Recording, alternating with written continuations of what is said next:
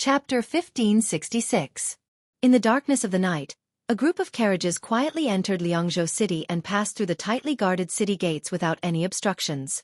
Mount Qingliang opened its E-gate, and the northern Liang prince's mansion opened its doors to welcome guests in a manner that was normally reserved for the emperor. There were 3 carriages. The white-robed monk's family of 3 and the little monk Nanbei sat in the first carriage. Master White Lotus of Mount Longhu, Bai Yu, and Han Guiqing of Mount Qingshan Monastery of Mount Wudong sat in the second carriage. Chang Sui, Su Huang, and the others from Shangyin Academy sat in the last carriage.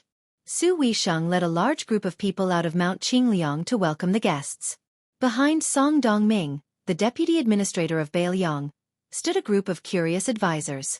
Song Dongming's official residence halfway up the mountain was known as the Dragon Gate of Beiliang. Su Fengnian's residence in Wutong'an was known as the Phoenix Pavilion. It was clear that Song Dongming had an extraordinary position in Beiliang's officialdom. Only Li Dongbei and the little monk Nanbei could be counted as revisiting old haunts. Li Dongbei's eyes were sharp. She immediately spotted Song Yu, the chief steward of the prince's residence. She trotted over and greeted him warmly. Song Yu, who had been the steward of the Su family for most of his life, was also very happy to see this little girl. This rigid old man, who was privately called the cold-faced Yama by the officials of Liangzhou, actually squeezed out a smile for the first time. Probably because he was not used to greeting people with a smile, his face was slightly stiff.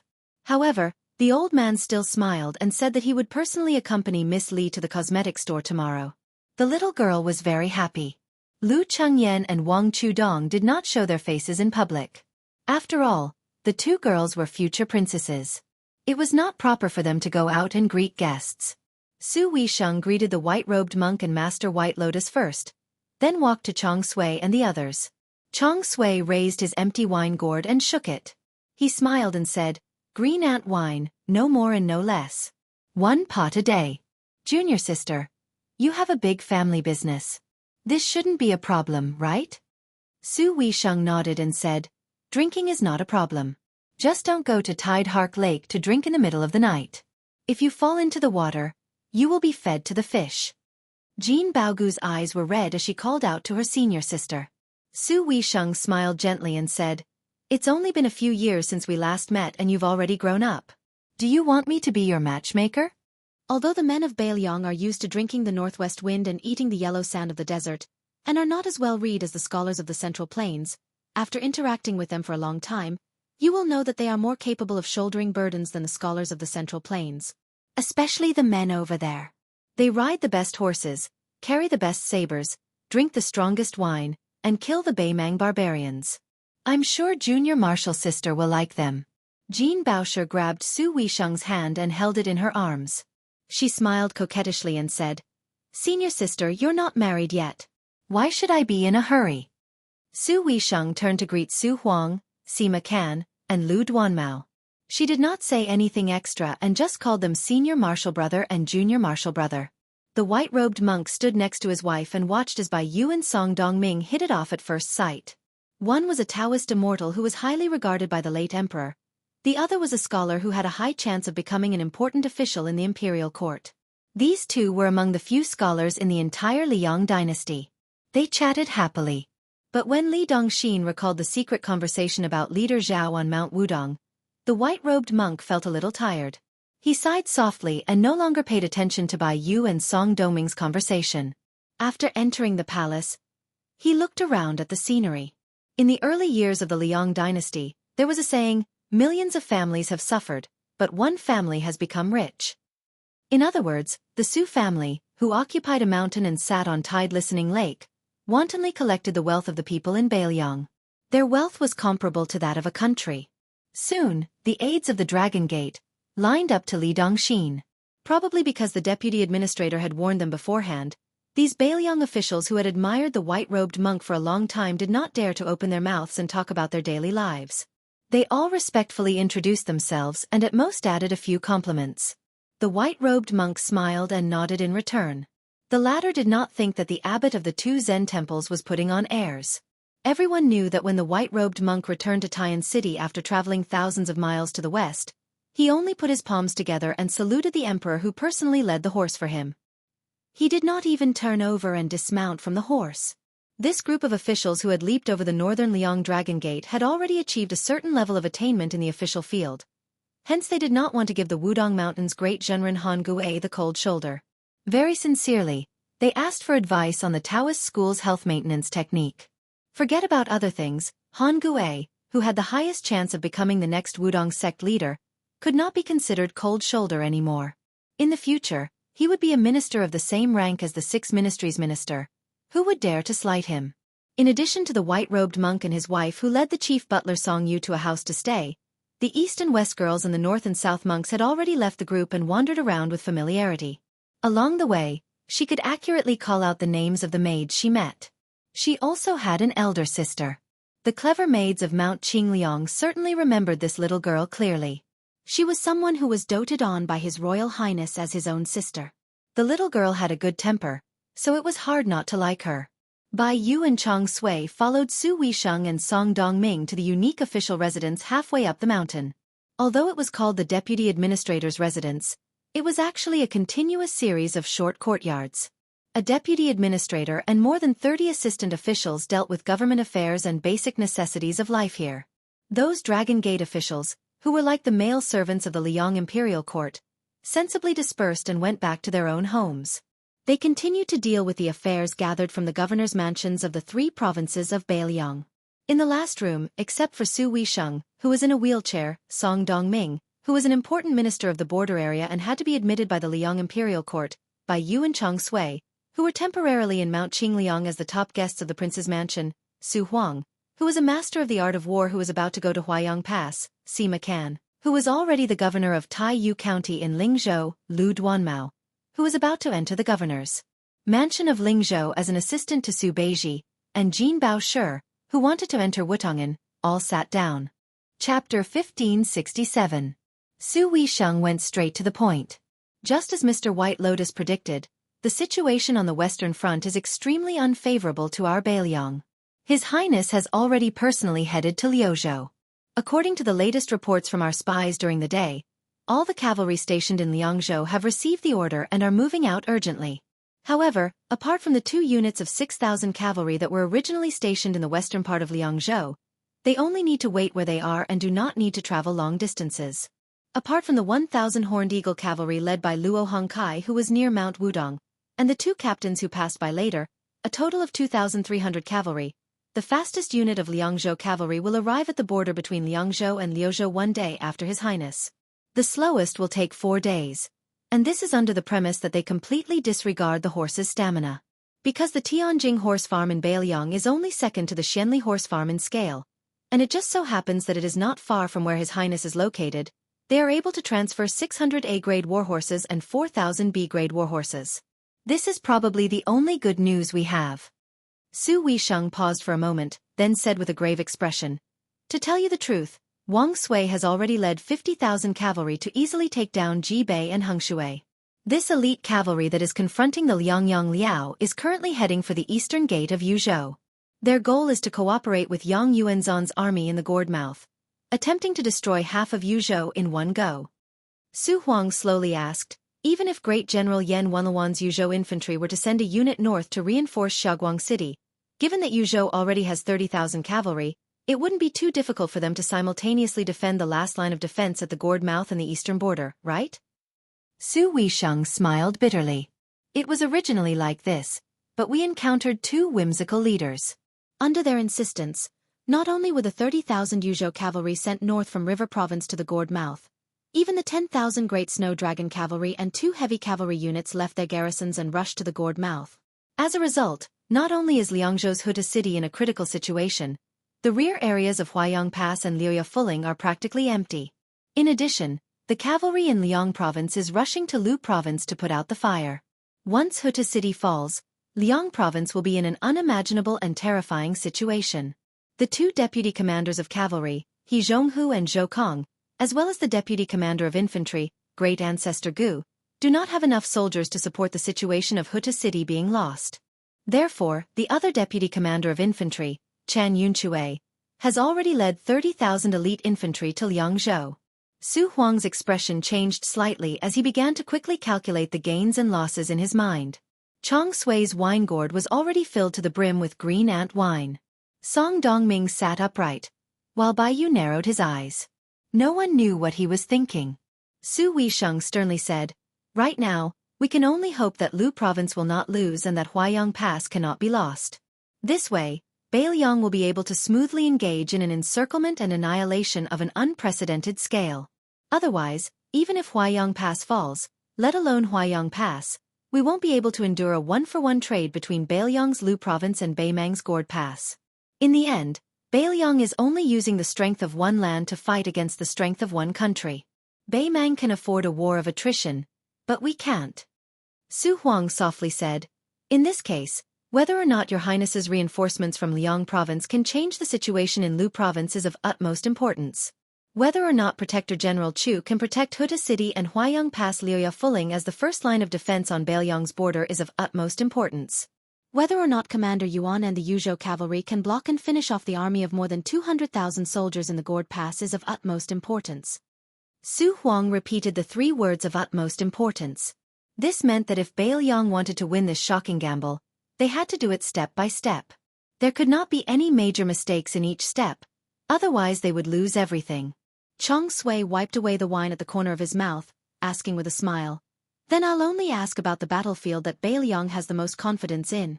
At the Gourd Pass, Yuan Zuozong's Great Snow Dragon Cavalry, those 2 heavy cavalry that have disappeared for 20 years, and the Yuzhou cavalry of Tianhang and Yulwan Dao. Just how confident are they that they can capture that old turtle Yang Yuanzan? Su Weisheng smiled and extended a hand. Chong Sui rubbed his chin, saying regretfully, "Only 50%, then it's difficult. I have to think of a way out for myself. Otherwise, before this chair under my butt of Mount Qingliang has even warmed up, I might be able to hear the hoofbeats of the Beimang barbarians." Su Weisheng once again slowly flipped his palm. The corners of Bai Yu's lips curled up. Chong Sui stared. "Junior sister Su, are you playing with me?" Su Weisheng smiled.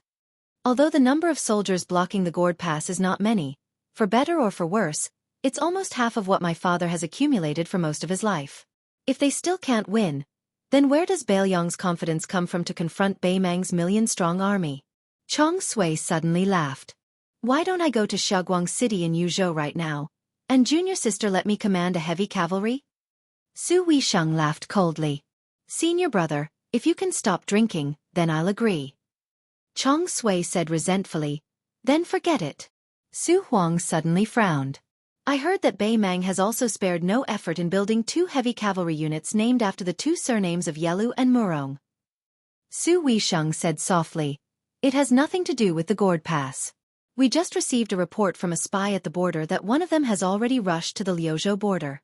This is where Lu Gui's confidence in wiping out the 30,000 dragon elephant cavalry lies." The entire room sunk into silence. Bai Yu, who had not interjected all this time, shook his head with a bitter smile. Jean Bauscher was stunned for a moment. He couldn't help but ask, even if the cavalry reinforcements from Liangzhou can arrive in time, will they still be of any use? Su Weisheng said helplessly, "If it were up to me, I'd just do my best and leave the rest to fate." Everyone in the room fell silent once more. For some reason, Su Weisheng smiled happily without any trace of dejection. However, if it were a certain fellow, he definitely wouldn't think this way. He would only say, "Losing is better than admitting defeat. Whether it's okay or not, let's talk after the fight." Liangzhou's Tiger Head City, inside the Gourd Pass, outside Qingcang City, Liuzhou's eastern border. Beiliang was fighting on all 4 fronts. Chapter 1568. Actually, this chapter is only one of the 3 chapters one originally planned to write. The other 2 chapters are about the movements in Liao province and the Battle of Liuzhou. However, I definitely can't finish it today. I'm only halfway through the 2nd chapter. In order to keep updating, I have to upload it first. In the western capital of the Southern Dynasty, there was a mansion of a wealthy family whose threshold was so high that a child had to climb over it. The gate was as busy as a marketplace, and carriages and horses were like dragons. The guests were all here to congratulate the old master of this house for becoming a centenarian. In the entire western capital, there were only a few people who had lived to this age, and there was no one else who had such a good reputation as the old master. Even the big shots in the western capital who had lived to the age of 70 didn't know the real name of this centenarian. They all called him Old Wang, and the younger ones could only call him Old Master Wang. The Wang family was one of the big families of the Southern dynasty. Although the descendants of the Wang family who were 2 generations younger than Old Master Wang didn't amount to much, and they only had 1 assistant minister of the Ministry of Rights and 2 military town captains, and 2 of them were dead now, but fortunately, Old Master Wang's great-grandson was very capable. He climbed all the way from the bottom of the Beimang army, and became one of the 4 Jinzhou of the king's tent with real military achievements. Now that he married a noble from Longguan, the entire family's trend could be said to be thriving day by day. Today's birthday celebration wasn't harmonious from the beginning to the end. As the local tyrant of Beimang's southern dynasty, the Longguan noble family's internal affairs were complicated. There were marriages and feuds. Some people didn't get along with the Wang family, a big family from the Jia family who became in-laws with the Wang family. Today was Old Master Wang's 100th birthday, and he was also implicated. Someone openly sent a piece of calligraphy that only had the 4 words, "Live a long life." Even the guests who came to visit couldn't stand this kind of unscrupulous slap in the face. However, Old Master Wang actually took the calligraphy with a smile, and didn't forget to ask the housekeeper to give the servant who sent the calligraphy a piece of silver for the celebration. After all, Old Master Wang was a centenarian and couldn't entertain guests for too long. After greeting some important ministers and family friends of the western capital, he handed the task to his nephew, who had been the assistant minister of the Ministry of Rights for 16 years to entertain the guests. The old man returned to the quiet courtyard to rest. The courtyard wasn't small, and there were dozens of extremely rare plum trees. Old Master Wang called himself Wild Plum Forest Elder. In this noisy dusk, Old Master Wang asked the servants in the courtyard to move a rattan chair under the plum tree. With the careful support of a pretty maid, he lay down on the chair that was cushioned with a soft Sichuan brocade. The maid didn't dare to leave. She sat on a small bench according to the old rules. She respected this unimaginably good-tempered old man very much. Since she entered the courtyard as a maid, she had never seen Old Master Wang angry. She clearly remembered that when she first came to the courtyard, one day she was sitting in the inner room and watching Old Master Wang take an afternoon nap. Someone outside the room accidentally broke a teacup, and the old man, who was a light sleeper, immediately woke up. She was scared to death. She didn't expect Old Master Wang to just smile and wave his hand at her after waking up, indicating that she should pretend that she didn't know anything. Later, she heard that someone in the courtyard had neglected their duty in the early years. One winter, several plum trees froze to death in the plum forest. The entire Wang family was furious and wanted to use the family law. 100 lashes, and the person's life was naturally gone. It was Old Master Wang who spoke. He said that there were many valuable things in the world, but there was nothing more valuable than a person's life. If the trees were gone, then they were gone. It didn't matter. In any case, he wouldn't be able to see the new plum trees turn old in this lifetime. It was good to see the withered plum trees. The old man lay quietly on the chair and looked at the plum trees that were not luxuriant. He slowly said, "Little girl Chamie, summer is almost over. In my hometown, there is a period of time called the plum rain season. Because when it rains, it is when the plum trees in Jiangnan are yellow, so it is called plum rain. It is a very nice way of saying it, isn't it? If you aren't a scholar, you won't be able to think of such a name. When I was young, I often recited some proverbs that I heard from my elders. I didn't understand the reason, but it was easy to say. When the peach blossom water is exhausted, it must be the yellow plum tree in drought. When the rain hits the yellow plum tree's head, there will be no sun for 45 days. Now that I recite it, I feel that it is easy to say." The maid asked curiously in a soft voice, "Old master, why do you like plum trees so much?" The old man, who was too lazy to chat with others, took a deep breath and said with a smile, "In my hometown, there are all kinds of things to pay attention to. Some are interesting, some are boring.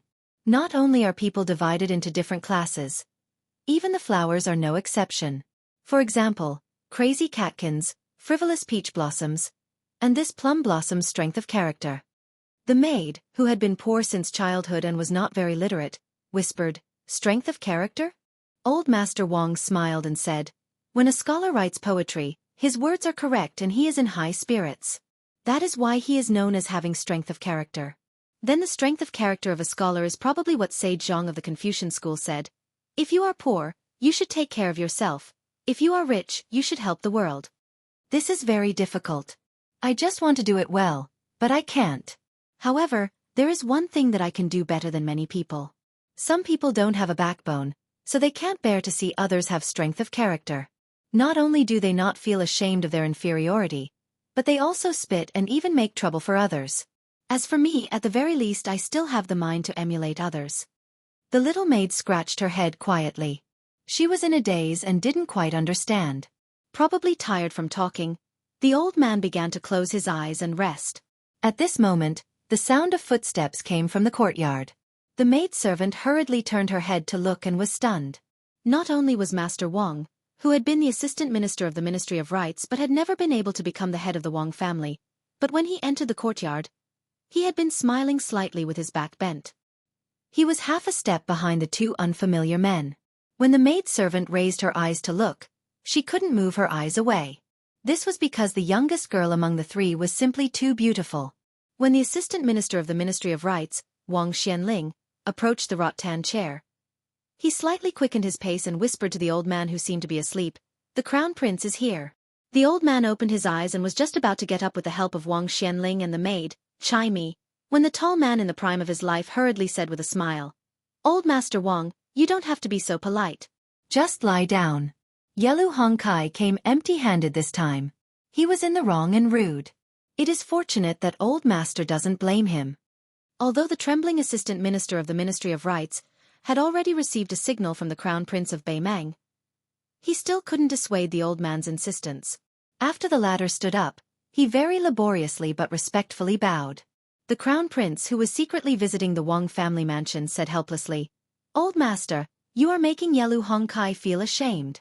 Sit, quickly sit."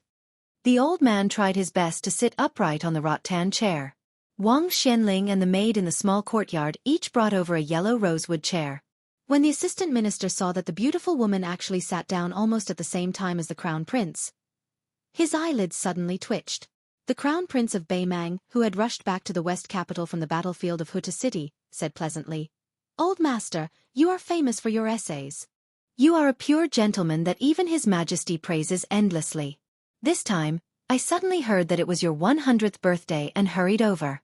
At the moment, I couldn't come up with a suitable birthday gift, so I had to come empty-handed. I will definitely make up for it later. I hope old master will be magnanimous enough to forgive me." The old man laughed heartily and said, "This old man is honored by your highness, honored by this old man." Chapter 1569. Wang Xianling heaved a sigh of relief when he saw that the old master, who had become less talkative over the years, was in a good mood and did not become muddle-headed. He thought that it was true that having an old man in the family was like having a treasure. Judging from the situation, he could only stand now. Was there a chance for him to sit on the minister's seat? Even though Yelu Hongkai wasn't well received by those grassland great generals in Northern Mang royal court, not many of Northern Mang's most authoritative great generals and edicts clearly expressing their support for him, in the end, this person was still the rightful first in line to the throne. Among the Southern Dynasty remnant people who attached the most importance to orthodoxy, there were still quite a few nobles who thought highly of Yelu Hongkai. In the past, the two previous great kings of the Northern and Southern dynasties, Huang Songpu and Su Huainan, were actually extremely close to this crown prince who had a gentle nature. However, following Su Huainan's sudden death and Huang Songpu's resignation, as well as the rise of Dong Zhuo, Hong Jingyan, Zhong Tan, this group of robust young generals, Yelu Hongkai became more and more low-key. Wang Xianling, who was standing quietly on the side and holding his breath, was certainly not stupid. The reason why the crown prince came quietly this time was partly because of Wang Jingchong's identity as Dong Jubo, and partly because his old master had a prestige that could not be underestimated among the survivors of the Southern dynasty. This was especially the case after the Wang clan and the Great clan were connected through marriage. This was equivalent to touching the true core of the Southern dynasty, unlike those ordinary great clans who appeared to be well off on the surface and had people serving as assistant ministers and generals, but in reality, they were just a bunch of parasites attached to the Longguan clan. For a moment, Wang Xianling had mixed feelings. The land under his feet, the Merlin courtyard, the Wang family's mansion, the entire western capital, and even the entire southern dynasty were all specially opened up by the vigorous old lady Murong for Hong Jia and the survivors of the spring and autumn period. Except for the bloody massacre that happened inexplicably years ago, where many peach trees that were moved from the central plains to the southern dynasty were cut down, which made people tremble in fear. Empress Murong could be said to be quite protective of the survivors of the southern dynasty. Some big families of the Norland went south to pick a fight, and afterwards, they would be punished by the Yellow King. Perhaps it was not too heavy, but it definitely could not be said that it was not painful or itchy. It was just like the Wang family that Wang Xianling belonged to. Although it was not a big family in the Central Plains, it was still a member of the Hanlin Academy for 10 generations. However, it was still in exile thousands of miles away from its hometown. It was even worse than a homeless dog rolling in the mud for food. How could it have imagined that it would return to being a court official in the Southern Dynasty wearing a yellow and purple court robe? Yellow Hongxi's face suddenly turned gloomy. He said in a low voice, "Old master, I also heard about the calligraphy just now. The second family of Longguan is really unreasonable. When I return to the Grassland King's tent, I will definitely talk to His Majesty about this in person. There is no reason for old master to be wronged like this." The old man smiled and waved his hand gently. It's okay. Not to mention the meaning of this calligraphy. Just the words alone can be said to be worth 1,000 gold in our southern dynasty. Although there is no signature, it is obviously written by Yu Liang, one of the 4 calligraphy masters in the world today. I still have a good eyesight. It is indeed worthy of the title. The strokes are like dragon claws that appear in the clouds and are full of the aura of gold and stone. If it was not that soldier advisor who was admired by the literary circle of Liang, no one could have written such an artistic conception. Besides, it is not easy for me to live to this age, so it is time for me to take advantage of my seniority. Naturally, many things can be treated as a child's babble and dismissed with a laugh. Just a laugh. There are many ancient poems and books that say, a person's life is less than 100 years. This is really accurate. Even if I can't get over it, what does it matter? So, Your Highness, don't worry about this matter. It is better to use it as a topic of conversation after a meal than to get angry.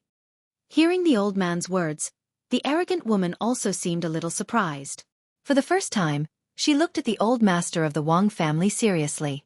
Yelu Hongkai laughed heartily. The god of longevity is the most important.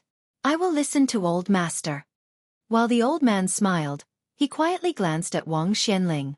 The latter was an old man in his 60s, but in front of the old master, he was still like a child who made a mistake.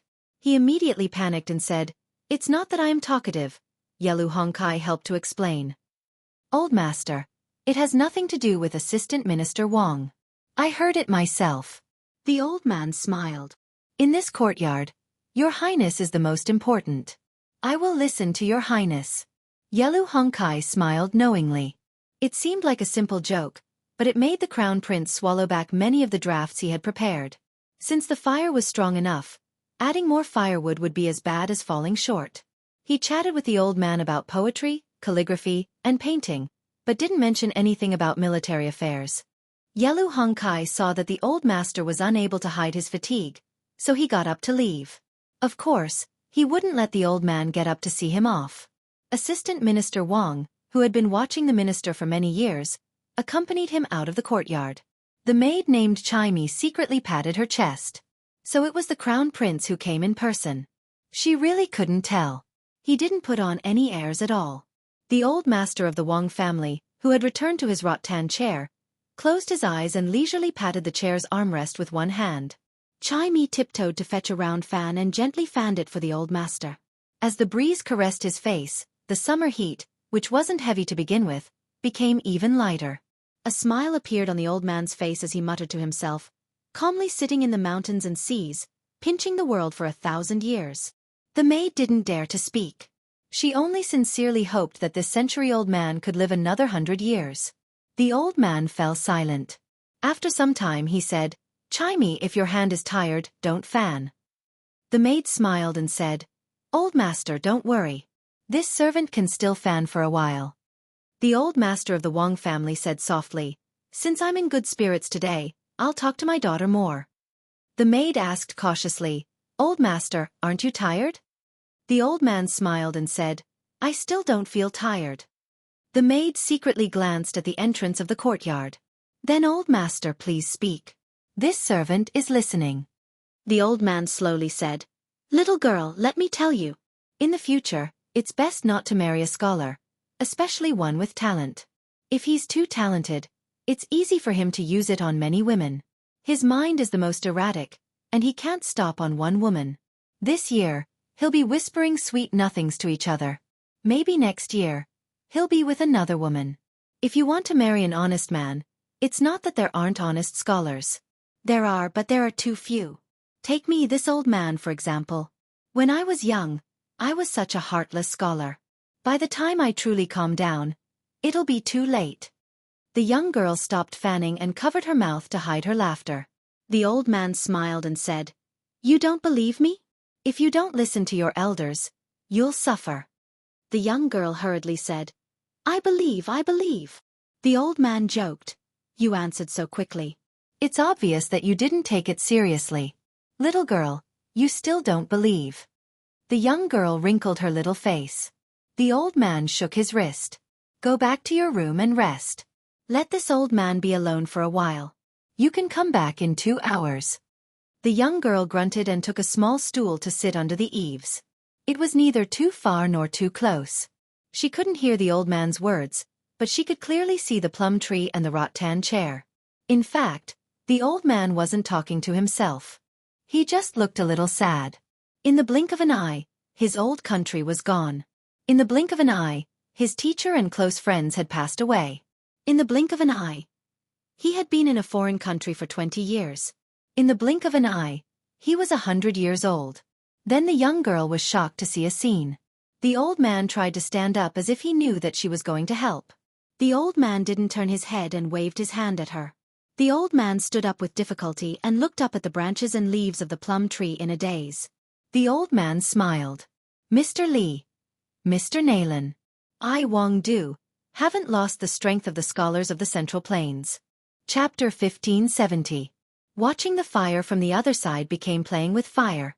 This was the best description of the defense line at Liang North Pass. As the gateway to Ji Bay, Silver Sparrow Hawk and Horizontal Water both fell at the same time. Beimang's 50,000 cavalry pointed at the south, causing everyone in Jizhou to feel threatened. For a moment, the imperial court in the capital was bustling. Some people suggested that the left assistant minister of the Ministry of War, Su Gong, should take over the position left by Tang Taihuang and assist Gu Jiantang in handling the military affairs in the north. Others suggested that Jiaodong's Prince Zhao Sui, who was in charge of Liaoxi, should reinforce Liaoxi and force the 50,000 cavalry to return to the east to prevent the situation in Jizhou from deteriorating completely. There were also people who accused Jizhou's General Yuan Tingshan of not managing the situation properly, causing the flames of war to spread in Ji Bay. He could not take up the heavy responsibility and should let the Deputy General Han Fang take charge of the military affairs in Jizhou. When the west line of Guangling Road was deployed by Xie Shi, not only did they successfully stop the 100,000 southern border troops that had already crossed the river, they even sent a group of soldiers to attack a dangerous pass on the south bank of Guangling River, causing the southern border troops to have no place to advance or retreat. Under the pressure of West Chu's navy, the southern border infantry and Qingzhou navy almost shrunk into a ball and retreated. Under such an urgent situation, the civil and military officials of Great Peace City became more and more worried. They finally could not stand the two Liao border troops not moving. The Beimang barbarians were attacking the northwest with all their might. Gu Jiantang did not move at all. However, even the east line of Beimang that he was keeping an eye on ran to Jizhou. Obviously, they wanted to bypass the two Liao border defense lines that cost half the country's taxes to build. They wanted to use Jizhou, which was empty due to the absence of Jinan's old soldiers, as a breakthrough point for the south to enter the Central Plains. How could General Gu not do anything? Are you not afraid that Beimang's 50,000 cavalry will attack the west of Jingji? Although you, Gu Jiantang, are the only remaining pillar of the dynasty, your heart is really too big, isn't it? There was a town called Taiping near the border of Jizhou in Liaodong. Most of the residents in the town were from the border army, and some of them were officials who were exiled by the imperial court. Occasionally, there would be traveling merchants passing through the town, and they would do some small business on the way.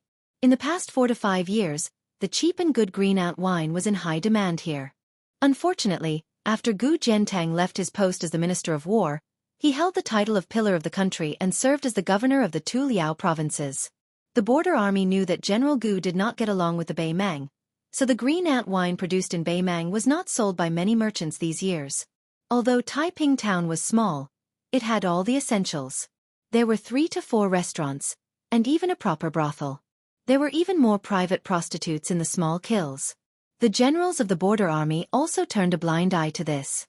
It was better to let it go than to block it. The Liaodong border army was known as the stabilizing force of the Liang dynasty. They were all young and strong men. However, they had been in a stalemate with the Beimang barbarians for many years. They had always lived in peace and rarely fought with each other. How could the soldiers of the border army vent their anger? Could they find other men for other men? Therefore, small towns like Taiping town sprung up like bamboo shoots after a spring rain. Some of the generals of the border army who had a lot of connections had the ability to buy young women from the areas around the capital and even the central plains and the Jiangnan area. They could bring hundreds of people to the 2 Liao provinces at one time. In Taiping town, Changshu restaurant was the most popular restaurant. It was the private property of a military officer with real power. Except for the green ant wine, almost all the famous Liang wine, such as Jiannan Chun, could be bought here as long as you had money. There were all kinds of women playing music and singing in the restaurant all year round. Their appearances were nothing more than average. However, it was a rare scene in the remote border. In the past 2 days, a pair of brother and sister came to Changshu restaurant. The young woman held a pipa and told stories. The older brother was responsible for shouting and collecting money. This was not strange at all. However, the woman kept telling stories about the king of Beiliang, Su Fengnian. She told stories about how Su Fengnian walked across the Liang River Lake, how he entered Beimang alone, and how he won the hearts of the soldiers in Beiliang. This angered the residents of Taiping town. However, a group of people took the opportunity to bully the beautiful woman. They did not expect to be beaten by the ordinary-looking young man. Changshu restaurant was happy to see this happen. They proposed that the woman be allowed to tell stories in the restaurant. They wanted her brother to fight in the arena every day. After 10 days, all the military experts near Taiping town lost. The young man from outside won 10 rounds in a row. The Changshu restaurant, which was good at making money, started to become the banker again. It was estimated that they earned at least 1,000 taels of silver. The prostitution business in the brothels in the town decreased sharply. In the evening, the battle in Changshu restaurant was over. A group of distinguished guests walked into the restaurant. The 4 of them asked for a table by the railing on the 2nd floor. The woman downstairs was preparing for the 2nd round of storytelling. Her brother had changed into a new set of clothes that were washed to the point of turning white. They were mended very hard. The brother and sister had traveled from Liangzhou to Lingzhou, and then from Lingzhou to Hezhou. They passed through Jizhou and arrived at this small town. Unlike the blind storytellers commonly seen in Liang, the woman only had a pipa. When she was telling a story, she never shook her head, laughed, or cursed. When she talked about the character's sorrows or the intense emotions, she only raised her voice slightly. Most of the time, she spoke in a flat tone, as if she was just telling a story. As for whether the audience liked to hear it or not, and whether they were willing to reward her, she didn't care at all. The 4 guests sitting by the railing on the 2nd floor ordered a jar of Jiannan Chun wine, which was known as 1 caddy can break the throat and 2 caddies can burn the intestines. They also ordered a jar of ancient well-immortal brew, which was easy to drink and had a small after effect.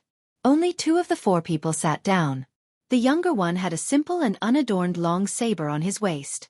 He looked around with self-satisfaction and was in high spirits. The man who looked like the elder of the young man had an indifferent expression. After opening the jar of immortal brew, he drank by himself. The other 2 standing had 2 Liao border army standard warblades hanging from their waists. Although they didn't have the same status as the 2 seated here, others could tell with a single glance that they were extraordinary figures who led troops all year round. Otherwise, the aura of the battlefield on their bodies wouldn't be so strong. The young man stretched his neck and glanced at the people downstairs. He was a little impatient and frowned. Why isn't that Ji guy here yet? Looking at his posture, he really thinks that he's one of the top 10 masters in Great Snow Plateau. The older man with gray hair on his temples did not bat an eyelid. A burly man who was standing seemed to dislike this arrogant young man. He said with a fake smile, General Yuan, Ji Luan is one of the top 10 masters in Great Snow Plateau of Mount Hui. What's there to be proud of? The young man called General Yuan drank a mouthful of liquor and sneered, Only a country bumpkin would take a martial arts evaluation made by a little girl seriously. In the end, only the old master of the Wu family's sword tomb can barely be called a master. As for the others, Chai Ching-shan of the sword pool of Dongyue has little ability. It's fine if he can shut himself up in Guangling Taoism. As for this palace master of Nanjiang Dragon Palace who sneaked into Liaodong, who is he? The young man slowly spun the wine cup with 2 fingers. He glanced at the person who exposed him and said with a smile, "There's also that #1 master of Nanzhao, Wei Miao, and the others. When they reach the Jianghu of the Central Plains, they will probably be beaten to a pulp. Haha, there's also that #1 swordsman of Great Peace City, Qi Jiajie. He's the funniest. Flying swords for thousands of miles. What a great lineup." What happened in the end? The swords did reach Hezhou, but there's no more news of Qi Jiajie. Of these top 10 masters, even if the other 5 were added together, they would probably not be worthy of any one of the 4 people in the martial arts evaluation. The burly man was about to retort when his colleague pulled his sleeve. In the end, he swallowed his words and only snorted coldly. Chapter 1571. The young man didn't continue to criticize. Instead, he turned his head and looked at a middle-aged man 2 tables away. The man was wearing a short-sleeved shirt with a green headband wrapped around his head. His calves were wrapped in leggings. He would only be mistaken as a mountain man who often walked the mountain roads. However, there was an extremely coquettish and plump woman sitting beside him. Her clothes were gorgeous, but it was not the brocade and satin of the rich families in Liyang. Instead, it was tie-dyed and colorful. It was hard not to be eye-catching. It was clearly the Miao people's attire from the 100,000 mountains in the southwest. The plump woman had a string of silver bells on her hands and feet. When she raised her hands or feet, it made a pleasant sound. On the table beside her was a crescent-shaped knife with a snow-white scabbard. When she drank, one of her legs was casually placed on the bench. If one looked at her from the side, her slender thighs and round buttocks were extremely attractive. The woman also noticed the young man's gaze. She smiled charmingly and drank the whole cup of wine in one gulp. She raised her eyebrows provocatively at the young man. The young man put down the wine cup and made a gesture of holding something heavy in front of his chest. The plump woman was teased. Instead of being annoyed, she laughed like a flower. In front of the man beside her, she pushed the wine jar on the table with her palm. The wine jar moved like rolling thunder and hit the young man's back in an instant. The latter did not seem to move, but the wine jar deviated from its trajectory and brushed past him. It just happened to spin on the table and then gradually stopped. The woman laughed with a clumsy Central Plains official's accent. "You look good. As long as you drink, I'll be your friend." The burly man who did not get along with the young man reminded softly, "This Miao couple is not ordinary Jianghu masters. The woman has already done something to the wine jar. The Miao people's goo is very strange and impossible to guard against. It's best not to touch it." At this moment, 2 people came upstairs. One looked like an old Confucian in a green robe. The other had 2 long and short swords hanging from his waist. Just by looking at the 2 scabbards, one could tell that they were precious swords. The man who had not interrupted and was about to raise his cup to drink gently put down the wine cup. The 2 people who were standing slightly separated to make way. The 2 guests who came as promised sat on the same bench. The old Confucian scholar looked respectful and said softly, "I am Cheng Baishuang from the countryside of southern border. Greetings to De Zhu Gua." The famous swordsman with a cold expression also said, "Dragon Palace Ji Lu and is honored to meet De Zhu Gua." After the death of the old Prince Liang, Su Shao, there was only one pillar of the country in the whole world. It was Gu Zhentang, who held half of the Tiger Seal military power in the Zhaoshi dynasty. Gu Zhentang smiled and nodded. "It must have been hard for the 2 of you to come to Liaodong from the southern border." After the 2 top masters of Nanjiang Taoism sat down, the couple also got up and walked over to sit on the only empty bench. The burly man behind De Zhugua who looked like a door god wanted to stop them. But Gu Zhentang had already picked up the wine jar with the poisonous insect. The general, who became the commander of Liaodong's Duo Yen cavalry after Tang Tai's Huang, quickly loosened his 5 fingers from the hilt of his sword. The woman first gave the young general surnamed Yuan a coquettish look, and then smiled at Gu Zhentang. "My husband doesn't know how to speak your Central Plains language, so a woman like me is here to discuss important matters. General, please forgive me." Cheng Baishuang frowned and then relaxed in an instant. he asked with a smile. De Zhugua this is? Gu Jiantang didn't say anything. Aside from the young man beside him, he poured a bowl of wine for Cheng Baishuang, Ji Luan, and the couple. At the same time the young man who was ignored interrupted. Cheng Baishuang, Ji Luan, what's wrong? My father-in-law is personally welcoming you, and you don't want to accept my toast? You want to drink as a punishment? Ji Luan, who was not in a good mood, narrowed his eyes. He had traveled thousands of li to Taiping town. Cheng Baishuang calmly picked up the wine bowl, shook his head and said with a smile, Of course not. I'm just curious. Probably because she was sitting so close to Gu Jiantang, the woman put away her coquettish look and went straight to the point. My husband is called Wei Miao. He is somewhat famous in Nanzhao. Of course, he can't compare to Palace Master Ji and Sir Cheng. Originally, he would never set foot in the Central Plains, but there is no other way. The King of Shu and Sir Xie have spoken, so we have to make a trip. Gu Jiantang only had one daughter, so De Zhugua's son-in-law could only be Ji Zhou's general, Yuan Tingshan. Yuan Tingshan originally wanted to tease the woman, but unfortunately, he heard the storyteller downstairs talking about the young king surnamed Su who traveled to Mount Hui. Yuan Tingshan, who had an irreconcilable enmity with Su, sneered and suddenly stood up. With one hand on the railing, he fiercely slammed into the storyteller's brother like a bolt of lightning. The young man who had won 11 battles in Taiping town crossed his arms in front of his chest, but he was still kicked by Yuan Tingshan. His slightly trembling hands put his elbows on a wine table.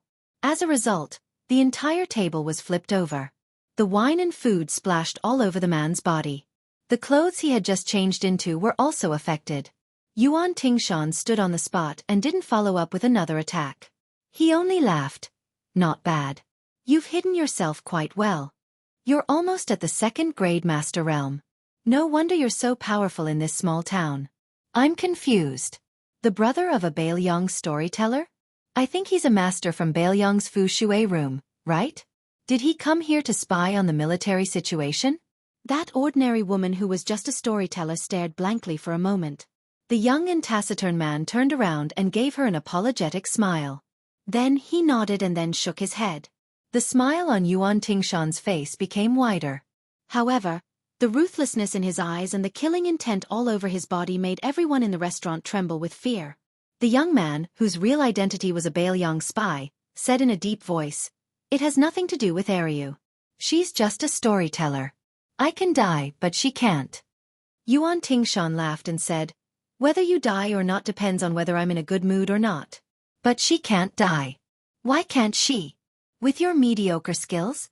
Or do you think you can scare me with your identity as a Fu Shui room's man of sacrifice? The young man from the Fu Shui room wiped the blood from the corner of his mouth with his thumb and said, Of course I can't.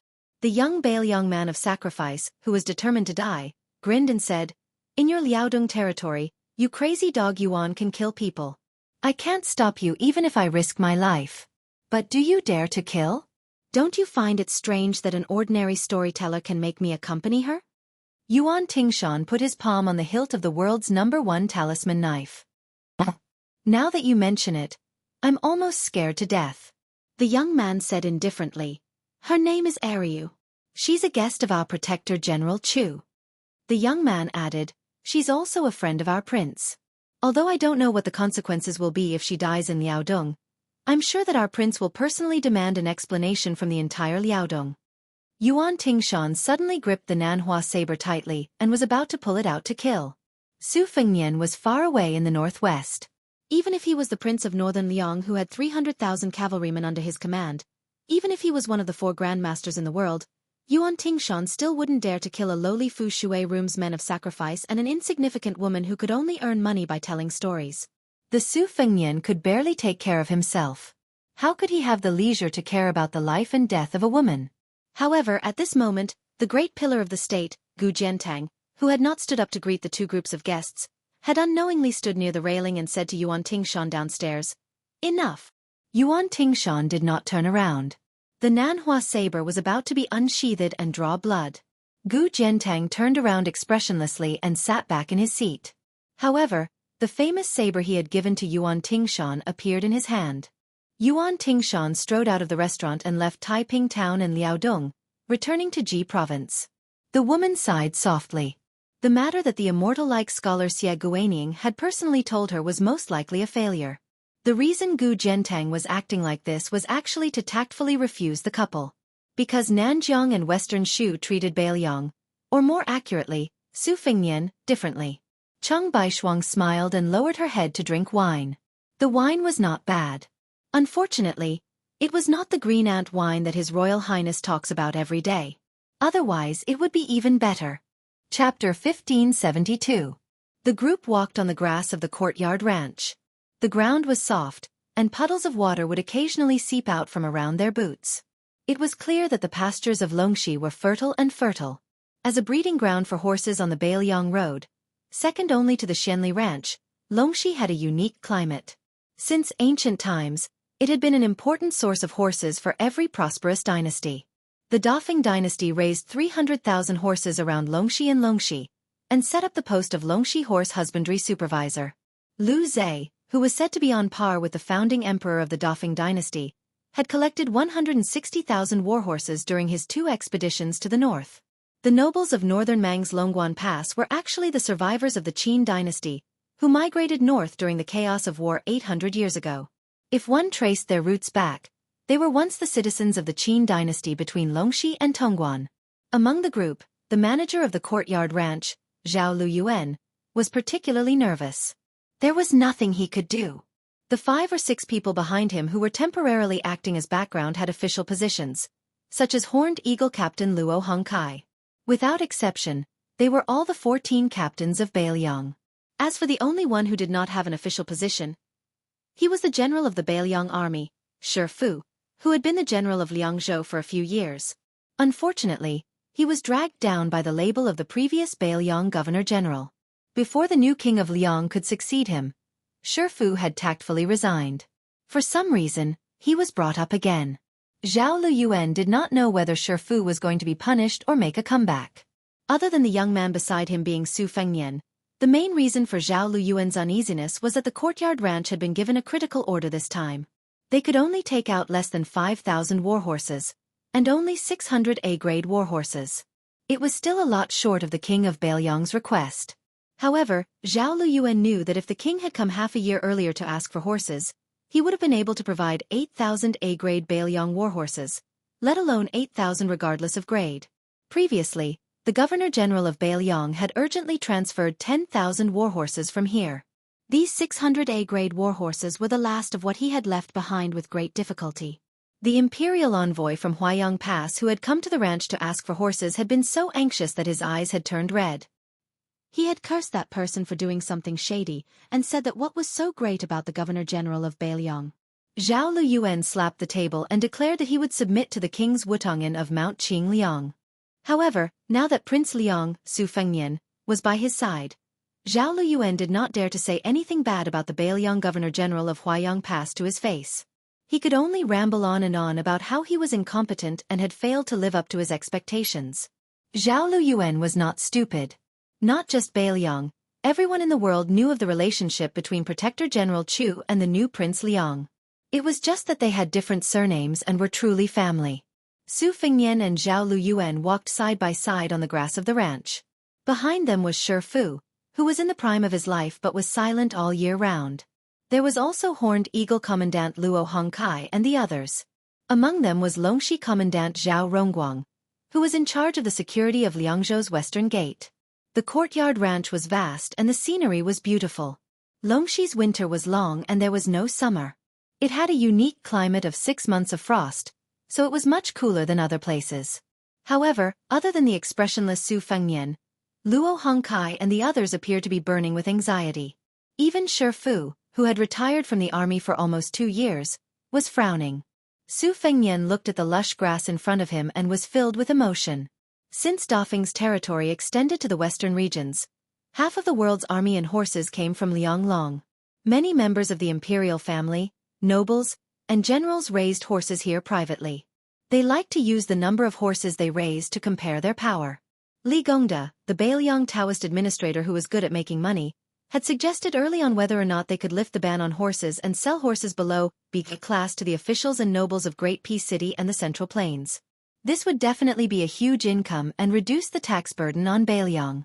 However, Su Xiao had directly rejected the idea. After the scholars passed away, there was no shortage of scholars who proposed the same strategy. They made a big deal out of the issue of cold horses. Without reducing the reserves of A, B, and C war horses, they could still give taxes and increase the soldiers' pay and provisions. They could make friends with the nobles of the capital and express goodwill to the Liang Zhao clan. It could be said that there were only benefits and no disadvantages.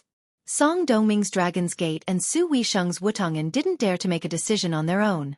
After handing it over to Su Fengnian to make the decision, they also thought deeply and put the matter aside in the end.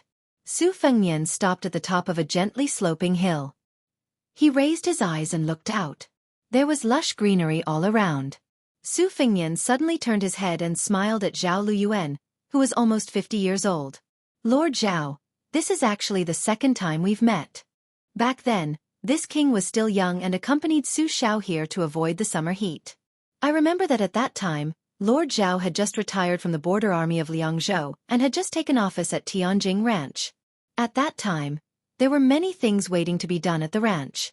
Lord Zhao patted his chest and promised Su Xiao that in less than 10 years, Longxi would become the largest ranch in Liang. I don't know if Lord Zhao still remembers that you promised Su Xiao that one day you would bring out the #1 divine steed in the world to celebrate His Royal Highness, coming to my coming of age? The old man who had dealt with war horses all his life was immediately moved. With a trembling voice he said, "Your Highness still remembers, you still remember. How could this lowly one dare to forget? Not to mention that Tianjing Ranch has been carefully and conscientiously cultivating fine horses. For all these years, they have been entrusted to the generals and crossbowmen of the border army.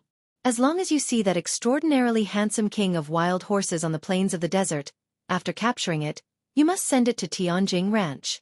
In fact, 4 years ago, there really was a divine steed sent to the ranch, but when your highness reached your coming of age, this old man mistakenly thought that your highness had forgotten about it. I was also afraid that people would say that I was a disgraceful official who didn't do his job properly and only knew how to flatter others. After hesitating for many days, in the end, I still didn't send it to the prince's mansion on Mount Qingliang.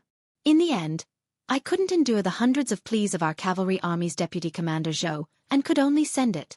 If only I had known earlier. Sigh, this old man really regrets it to death. Su Fengnian smiled and said, "It's all right. For our Beiliang cavalry to be where it is today, the Tianjing Ranch, Shenli Ranch, and all the other ranches big and small, have contributed greatly. Up until now, this king has only been on the battlefield a few times. If we say that he has 2 B-class horses to ride, it's barely enough. If he has another A-class horse, it would be a waste of natural resources." Probably knowing that Zhao Weiyuan was going to fight for him, Su Fengnian waved his hand and said, "You all go back first. I have something to discuss with General Shi." Everyone left, leaving behind Shi Fu, who was widely acknowledged in Beiliang to have a bumpy career as an official. This person and the Yuzhou provincial governor Hu Kuei were known as the twin jade annulus of Liangzhou in the past. Although they were young, they were both old men of the border army who had made great contributions to the military. The term twin jade annulus was first used to describe the 2 cavalry generals who first emerged in the Spring and Autumn War, Wu Qi and Su Pu. At that time, Su Xiao was still fighting in the Spring and Autumn War and had not yet been conferred the title of king. Therefore, the 2 of them were known as the twin jade annulus of the Su family. Today, one of them lived in seclusion in Dunhuang city of Beimang, while the other went to Xishan to assist Chen Jibao. Chen Jibao left Liangzhou and entered Xishan, while at the same time, Su Fengnian became the hereditary king of Beiliang. This was the dividing line between Shi Fu and Hu Kuei in the officialdom. Hu Kuei rose again and became a high-ranking official, while Shi Fu, who was of a higher rank, was overshadowed and retired to the countryside. But strangely, both Mount Qingliang and the Huaiyang Pass Protectorate headquarters ignored Shi Fu's resignation. Even when Chu Lushan later took up the post of general of Liangzhou, he did not explicitly inform the Liangzhou military that Shi Fu had retired from the army. Military reports would still be sent every half a day to the Liangzhou general, Shi Fu, who was resting at home.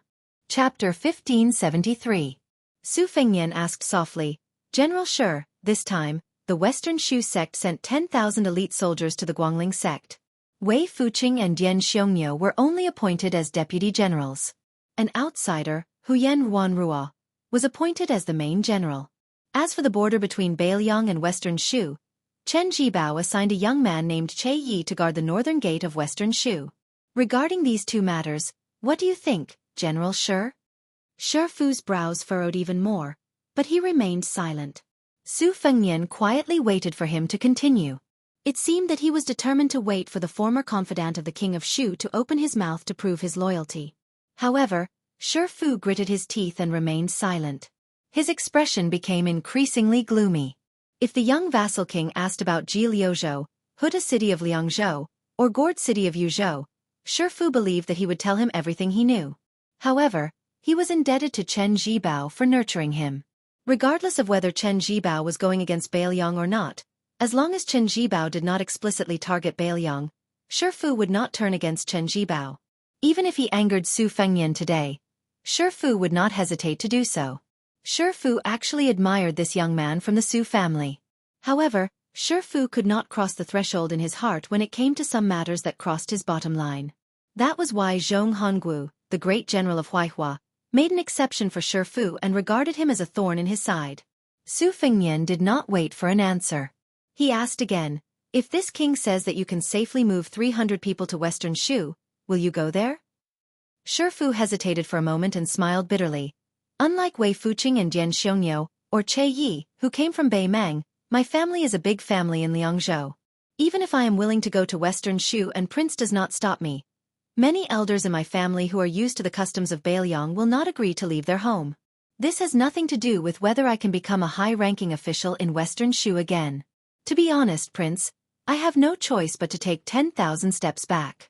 In fact, if the Shi family really moved the ancestral tablets to Western Shu, not to mention others, the 3 people of my generation in Beiliang and the 4 nephews serving in the border army of Liangzhou will probably stay in Beiliang. In this way, before we even leave Beiliang, the Shi family will be torn apart. Su Fengnian put on a fake smile and said, at least General Shi is honest with me. Shi Fu chuckled and said, there's no point in hiding it. I know that the Shi family has spies planted in the Dushui chamber for many years. It's not that I have such discerning eyes, but that before Chu Lushan became the protector general of the northern Liang, he made a special trip to the Shi family to meet honestly with me. Therefore, in these 2 years, I have not been able to sleep peacefully. It is funny to say that in my early years in the army, even if I went deep into Beimang and rested on the horses, I would still sleep better than on my own bed. Su Fengnian did not comment on Chu Lushan's spies in the Shi family.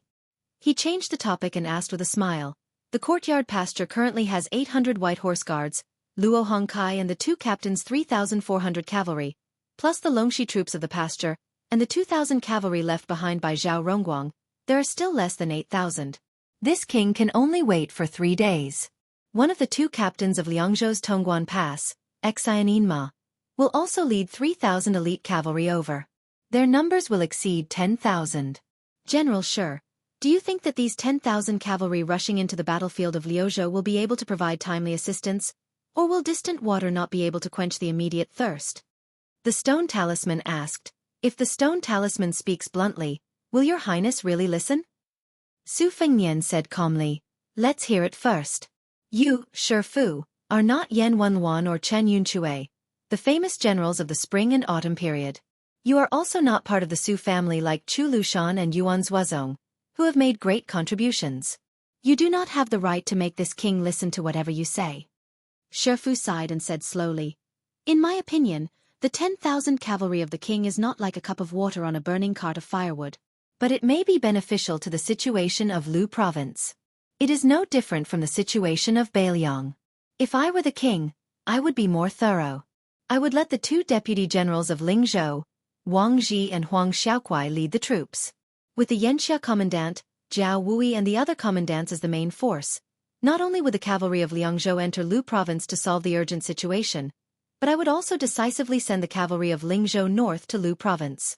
After defeating Lu Gui's army on the western front of Beimang, they would quickly fill the gap outside Liangzhou Pass and south of Huaiyang Pass. Shi Fu suddenly felt the killing intent of the young king. He said calmly, originally, I did not know the situation. But since I came to Tianjing Ranch and heard about the number of horses in this ranch, Shi Fu can more or less guess the plan of the king and the protectorate general. There is no need for the king to think too much about it. Su Fengnian nodded. He squatted down and pulled out a piece of licorice and chewed it. Shifu continued, in the final analysis, in the Battle of Liangmang, outside Liangzhou Pass, Liuzhou, and Yuzhou, there will be victories and defeats. But the place that really decides the survival of Beiliang is only outside Liangzhou Pass. If we lose here, Beiliang will also lose the general trend of Beiliang that the great general and the king worked so hard to accumulate for 2 generations. In the spring and autumn period, there were many ridiculous battles where the great general won a great battle but caused the king's country to perish. Before the final outcome of the Battle of West Wall was decided, everyone was optimistic about West Chu, who had won a series of small victories. However, the great general wanted to complete the siege of West Wall at the cost of rapidly consuming his troops.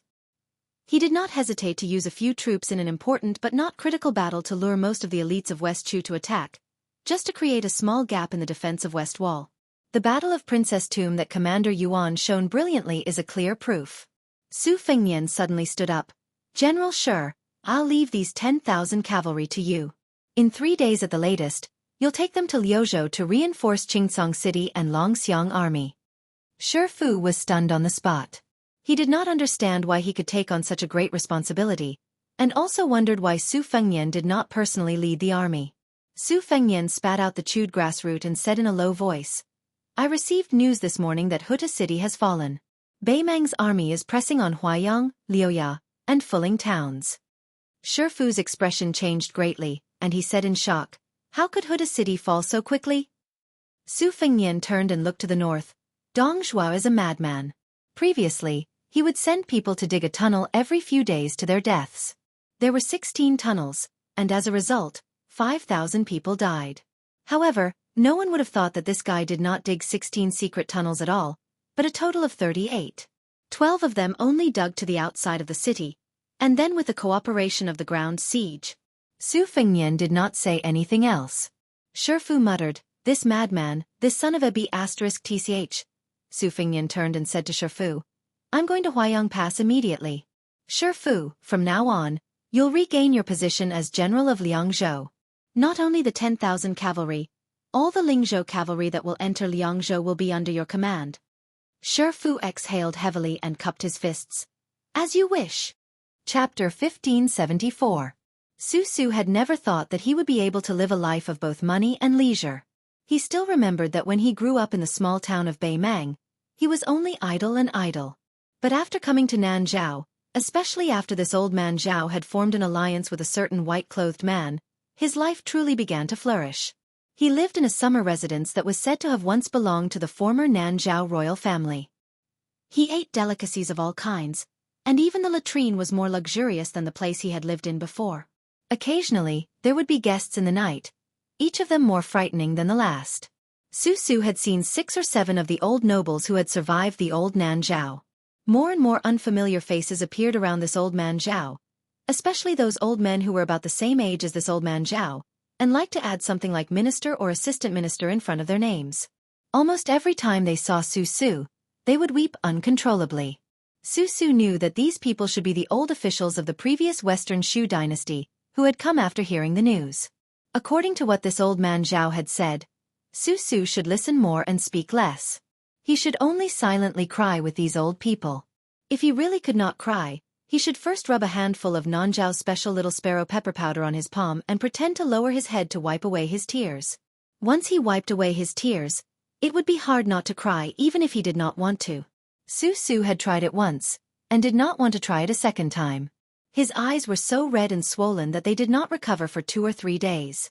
But at that time, the effect was obvious. In any case, he had moved the group of old officials of Western Shu to tears. The oldest one even fainted on the spot from crying. Today, Su had been thrown by this old man Zhao into a library called Mu Gung Lu. He did not want him to really read for pleasure. He only needed to pretend to cultivate his body and mind in the library. Su took advantage of the fact that no one was watching and sat on the railing of the tall building. Beside him stood the blind female zither player, Xue Songguan. After the 2 of them had almost died at the hands of Chen Jibao, Su no longer pestered the blind zither player to play the game of young hero and demon. It was probably that once bitten, twice shy. He was somewhat afraid of the so-called Jianghu. These days, Shui Songguan had been helping this old man Zhao with the matter of the 18 tribes of Nanzhao. She was very busy and had traveled to almost half of Nanzhao's territory. Su Su missed her very much. But when they really met again, he did not know what to say. The man and woman were silent like this. Su Su raised his head and finally spoke slowly. In the past, I loved to dream during the day. I thought that perhaps I was the posthumous child of some important person, or the illegitimate child of a large family that could not be seen in public. Perhaps one day, I would recognize my ancestors and return to the family and become completely rich. Only now do I realize that I really am the crown prince of a country. It is a pity that my dream has come true. Only now do I realize that even if I wear the dragon robe, even if I really am the crown prince, I do not look like one. Fortunately, the old master had taught me a lot about the ways of the rich and powerful in the past year, such as the Tang Dynasty tablet, the Qing Tian yellow jelly, the banana leaf blue flower, and a bunch of other things. I don't know why, but I've always liked valuable things since I was young. But are these things valuable enough? Looking at them, in the beginning, I was very excited and wanted to hug them to sleep. But later, I became less and less spirited. How should I put it? It's like a poor boy rolling in the mud. One day, he foolishly married a beautiful wife. It's not that he didn't like her, but that he understood that in the end, he would not be able to protect her. She would have to leave him one day. The young zither player who had accompanied Su Su and Zhao Dingxiu from Beimang to Nanzhao was blind, but her heart was connected. She smiled gently and said, "The Su family has been the ruler of Western Shu for a full 200 years. Although it was lost to your father for 20 years, with this old man Zhao Dingxiu's assistance and the promise of the king of Shu, then this family property actually has a chance to be protected. Just like what Chen Jibao said, in the future, although you cannot be the emperor of Shu, you can at least be the king of Liangshu. Like this, it can be said that you have not let down the ancestors of your Su family." Su Su sighed and said, "If not for Su Fengnian finding us in Beimang, how could I possibly be where I am today? The books say that a good bird chooses a tree to nest in. The logic is quite reasonable. But for people like me, logic is never in the books. I can only rely on my fists or..." The crown prince of the previous dynasty, who had escaped from the Western Shu palace in his infancy, smiled bitterly and pointed at his heart. "Or it is here. Although I, Su Su, have always been at odds with Su Fengnian and have always spoken ill of him in front of you, but you should know that in my life, I only have one friend in Su Fengnian." Of course, what kind of person is Su Fengnian? He is the most powerful king in the world, one of the 4 great grandmasters. He is also so damn handsome, and is known as the Northern Su and the Southern Song. He is also so knowledgeable. Such a rare romantic figure may not necessarily treat me, Su Su, as a friend. But I really do treat him as a friend.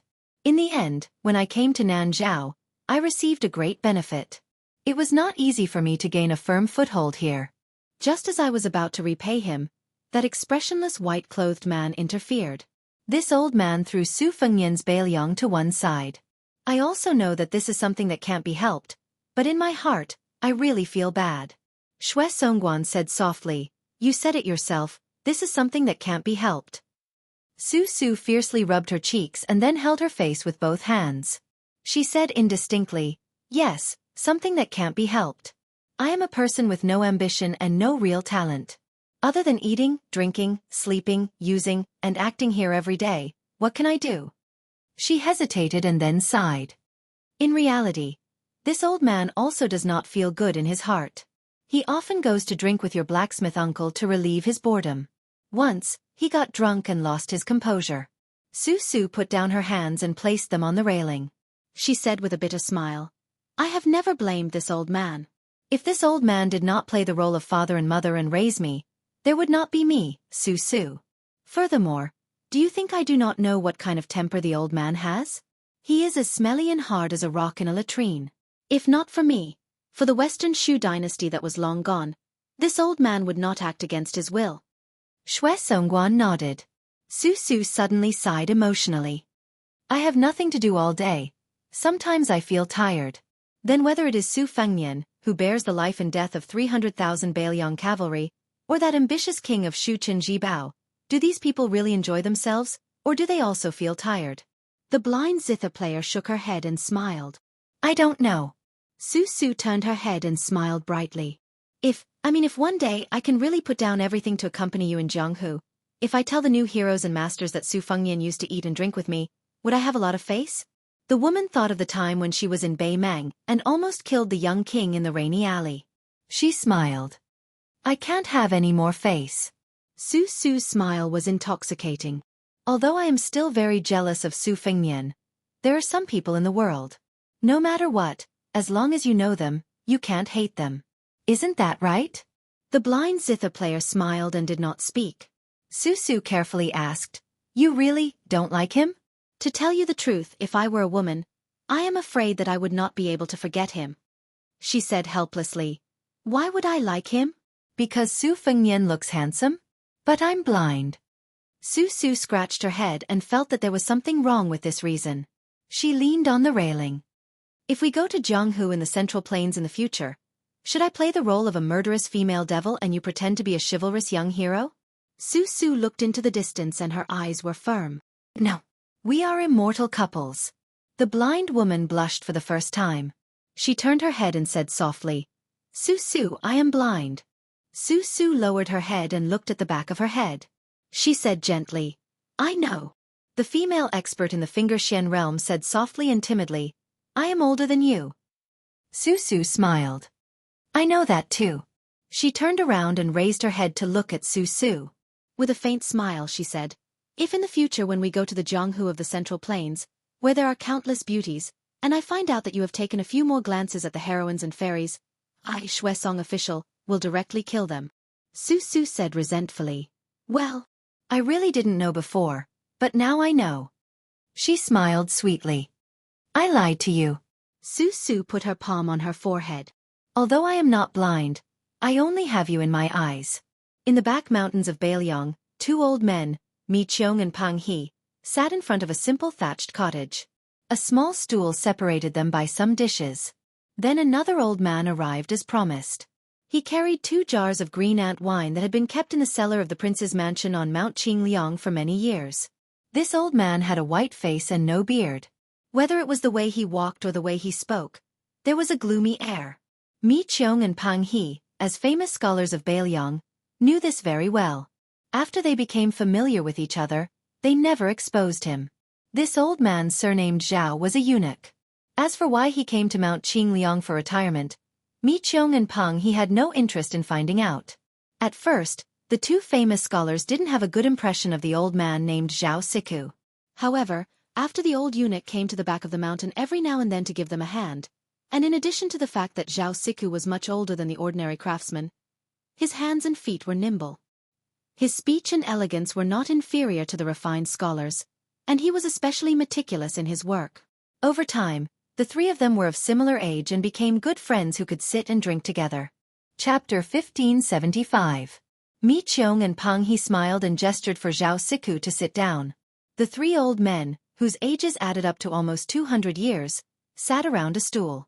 The 2 Beiliang calligraphers, who hadn't even had time to change their clothes, were still covered in the fragrance of ink. They each gulped down the wine in their cups and exhaled heavily. Their faces were somewhat gloomy. Zhao Siku was a senior eunuch who had once been in charge of the Directorate of Credentials in the Liang Imperial Palace. Although he had taken off the red python gown that was still extremely eye-catching in the palace, his ability to read people's expressions was still as shrewd and ruthless. However, Zhao Siku didn't say anything. He took a small sip of wine and picked a relatively casual topic to start the conversation. I just came back from the Green Deer Cave Academy. The Yellow Mountain Lord asked me to ask 2 old friends for a few calligraphy pieces. I didn't dare to carelessly agree to it, and only said that I would pass on the message. Mi Qiong shook his head. Old Pang and I don't have the leisure to write calligraphy pieces these days.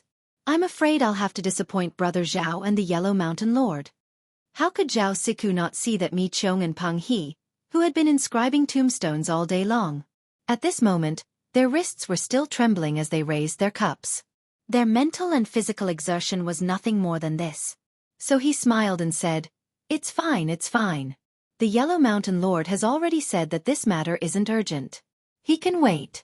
He can wait a few years or even 10 years. Pang He smiled. As long as His Highness chases away the Beimang barbarians, let alone 3 or 4 calligraphy pieces, Even 30 or 40 would be personally delivered to the Yellow Mountain Lord's Green Deer Cave Academy. But Brother Zhao, we're not outsiders, so I'll say the ugly words first. Old me and I have heard that many foreign scholars in the academy are not good people. They criticize our Beilyong's military and political affairs. They always think that if they come to the prince's mansion on Mount Qingliang or the Huaiyang Pass Protectorate Manor, they can turn the tide. These little bastards don't think that it's easy to just stand there and talk. Just because His Highness is easy to talk to, they can take a mile after taking an inch. Is Huang Chong not going to do anything about it? He shook his head and said, "It's not that we can't do anything about it. It's just that if we don't do anything about it, we won't be able to do anything about it." Besides, the scholars in Beilyong have changed a lot compared to when they first came to Beilyong. Occasionally, there will still be some scholars who don't know the gravity of the situation. However, their original intention is for the good of Beilyong. Many of the young people who came to Beilyong with the mentality of moving trees and people alive in mind have unknowingly considered themselves to be Beilyong people. This is a great thing. Me, who had once smashed his precious inkstone in front of Su Fengnian, grunted in agreement. The seeds of learning, the seeds of learning. These young people have truly taken root and sprouted in Beilyong. Sooner or later, our Beilyong will also have towering trees that the scholars of the Central Plains look up to. It will become a towering scholar forest. Pang He raised his cup and paused for a moment. He couldn't help but sigh. I'm just afraid that we won't be able to see that day. Me, who was more emotional, said angrily, let's not talk about Yao Baifeng, who went to the Imperial College in the capital. His morals and knowledge are the best in the world. He is indeed worthy of the title of eminent scholar. Even if he leaves Beilyong, I still hope that Master Yao can make a name for himself in the imperial court. However, this Yen Jieshi is really a good-for-nothing. He relied on his connections to become a grand secretary and forgot his roots. After it was said that he had a chance to become one of the vice presidents of the next examination, he spread the word that the number of people who are qualified to enter Beilyong for the examination in the capital is going to be cut in half from the usual 40 people in the past. Only 20 people are allowed to participate in the examination. To think that I wrote so many calligraphy pieces and birthday couplets for this old thing in the past. I wish I could chop off my own hands. Peng He sneered. That turtle Yen is just trying to avoid arousing suspicion. Let's count with our fingers. Master Yao of the older generation, Chen Wang and Sun Yin of the younger generation, are all top scholars in the imperial court. Even that assistant minister of the Ministry of Rights, Jean Lanting, who is also a vice president, is also from Beilyong. Perhaps this time, the reduction of Beilyong's examination quota is a sinister scheme that Yen Jieshi and Jean Lanting, one old and one young, came from Beilyong. Zhao Siku smiled playfully. Don't worry, my two old friends.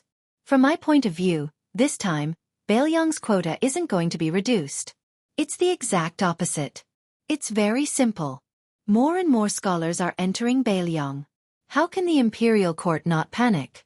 At this time, Yen Jieshi and Jean Lanting's suggestion is just for show.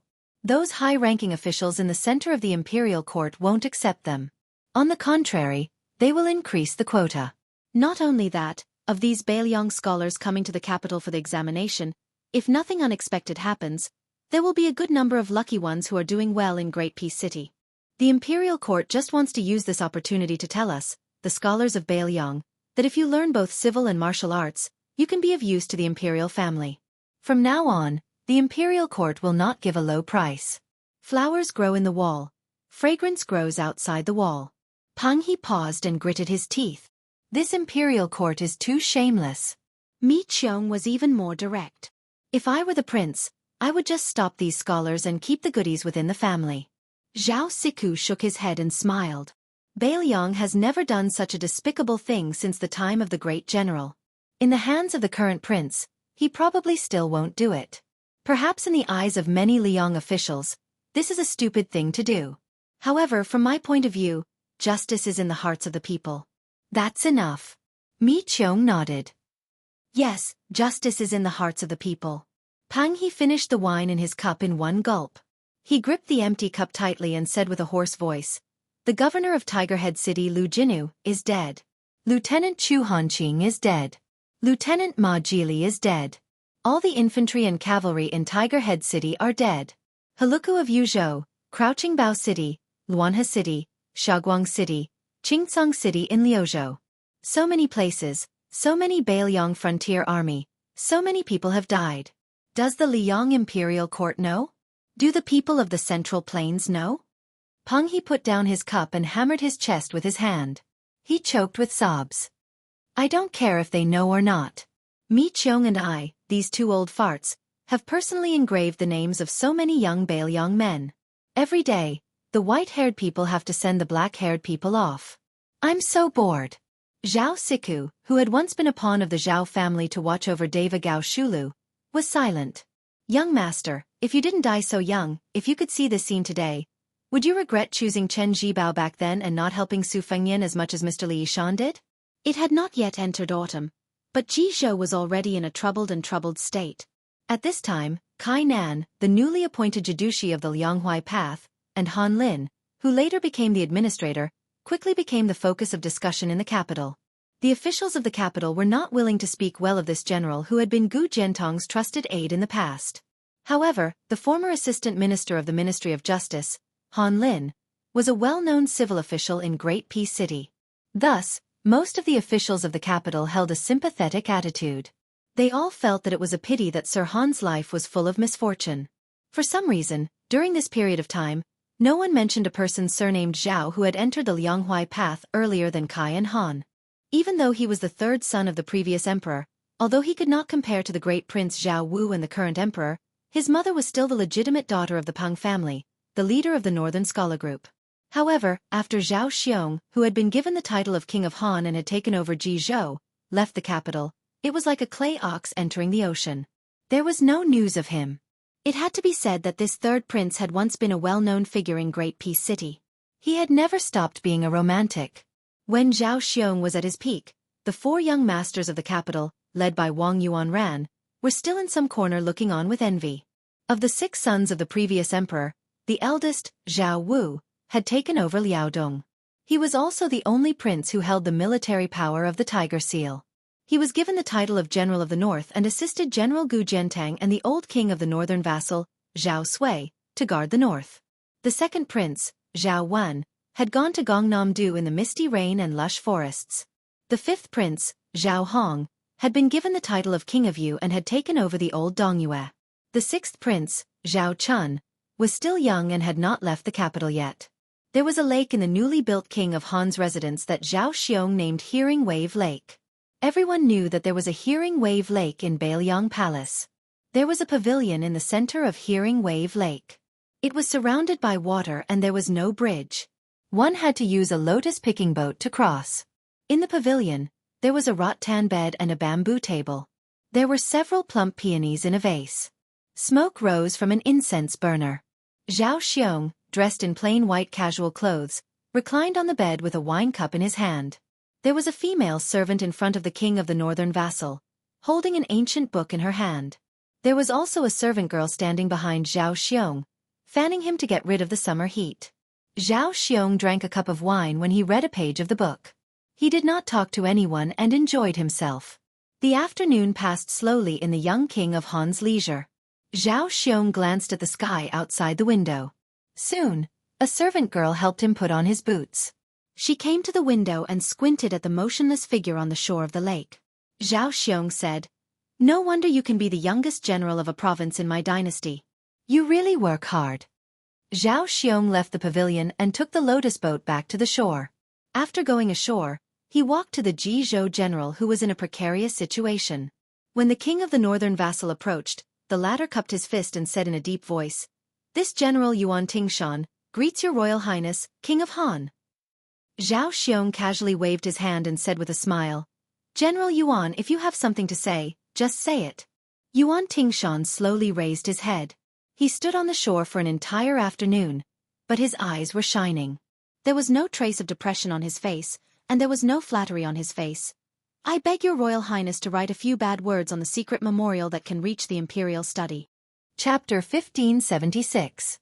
Zhao Xiong pretended to be surprised and said, "How did General Yuan know that this king has the responsibility to submit secret memorials? And why did this king say bad things about you? This king has heard that you, Yuan Tingshan, are in a bad situation. Not only did you not get any benefits from your father-in-law, Recently even some of the trusted aides that you managed to win over have gone to Ji Province's Deputy General Han Feng. Even Jidushi Kai has closed his door to you. Not to mention Military Commissioner Han. Today, you came to this king's mansion and waited for an entire afternoon. Shouldn't you be waiting for timely help? Why are you adding fuel to the fire? Are you tired of being a general and want to be a prisoner to try something new? Listening to the king of Han's sarcasm, Yuan Tingshan's expression did not change. He maintained a respectful posture of cupping his fist and bowing.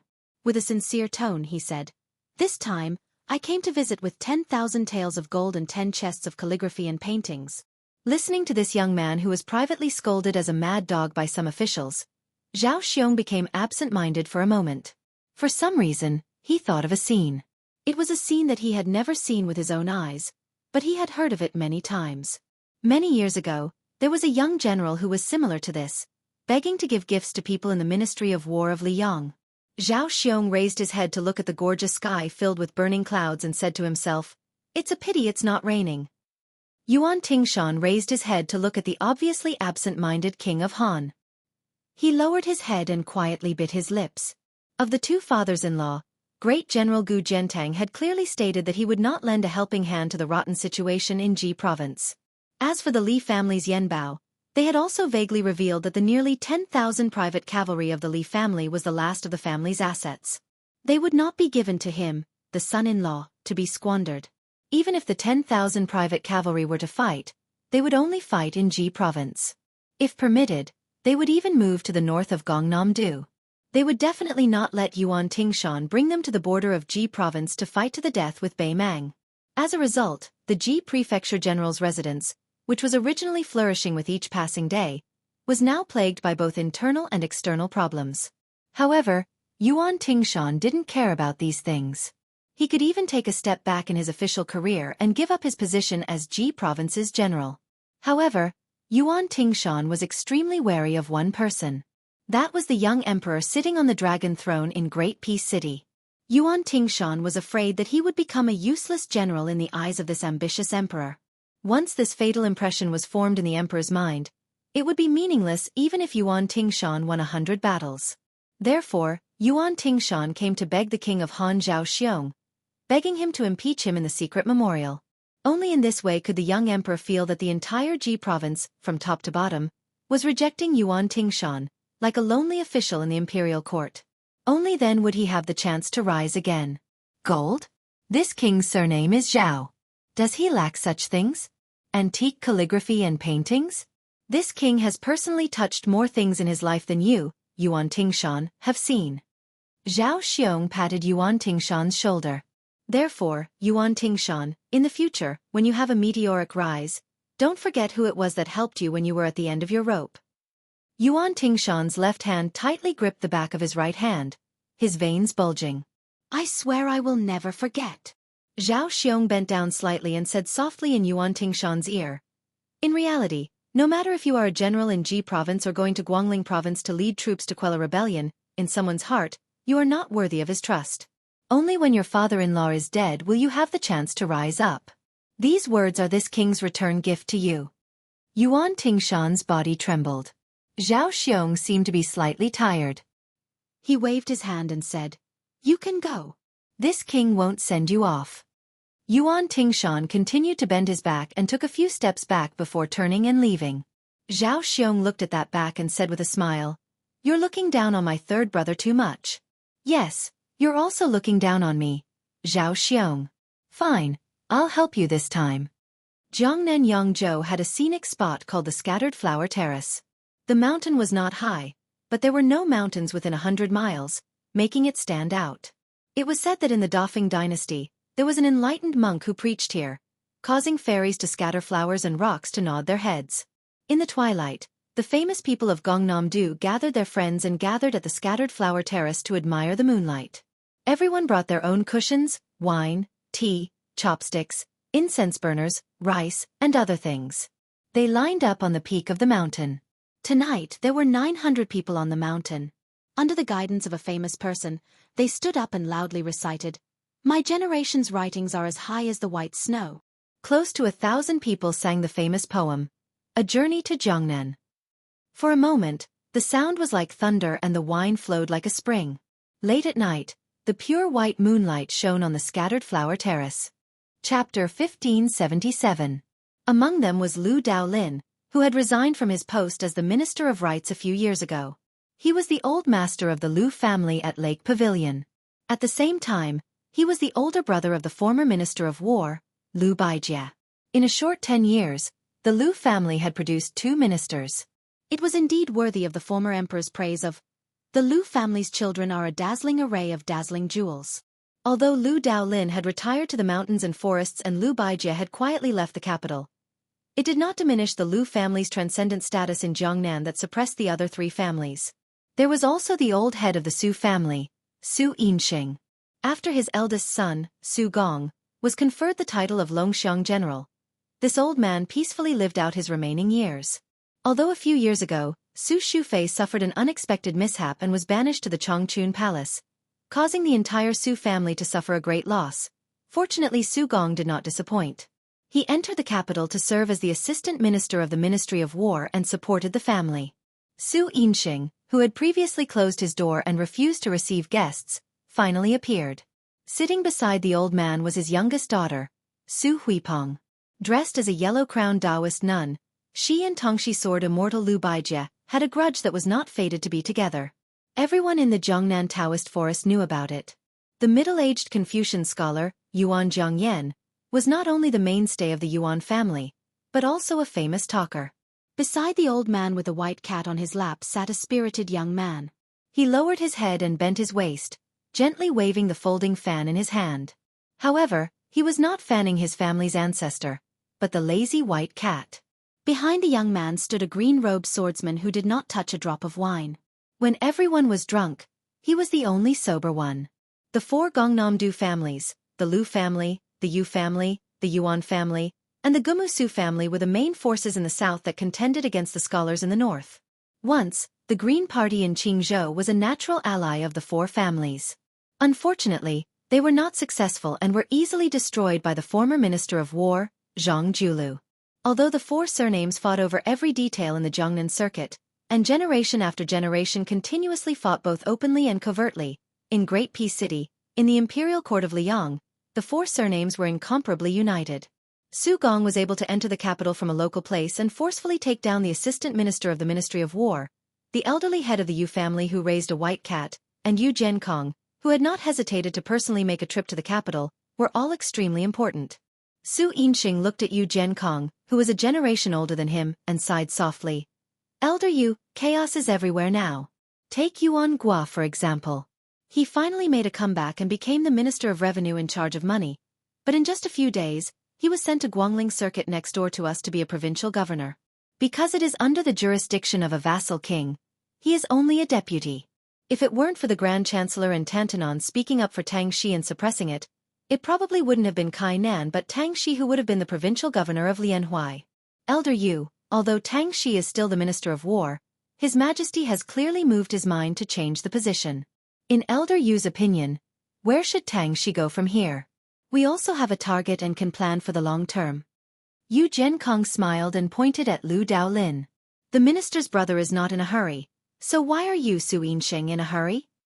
Lu Daolin said helplessly, "It's not that I'm not in a hurry, it's that there's no use in being in a hurry. Fortunately, Kai Nan has already gone to Lianhuai Circuit and Yuan Gua has gone to Guangling Circuit. As long as Tang Shi isn't sent to Nanjiang, she probably won't be doing too badly." Yu Zhenkong stroked the white cat's head and said calmly, "In the past, there was a battle between civil and military officials from the capital to the ground. Now, both sides have become a thing of the past. Next will be the battle between North and South. Grand Chancellor Qi of Zhongshu Province is a classic southerner. Deputy Zhao Yuling is a southerner. Tantanon is a northerner.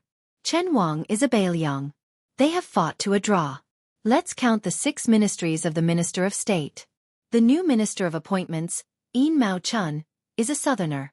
The 2 successive Ministers of Revenue, Wang Xiongui, and Yuan Gua are all southerners.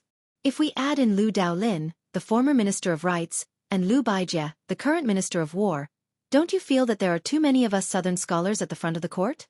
In this way, If Su Gong is allowed to take control of the Ministry of War and the former Assistant Minister of Justice, Han Lin, takes over as Minister of Justice, how will the northern scholars survive in the future? Moreover, the number of scholars in recent years has been dominated by southerners. Thus, Han Lin went to Jizhou and Yuan Gua went to Guangling Circuit. These are all reasonable matters. There is no need to make a fuss.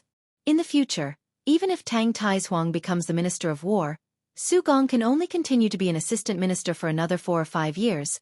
There is nothing strange about it. Yu Zhenkong paused and smiled. What is interesting is that there is a new power in Taiyan City that cannot be underestimated. Grand Scholar Yan Jieshi, Left Chancellor Yao Baifeng of the Imperial College, Chen Wang of the Menxia Province, Assistant Minister of Rights Jin Lanting, Minister of Yellow Gate Yan Qiji, and the temporarily dormant Sun Yin are all from Beiliang without exception. However, they all have good reputations in the officialdom. There are not many of them, but each of their words carry a lot of weight, especially that Chen Wang. He is an extraordinary person. Even compared to Bai Yan's career back then, he is not inferior in any way. This is somewhat similar to the Green Party that interfered between Zhang Lu and Gu Lu. However, compared to the Green Party, this group of officials that can barely be called the Cold Party have never formed a party. Have you all noticed that although these people all come from Beiliang, their loyalty to His Majesty is something that none of the other civil and military officials in the imperial court can compare to? In the future, I am guessing that Chen Wang, whose future is limitless, will lead them and form a tripartite balance of power with us northern and southern scholars. Yuan Zhongyan sighed ruefully. Could it be another Bai Yan? Yu Zhenkong shook his head and said, I'm afraid it's more than that. Lu Daolin raised his head and gazed at the moonlit night, lost in thought. For some reason, Su Huipu's expression was rather sorrowful. Perhaps she was thinking of sword immortal Tang Shi who was far away in the capital. Or perhaps she was thinking of a certain woman surnamed Su who liked to wear red and was already separated by yin and yang.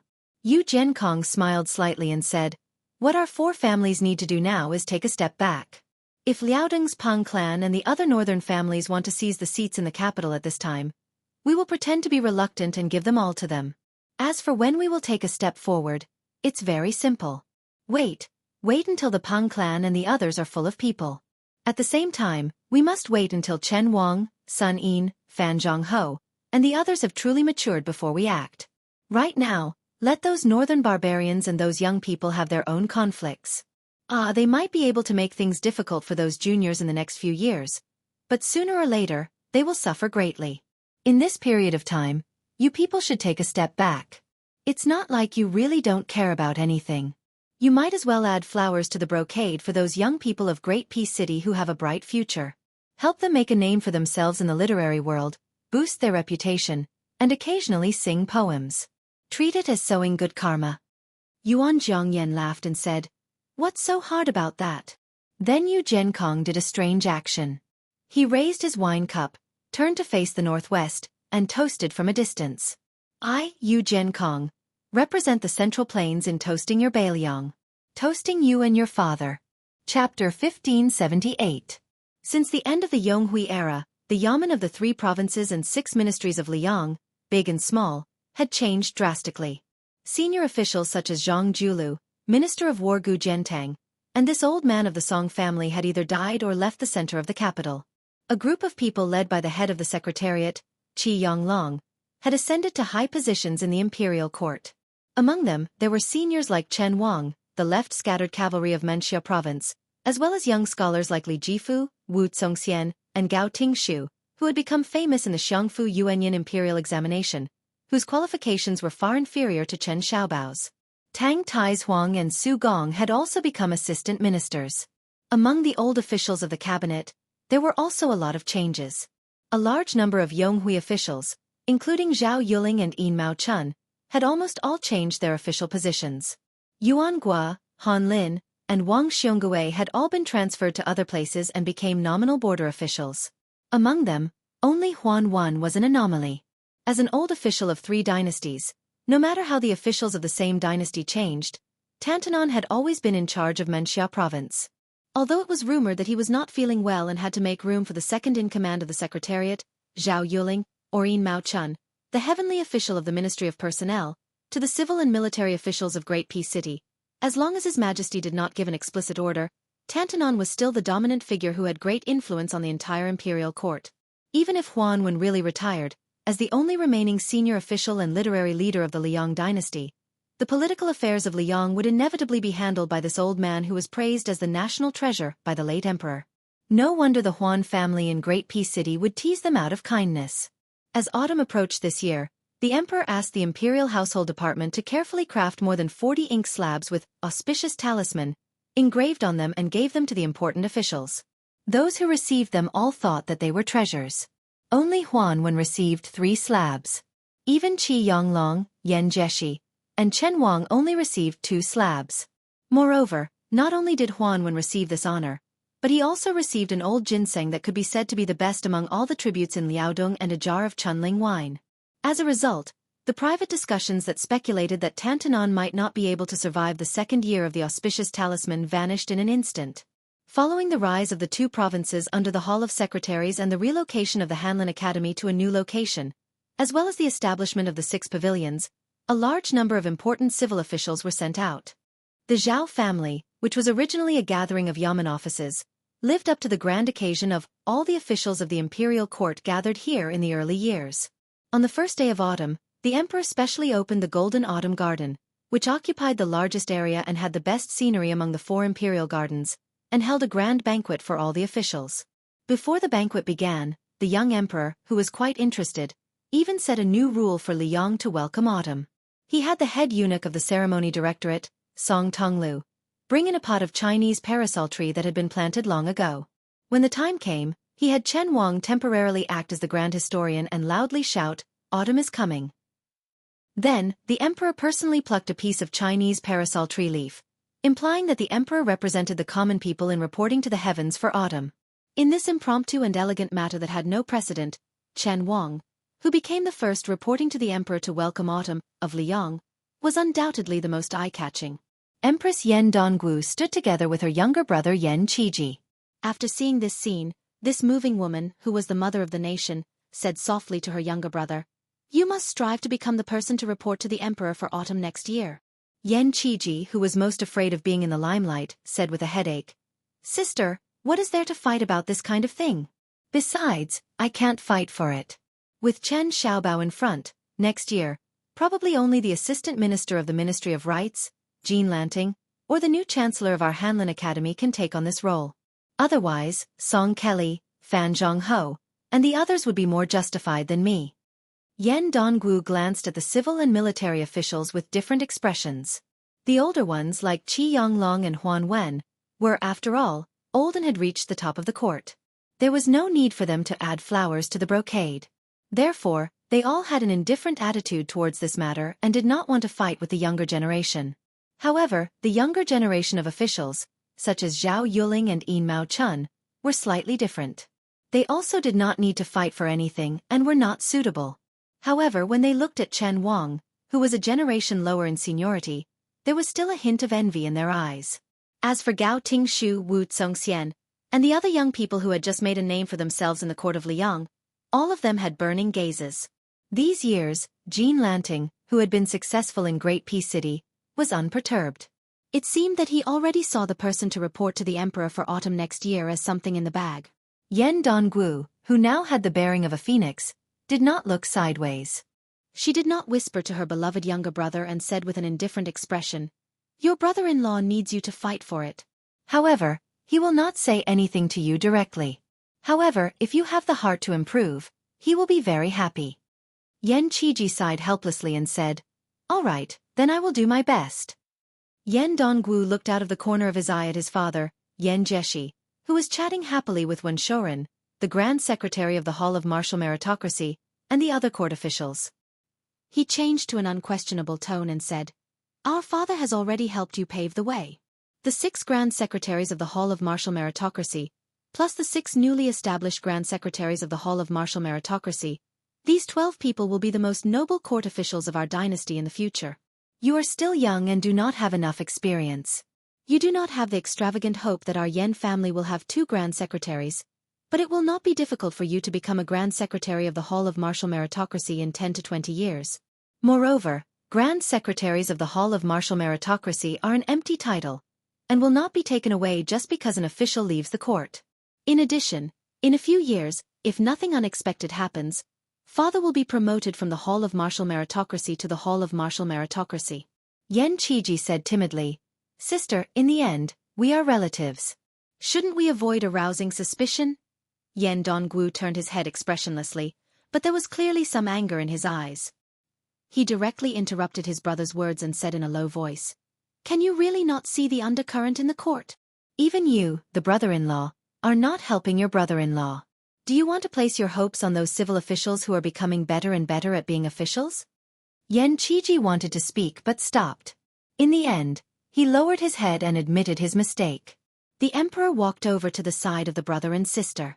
Seeing Yan Qiji's embarrassed state, he smiled and joked, What is it, brother-in-law? Were you scolded by your sister again? Every time Grand Secretary Yan sees me and occasionally mentions you, his son, it is always difficult to hide his proud smile. Your sister, on the other hand, scolds him every time she sees him. I can't help but feel indignant for you. No matter, no matter. Since your sister is not close to you, I am very close to you, the brother-in-law. In the future, if you are wronged by your sister, feel free to come and complain to me. We can drink together to relieve our boredom. Yan Dongwu smiled gently and asked, What troubles does your majesty have to relieve? The young emperor, who had been caught red-handed, was immediately speechless. This made Yan Qiji, who was watching the fire from the other side, feel even more amused. The Emperor Zhao Zhuan reached out and pointed at his brother-in-law, who was rejoicing in his misfortune. Ungrateful. I accidentally got into trouble because I wanted to help you. If a normal subject heard the words ungrateful from the mouth of an emperor, they would probably be scared out of their wits. It was unknown if Yan Qiji was too slow or what, but he was not nervous at all and smiled apologetically. Although the young emperor snorted coldly on the surface, in the depths of his heart, he was not angry at his brother-in-law's arrogance. Instead, he felt very comfortable. If they were not family, they would not be so casual. Although the emperors of the previous dynasties called themselves emperors. Which emperor really liked the feeling of being alone? Yan Dongwu suddenly said in a low voice, Your Majesty, the matter of the palace serving girls cannot be delayed any longer. Zhao Zhuan quickly laughed and then found an excuse to go find the head of the secretariat to discuss military matters. Chapter 1579. After the banquet, the emperor allowed the officials to tour the Golden Autumn Garden on their own. Thus, the civil and military officials spread out in groups of 2s and 3s. They seemed to be careless, but there were many things to pay attention to. For example, Qi Yonglong and Huan Wen, the two big shots of the court, walked side by side. Zhao Yuling of the Hall of Governmental Affairs, who had resigned from the Ministry of Personnel, pulled 5 or 6 officials with him. The current heavenly official, Yin Mao Chun, chatted happily with the group of Hanlin Academy scholars. A few newly appointed scholars with shaky foundations naturally walked hand in hand. After the death of the blue-eyed girl, the 6 officials of the Xianxia province, who had been leaderless, also had their own positions and did not stick together. Zhao Shixuan, on the other hand, stuck together. The assistant minister of the Ministry of War, Tang Taizhuang, walked with 2 great generals of the same generation as his benefactor, Gu Jiantang. One of them was the great general Zhao Cheng, who had not paid attention to worldly affairs for many years, and the other was Yang Shenxing, whose face had been covered in dirt for the past 2 years. On the other hand, the assistant minister of the Ministry of War, Liu Baijia, walked with the young officials from Jiangnan. The assistant minister of the Ministry of Personnel, Wen Taiyi, and the former general of Qingzhou, Hong Lingshu, who had recently been summoned to the capital, had just made it clear that they would not interact with each other for the rest of their lives. Today they met again. It looked like they had buried the hatchet and were on good terms with each other. It was hard not to wonder if the Green faction was going to make a comeback. As for the 2 Liao families in the north, led by the Pang and Lu families, the people in charge of the Great Peace City also stayed together. Qi Yonglong and Huan Wen, these 2 old men, did not walk slowly. Their steps were large, so they walked further and further away from the group of officials behind them. The 2 old men came directly to a famous spot in the Golden Autumn Garden. It was the Spring God Mountain built from nearly 100 pieces of Spring God Lake stone.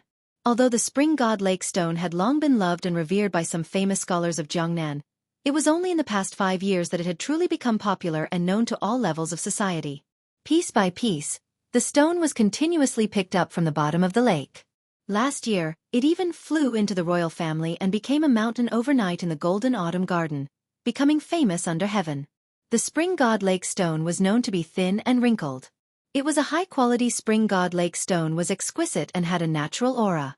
So it was said to be one gene of 1 or 2 tails of gold. Huanwen did not climb the mountain. Instead, he stood a few dozen steps away from the spring god lake mountain and gazed at the short mountain that was said to be shrouded in mist. The sound of rain could be heard on rainy days, and the sound of conches could be heard in strong winds. Seeing that Tantanon had no intention of climbing the mountain, the head of the secretariat, Xianxia, smiled and accompanied Tantanon where he stood. The atmosphere in Liang Imperial Court was very relaxed. Compared to the confrontation between Zhang and Gu, when Zhang Julu and Gu Jiantang, these two serious civil and military leaders, were present, the civil and military officials could be said to be trembling with fear of making mistakes. Now that it was the good-tempered Xianxia and Huanwen, everyone was much more relaxed.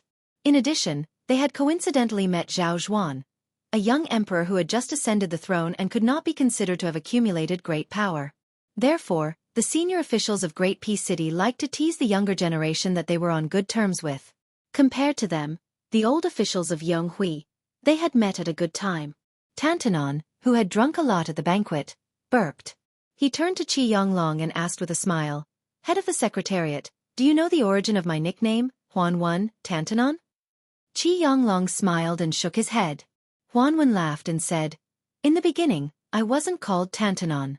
There was a guy who gave me the nickname of Wine Gourd. If I angered him, he would scold me as a wine bag and a good-for-nothing. The name Tantanon was something that happened much later. There was one time when I was on duty with that guy in the forbidden area. I couldn't control my mouth and secretly drank some wine. It just so happened that I was caught red-handed by the previous emperor, who had been reading books all night. I drank too much and spoke without restraint. I told the previous emperor that as long as I, Huanwen, had wine in my stomach, I would be magnanimous. However, if there was a day when His Majesty did not give me wine to drink, I would be full of complaints. The previous emperor was amused and immediately had the head eunuch, Han Xianxia, bring over several jars of wine. At that time, there was a guy who had never touched wine who drank a cup for the first time. His face was as red as a monkey's butt. After I was drunk, I laughed at him and told him not to call himself Green Eyes, just Red Face. He replied, "Shut your mouth and be a good Tantanon." It was probably from that time onwards that I became the Tantanweng. Perhaps many officials felt that this nickname meant that I, Huanwen, was a tumbler in Liang's officialdom. No matter how turbulent the court was, I would always sway along with it, but in the end, I never fell. Xianxia sighed and said, "Whether as a person or an official, Tantanon has never done anything that his heart could not get over. I'm not as good as Tantanon." Huanwen rolled his eyes and said, "Head of the Secretariat, your words are too much of a bootlicker. If it were someone else who said it, I would even think that they were scolding him." Xianxia smiled but did not say anything. He was in charge of the Secretariat of the Liang dynasty, which had been neglected for many years. A few decades ago, the Zhao clan of the old Liang dynasty, which was located in the northern lands and was divided by the vassal towns, had bestowed the titles of head of the Secretariat, left and right servant archers, and Shizhong to the vassal towns' military generals who were too powerful to get rid of and the valiant military officials who controlled the court to show their favor. They were all empty titles, just like the Great Pillar State and the Great Pillar State later. However, today was different from the past. The Secretariat of the Secretariat, which had lost a lot of power, became a veritable important place of the court again. Xianxia also took the opportunity to become the next Grand Secretary after Zhang Julu. Some of the power that had been taken away by the Hanlin Academy long ago also returned to the Secretariat of the Secretariat. However, Xianxia was well aware that as the head of the Secretariat, who was summoned to the capital to put out the fire, in the end, he was just a transitional prime minister. After helping Yin Mao Chun, Zhao Yuling, and the others to ascend to the throne, he had to retreat unscathed. However, Huanwen was different. Whether it was the former emperor or the current emperor, they all regarded this Tantanon, who had a good personal relationship with Zhang Julu, as a trustworthy teacher of the emperor. Xianxia was very clear about the hubbub of Huanwen's resignation this time. It was not that the young emperor was afraid of Huanwen, but that Huanwen himself had the intention to retire. That was why there was such a beautiful story that Huanwen alone received 3 imperial inkstones. Huanwen said softly, Young people should be busy. When they are busy, they can shake off the floating air. Old people should be idle. Only when they are idle can they enjoy the rest of their lives. Xianxia shook his head and said in a low voice, "At this time, everyone in the court can be idle except for Tantanon. The Guangling Road, the Beiliang Road, and the Liangliao Road are all not peaceful. The court needs Tantanon to help make decisions. Many times and many things, even if Tantanon does not speak, as long as you sit there, even if you are dozing off, the hearts of the people in the court will not be in chaos. An old man in the family is like a treasure. This is exactly what Tantanon means." Huanwen continued to look at the small mountain for a while, then slowly turned his head and smiled. "In terms of age and seniority, the head of the secretariat and my teacher are of the same generation." Xianxia quickly waved his hand and said, "Don't give me that. Your teacher and I were famous for not getting along well in the past. As for the conflict between Confucianism and legalism, the two of us could never come to an agreement. After I came to the capital, I was already very lucky that Tantanon did not make things difficult for the Imperial College and the Secretariat." Huanwen no longer used the head of the Secretariat's respectful and unfamiliar title. He said sincerely, "Although Mr. Qi does not have the same political views as my teacher admired your scholarly skills very much." In Huanwen's opinion, the reason why people say that it is better to hide in plain clothes than to hide in official clothes is actually a hypocritical way of saying that either one has done enough as an official, or one can't be an official. It is far inferior to Mr. Qi, who can hide in plain clothes and help the world. Xianxia smiled. "Tantanon, oh Tantanon, it is one thing for us two old men to flatter each other here, but the problem is that no one is listening to us. How can we pass on, and leave our names in history?" Speaking of this, Xianxia said with a hint of sarcasm, "When I was young and studied history, when I first read about someone or something, I always felt that my blood was boiling or moved. Later, when I thought about it, I realized that it was an extreme case of fishing for fame. Their intentions are punishable." Huanwen laughed heartily. "Mr. Qi, you are right. I also had the same feeling when I was young." Xianxia sighed for no reason. The writer of the past, the flipper of the future. Huanwen also sighed and suddenly asked, "Mr. Qi, have you never met that Su Fengnian?" Xianxia nodded. "That king of Beiliang has been to Shangyin Academy, but unfortunately, I have never met him." Huanwen laughed and said, "My teacher and the old King Liang have scolded each other many times. As a student, although I have only met the young king twice, the feeling is really not enough for outsiders to know." Xianxia said in a bad mood, "What's there to show off?" Huanwen smiled happily and hard, not hiding his mischievous meaning. Huanwen asked again, "Mr. Qi, do you know the two things I like to do the most since I became an official in the capital?" Xianxia replied, "I'd like to hear the details." Tantanon narrowed his eyes. First, he raised his left arm and waved his sleeve. Then, he stretched out his right hand and gently tapped in the air with his index and middle fingers together. "Every day in the court, I watch civil and military officials come and go, dazzling and dazzling. I listen to the jade pendants on their waists tapping, tinkling, tinkling, crisp and pleasant to the ear. I'll never get tired of watching and listening." Xianxia laughed and said, "I didn't feel it before, but I have to pay attention to it in the future." Huanwen raised his head, not looking at the mountain, but at the higher sky. "Heaven and earth are like a big jade plate. Large and small beads fall into it, crackling and shattering. They all die." Xianxia closed his eyes and tilted his head slightly, as if listening attentively. He murmured, "Yes, the most brilliant bead in the world in the northwest is finally about to shatter. You and me, and those yellow and purple high lords behind us, are the culprits." Huanwen laughed and said, "We are the scholars who are ashamed of the classics." Xianxia still closed his eyes and laughed softly. It turns out that the real scholars don't read books. Chapter 1580. The sudden fall of Huta city allowed the northern Mang army to unfold an extremely comfortable offensive posture at the southern end of the Dragon Eye Plain, leading to the emergency of Huayang Pass and Liuya and Fuling towns. At this critical moment, the deputy commander of the northern Liang infantry army, Great Ancestor Gu, stood his ground against the opinion of the masses and did not disperse his troops to reinforce the front line. Instead, he gathered in the area of Zhongzhong military town behind Huayang Pass, and urgently converged with the large border cavalry army led by the deputy commander of the cavalry army Zhou Kong. In this way, Huayang Pass and Liuya and Fuling towns, as the base of the northern Liang Protectorate Manor, imperceptibly replaced Huta City as the second Huta City. However, because Chu Lushan, the nominal number 1 commander of the northern Liang border army, insisted on personally guarding Huayang Pass, Great Ancestor Gu's action of not lending a helping hand pushed this foreign old general from the old southern Tang to the heart of the storm. Not only the cavalry generals, even the interior of the border army infantry system had a lot of complaints about Great Ancestor Gu. Especially after Chen Yunchue, who was also the deputy commander of the infantry army, temporarily led troops from Yuzhou to reinforce Liangzhou province. The 2 northern Liang infantry generals who had the same rank also had a lot of disagreements. In addition, Jean Partridge Zhou Kong himself was a typical aggressive commander in the northern Liang army. For a moment, Great Ancestor Gu was deserted in Zhongzhong military town, and Great Ancestor Gu, as the base of the northern Liang Protectorate Manor, imperceptibly became the second Huta city. However, because Chu Lushan, the nominal number 1 commander of the northern Liang border army, insisted on personally guarding Huayang Pass, Great Ancestor Gu's action of not lending a helping hand pushed this foreign old general from the old southern Tang to the heart of the storm. Within Grave 2 military town's temporary general manor discussion hall, another dispute that almost completely tore apart all pretenses erupted. Those officers and captains whose official positions weren't that high were already a bit numb. Right now, Grave Tomb and Huayang Pass defensive line behind Tiger Head City had already completely lost contact. Before this, there were already no less than 100 elite crossbowmen who died in battle while delivering military intelligence.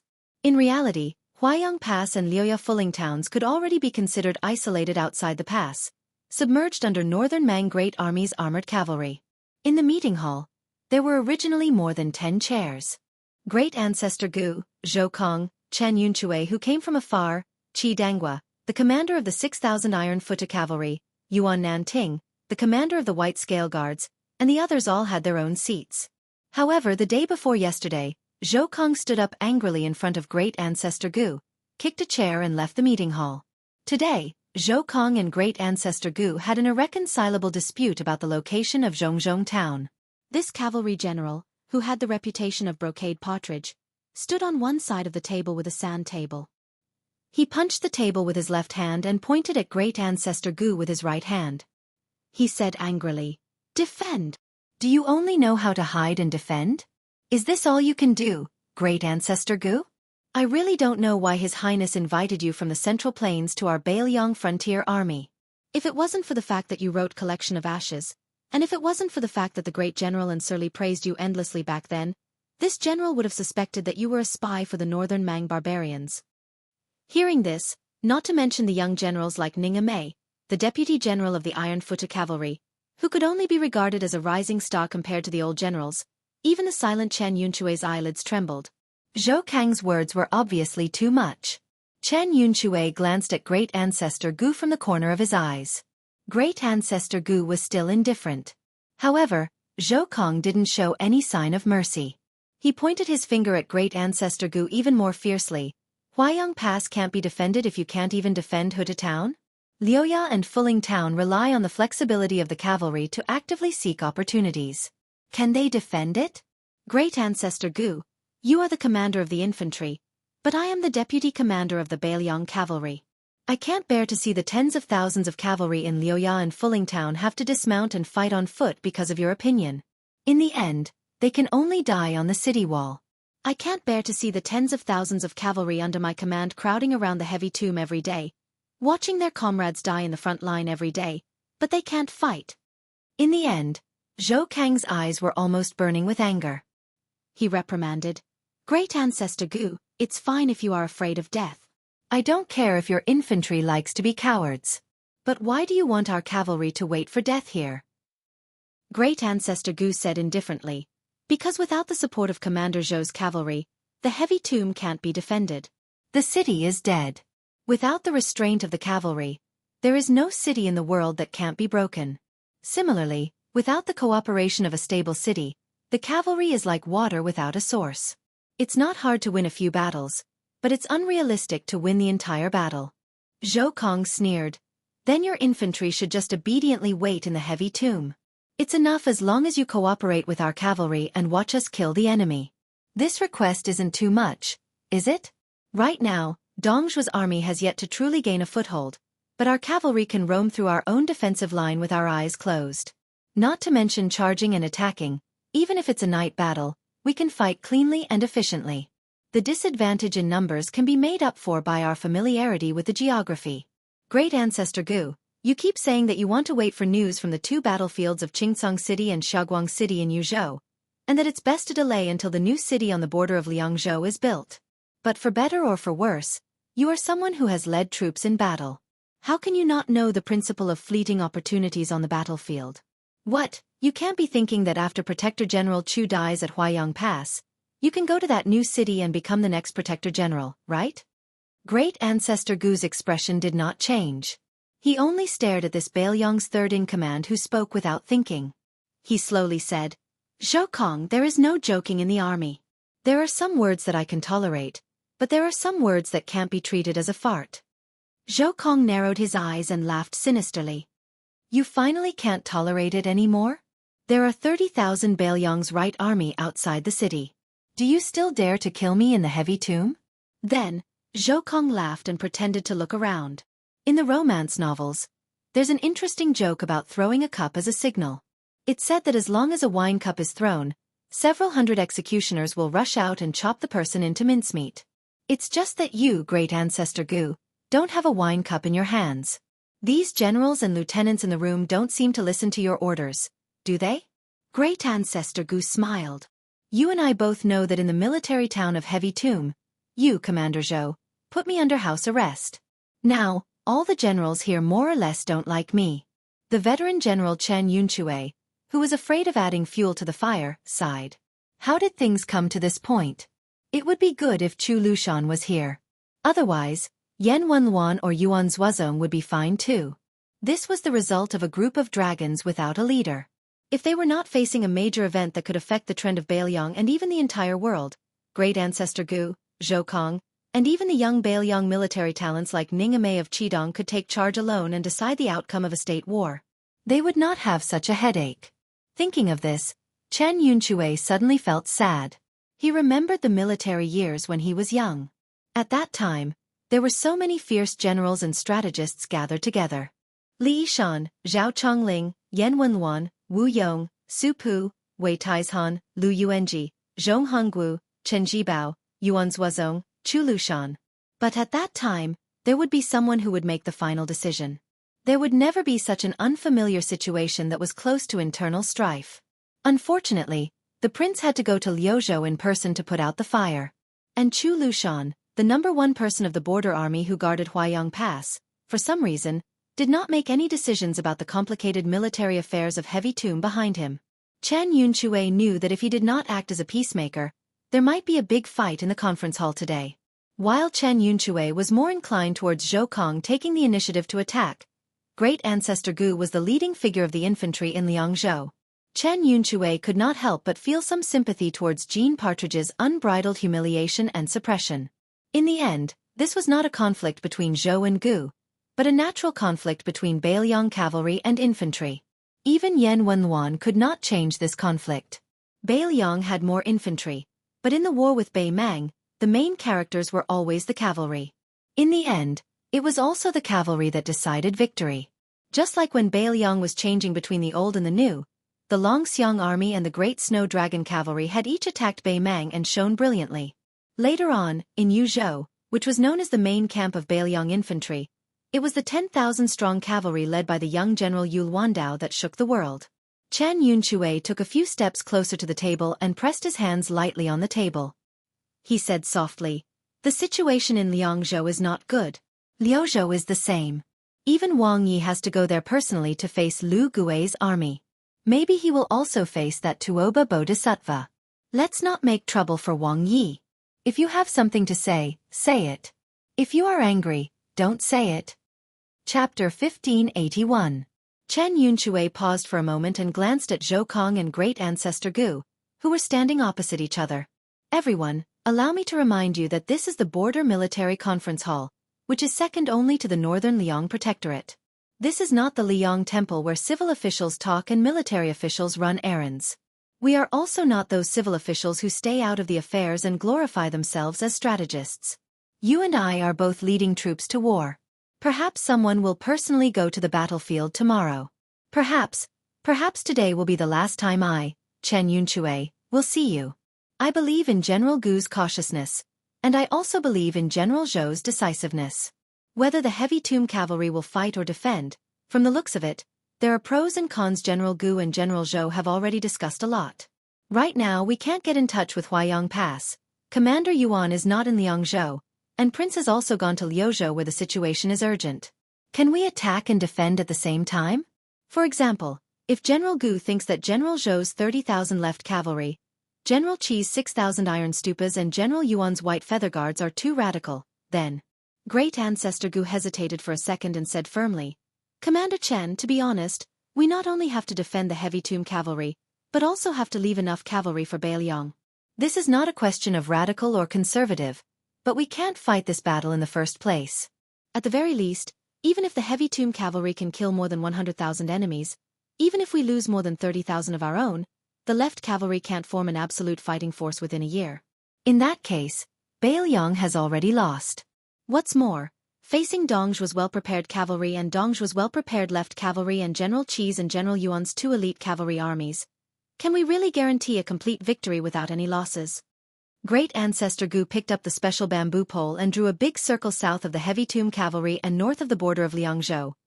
Why is Jianghu's 40,000 right cavalry still not moving?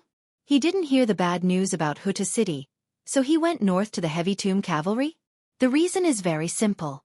Whether or not the new city, which cost half of northern Liang's resources, can be successfully built will determine whether or not northern Liang can once again fight outside the pass. Under this premise, Huaiyang Pass can be lost, and even the grave that we are in can be lost. However, before we break through the city, we must do our best to stop northern Mang's army to the north of the new city. The longer, the better. It doesn't matter how many enemies our Beiliang frontier army kills during this period of time. It doesn't matter if Commander Chu, Great Ancestor Gu, Chen Yun, or Zhou Kong. Great Ancestor Gu smiled bitterly and said, Dongzhu can't wait for us to take the initiative to fight him and exchange forces with him. As the king of the South Courtyard, he is very happy. To put it bluntly, the Beimang barbarians in Xijing and Norland only care about how many Beiliang frontier army Dongzhua has killed, but they don't care too much about how many Beimang soldiers have died. Look at the Hulu Pass on the Eastern Front. That young general called Zhong Tan has killed many Beimang siege troops. No matter how many people have died, as long as he breached Wugong City and Wanhe City, he will be promoted by Old Lady Murong and become the new Beimang, Xia Jumo. I don't mind asserting that as long as the left cavalry is mobilized, even if more than 10,000 people are killed in battle, the throne of the king of the South Courtyard under Dongzhua's but will be stabilized for another half a year. Great Ancestor Gu lowered his head and looked at the sand table as he said in a hoarse voice, I know, except for me, everyone else in the room thinks that Heavy Tomb has let down the Beiliang frontier army, Huta City and Lu Jinu since they chose to avoid the battle despite having so many soldiers. At this moment, a slightly indifferent voice sounded from the gate of the conference hall. Enough! Not only Great Ancestor Gu raised his head abruptly, but all the generals including Zhou Kong and Chen Yunchue also turned their heads to look at that slender figure. The young man looked travel-worn, but he made people feel very reassured. This person was Su Fengnian, who came to Heavy Tomb military town from Courtyard Pasture alone. In order to arrive at Huaiyang Pass as soon as possible and bring more soldiers to Liuzhou province for Shifu, the general of Liangzhou province who had regained his power, Su Fengnian didn't even take a white horse attendant with him. Su Fengnian, one of the 4 grandmasters, had an ugly look on his face. However, what really made Su Fengnian angry was the storm in the conference hall. Qi Jiajia's sword Qi, which had been suppressed, had been stirred up again. Huta City in Liangzhou province had fallen, Lu Jinu had died in battle, and Liuzhou province was very likely to be completely annihilated by the Longxiang army. It was hard to say whether Yang Yuanzhan's army in Yuzhou province could be completely surrounded by Yang Yuanzhan's army. The new city on the border of Liangzhou province had not been built yet, and there were no huge cities to rely on and no reliable passes in Liangzhou province. However, Su Fengnian, who was one of the mainstays of Liangzhou province's cavalry, was suddenly critically ill, and Su Fengnian couldn't join the battle for the time being. It could be imagined how bad Su Fengnian's mood was at this moment. However, the young lord who strode into the conference hall still tried his best to restrain himself. Even so, Su Fengnian didn't show any intention of denouncing anyone. Even Zhou Kong, the fearless deputy general of cavalry, lost his arrogance and felt a little guilty for the first time. Su Fengnian gently exhaled. After a moment of silence, he slowly opened his mouth. I also want to go to Qingcang City in Liuzhou province and beat Tuoba Bodhisattva to death. It would be best if I could kill Lu Gui as well. However, I can't do that now. Moreover, Liangzhou province is more important than Liuzhou province. Therefore I could only come here without stopping. Then I stood outside the door and listened to your quarrel for about 15 minutes. It's a pity that I didn't get to see Commander Gu and Commander Zhou fight. It's a pity. Embarrassed, Zhou Kong coughed a few times. When some of the young captains saw this scene, they tried their best to hold back their laughter, but it was difficult for them to do so. Su Fengnian did not continue to dig at the old generals. He walked to the north of the table and faced the south. The generals of the left and right factions naturally held their breaths and stood solemnly. Su Fengnian said, "Subduing the enemy without fighting is the specialty of the civil officials. We Beiliang don't like this. If the Beimang barbarians want to go south, then we will fight and win. We will beat them until they can't even return to Beimang." Fighting and winning has always been the self-confidence of our Beiliang, or perhaps the Su family's iron cavalry. It's not arrogance. However, even Su Xiao has never felt that a smooth victory is worth being happy about. Which battle was the battle that established our Beiliang frontier army as the #1 army in the Spring and Autumn War? It was Su Xiao who told me personally that it was the Battle of the Western Rampart that was the most bitter, the most tragic, and the most casualties. There were many times when he couldn't even see hope and almost wanted to give up. Now, our Beiliang will face the second battle of the Western Rampart. Su Xiao is no longer here.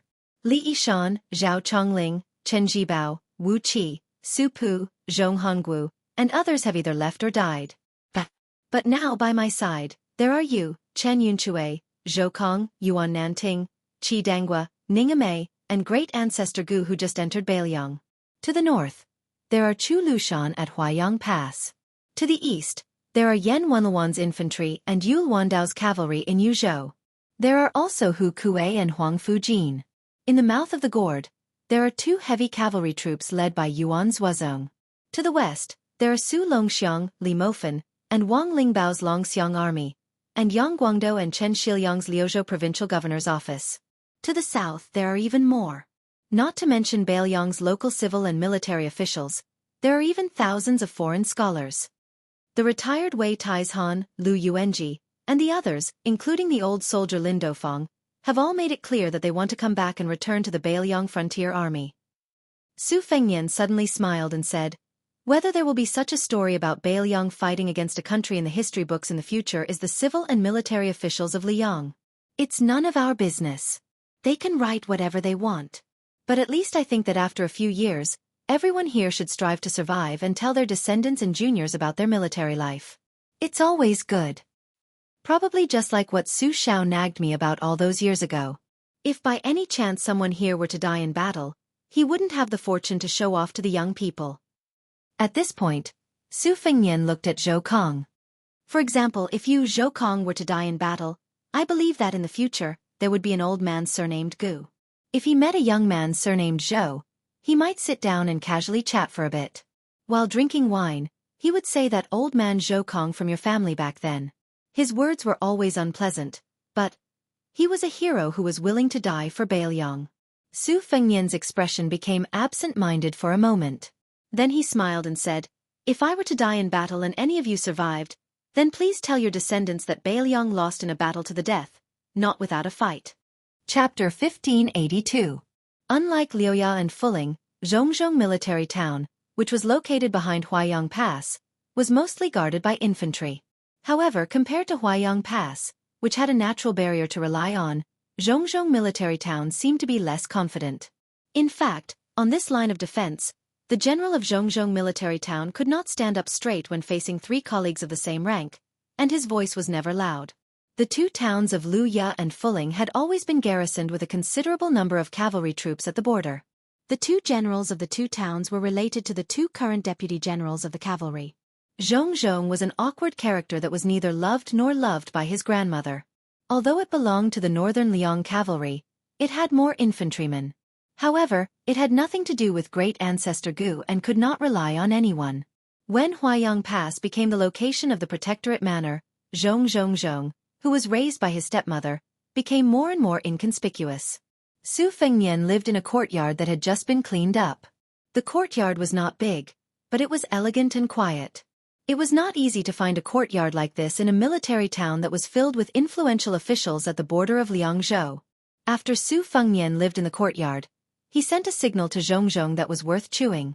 The young lord did not summon Zhou Kong, the partridge who had accompanied His Royal Highness to the capital with hundreds of old soldiers, nor did he summon great ancestor Gu, who he had found in the Jianghu of the Central Plains, nor did he summon great ancestor Qi Danghua, who was the adopted son of a general like Chu Lushan and Yuan Zuozong. Instead, he called Ning Mei, who was from the Phoenix Battalion, to drink with him in the courtyard. The new deputy general of Iron Pagoda, Ning Mei, was still the interesting man with a rough appearance and a delicate voice. However, he was more restrained than before. After all, the young man sitting across from him was no longer His Royal Highness, who was looked down upon by the whole Beiliang. Su Fengnian clinked his cup with Ning Mei's and lamented, "Back then, General Ning took 100 men to accompany me to cause trouble in Jianghu. Many of them, including Hong Shuwen, are no longer in the Phoenix barracks. They have all become local military officers or even field officers. Yuan Meng, however, is still here. A few days ago at the courtyard ranch, he complained to me that he mentioned to you that he wanted to enter the Iron Stupa. However, not only did you not agree because of old friendship, you also scolded him." Ning Mei subconsciously sat up straight and said with the graceful voice of a woman from Dongyue, "The Phoenix Battalion has had many new faces in the past 2 years.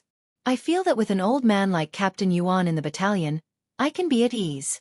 Su Fengnian smiled and said, "Some of the young men who left the Phoenix Battalion under the identity of the White Horse Righteous faction would occasionally meet in private. I heard that they like to ask each other how high an official they have become, as well as how high an official they hope to become. They talk about who will become a border general or a border official in the future, and whether or not they can support each other. In this aspect, it is a bit like the Liang Imperial Court's fellow countrymen in the imperial examinations. Back in the day, our Beiliang's earliest border crossbowmen also went through such a phase.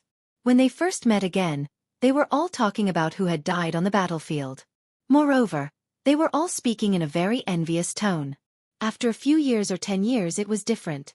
They were all asking how big the newly bought residence was, how beautiful the newly taken concubine was, and how many acres of high-quality farmland they had obtained." Seeing Ning Mei's expression change drastically, Su Fengnian waved his hand and smiled. "Don't be nervous. This is all human nature.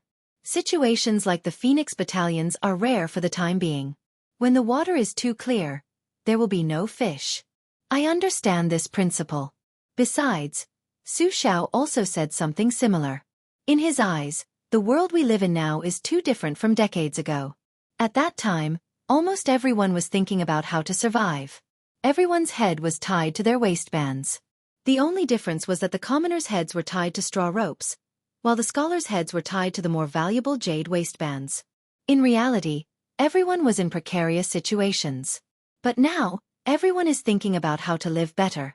Therefore, since last year, families have all moved outside the borders of Beiliang. Since staying in Beiliang could lead to death, then they fled to a place where there was no smoke, a place where they couldn't hear the hooves of Beimang's horses. If Huainan doesn't work, then they can go to Gangnam-do. If Gangnam-do is also at war one day, then they can go south of the Guangling River.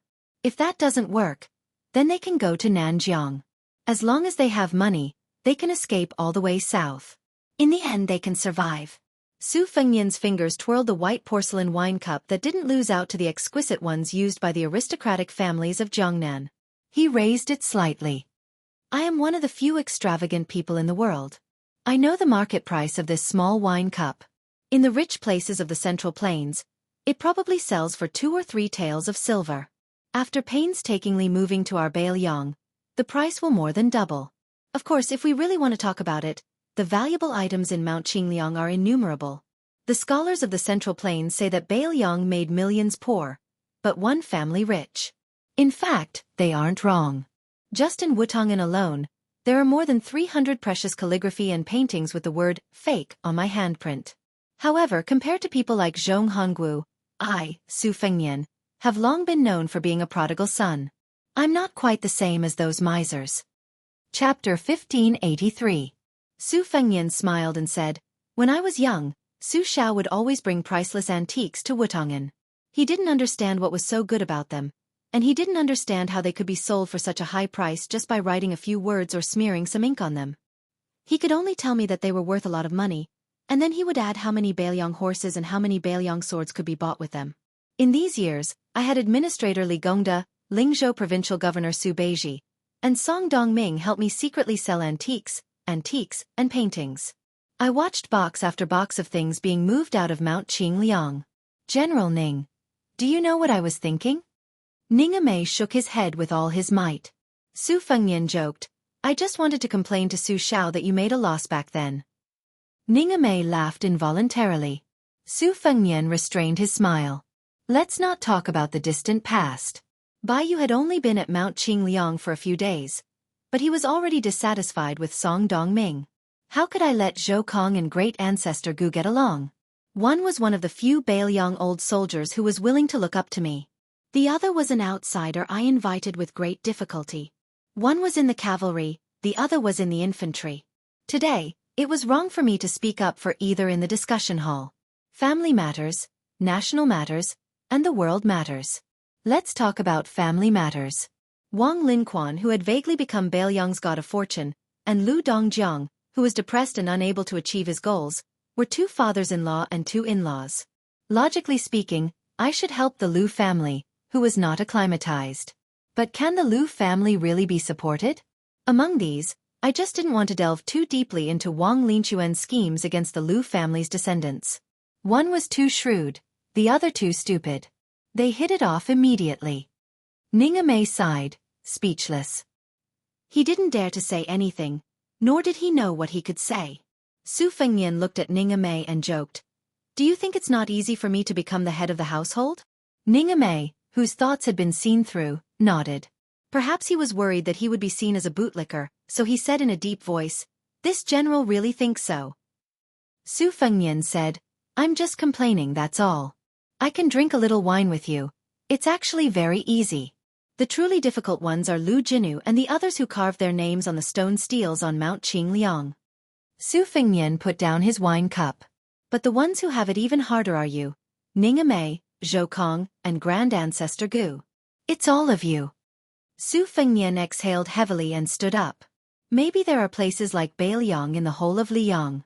In this great world where everyone can live, some people are willing to die. But I'm sure there's no other place where so many people are willing to die together." Su Fengnian turned to look at Ning Mei. "I don't feel the slightest bit of heartache for the things in those chests to be sold to other high-ranking officials and dignitaries. Even if Mount Qingliang is emptied, and my Su family is left with nothing, it doesn't matter." Su Fengnian's mouth twitched.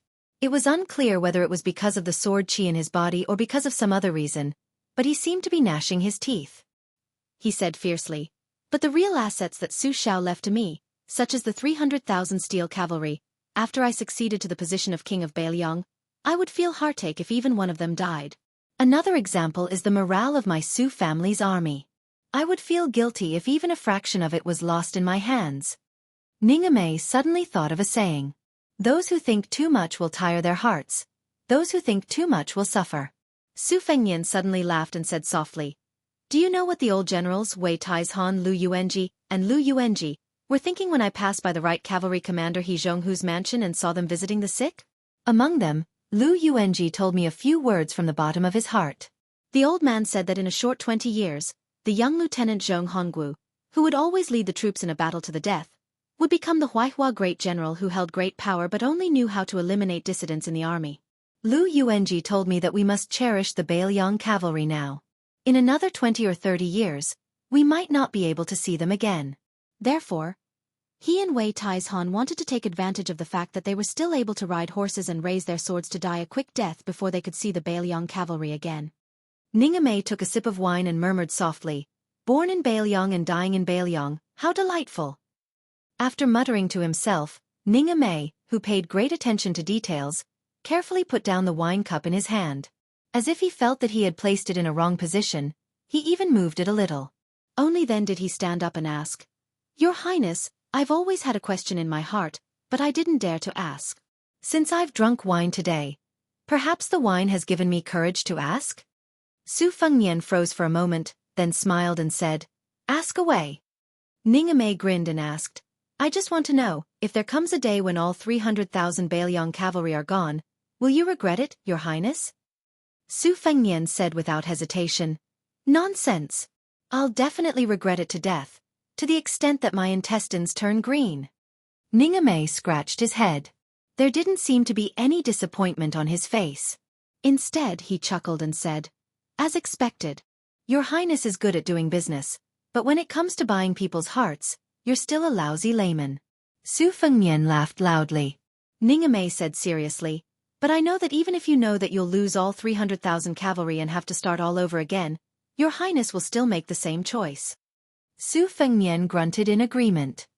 "I can also see that. In the past few years, my ability to buy people's hearts has been so, while General Ning's flattery has improved."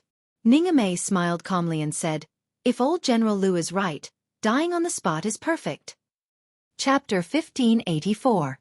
After Ningame left the courtyard, Su Fengnian, who reeked of alcohol, was cleaning up the mess on the stone table. The two deputy commanders, Zhou Kong and Chen Yunchue, came together with a heavy expression. Su Fengnian already had a premonition, so he signaled the two generals to sit down. As expected, Chen Yunchue told him a piece of bad news.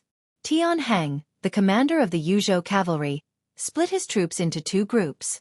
He had his deputy commander, Yu Wandao, lead 20,000 cavalry to take a detour and rush out of Calabash Mouth. The old general personally led 10,000 cavalry to block the iron hooves from the Beimang and Liaodong lines. After fighting and retreating 3 times, there were only 4,000 cavalry left. All of them died at the Jitu slope at the border between Yuzhou and Hezhou. Yan Wenwan had no choice but to transfer 16,000 elite infantry from Yuzhou to reinforce the Helan Mountain defense line in the northeast of Yuzhou. During this period, as the Huai provincial governor Kai Nan did not send troops and was determined to watch from the sidelines, the entire Hezhou existed in name only. Wang Sui's cavalry rushed straight to the east gate of Yuzhou. Chen Yunchue sighed. "Although I knew that the imperial court was unreliable, Kai Nan, who had more than 100,000 soldiers, used to be Gu Zhentong's right-hand man. In the end, he did not even have the courage to fight a symbolic battle. I don't know if it was Kai Nan's own idea or if the new administrator, Han Lin, secretly received the order of Graydon City." Partridge Zhoukong snorted coldly and said, "There's no difference. Kai Nan is a dog that Gu Zhentang raised outside. Gu Zhentang himself is not any better. He is also a dog that the Zhao family threw into Liao province. This time, he avoided battle and gave the large river province to Wang Sui with both hands. Kai Nan and Han Lin probably have a tacit understanding. The court hopes that people in northern Liang die. Gu Zhentang wants to preserve his strength so that he can bargain with the Zhao family in the future. Right now, the only true troops under the Gu family's command are the Duo Yen elite cavalry that Tang Tai's Huang raised. If Kai Nan's vitality is greatly damaged, he can forget about returning to Graydon City in a grand manner. If Kai Nan is injured, he will not be able to return to Graydon City." Su Fengnian shook his head and said, "In fact, Kai Nan and Han Lin both want to fight this battle. However, Han Lin wants to fight immediately while Kai Nan is waiting for Gu Zhentong's secret letter." Chen Yunchue and Zhou Kong looked at each other. Zhou Kong was impatient and could not hide his thoughts. He lowered his voice and asked curiously, "Your Highness, is this the spy report you obtained from the Shui room?" Su Fengnian smiled and said, "Previously, at the escaped summer town at the foot of Wudong Mountain, I had some dealings with Yin Maochun and Han Lin's son and made a shady business deal. This time, Han Lin took the initiative to reveal the true intentions of the central government in the capital. It can be considered a show of sincerity to Bailiang." Zhou Kong said in surprise, "That's strange. Did the Zhao family's son and Gu Zhentong's brains get caught in the door? Why did they suddenly change their minds and become benevolent bodhisattvas?" Su Fengnian hit the nail on the head and said, "Gu Zhentang wants to fight because the situation forces him to. Putting aside the grudge between him and Wang Sui, Dong Yue's son-in-law, Wang Sui's swaggering departure from the Eastern Front is an open slap to Gu Zhentang's old face. No matter how good Gu Zhentang can tolerate it, he still has to consider the opinions of the people in the imperial court. The reason why he wants Kai Nan to fight a little later is that he wants to cooperate with the two Liao border armies to fight a big battle. Before that, He naturally wants Wang Sui to fight to the death with our Yuzhou garrison for a while so that he and Kainan can reap the benefits. To Gu Jiantang, this is a great opportunity. Once he succeeds, the situation at the border between the two Liao dynasties will instantly change from a long-lasting stalemate of equal strength to the advantage of the two Liao dynasties. As for the imperial court, Han Lin didn't say much. I can only figure out some of the meaning behind his words. It seems like someone has proposed a very aggressive strategy during the small imperial court meeting. They want to use Ji Bei and Hezhou as bait to lure the enemy deep into the enemy's territory.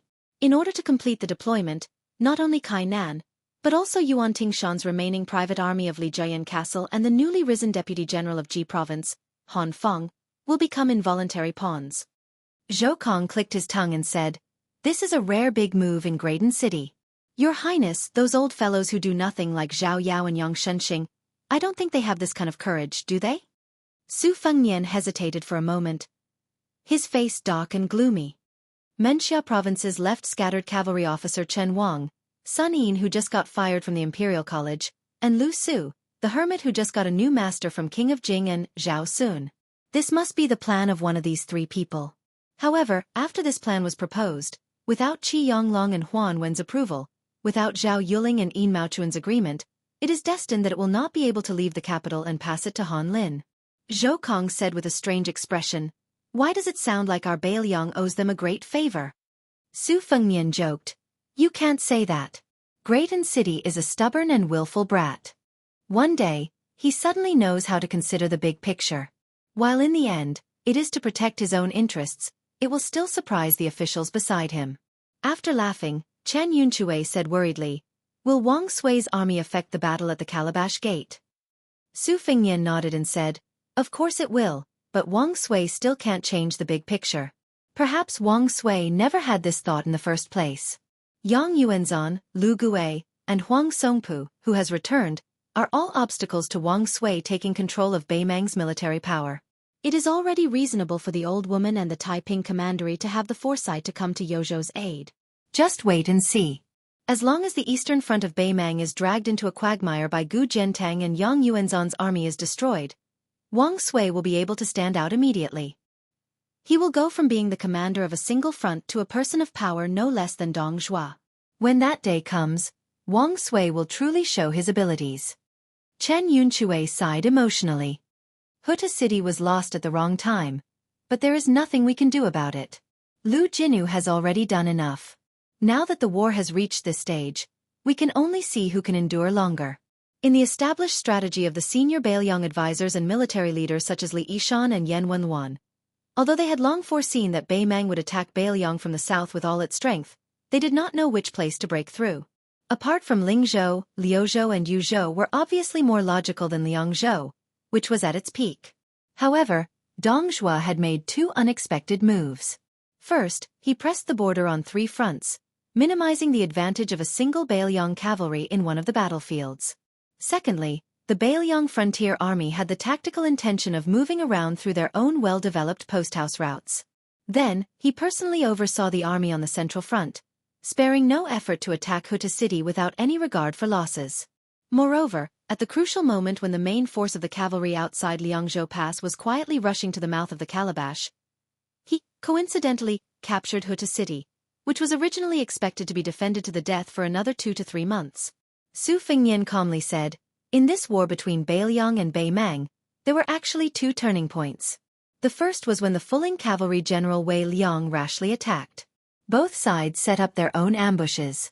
Looking back now, it was indeed Dong Zhuo who had a bigger appetite at that time. Unfortunately, because that Fuling junior commander Wei Liang interfered at the Crouching Dragon Pass, both sides' plans fell through, inadvertently allowing Beiliang to escape disaster. The second turning point was when Dong Zhuo tried to use Liuzhou as a breakthrough point again, allowing the tens of thousands of Dong family's personal soldiers to secretly leave the central front. In the end, he was stopped by Chu Lushan's 8,000 cavalry.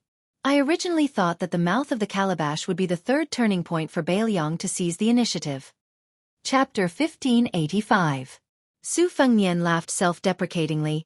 "It seems meaningless to talk about this now." Chen Yunchue said seriously, "Almost 200,000 Beimang barbarians' heads, especially Yang Yuanzhan's head. Your Highness, How can this be meaningless?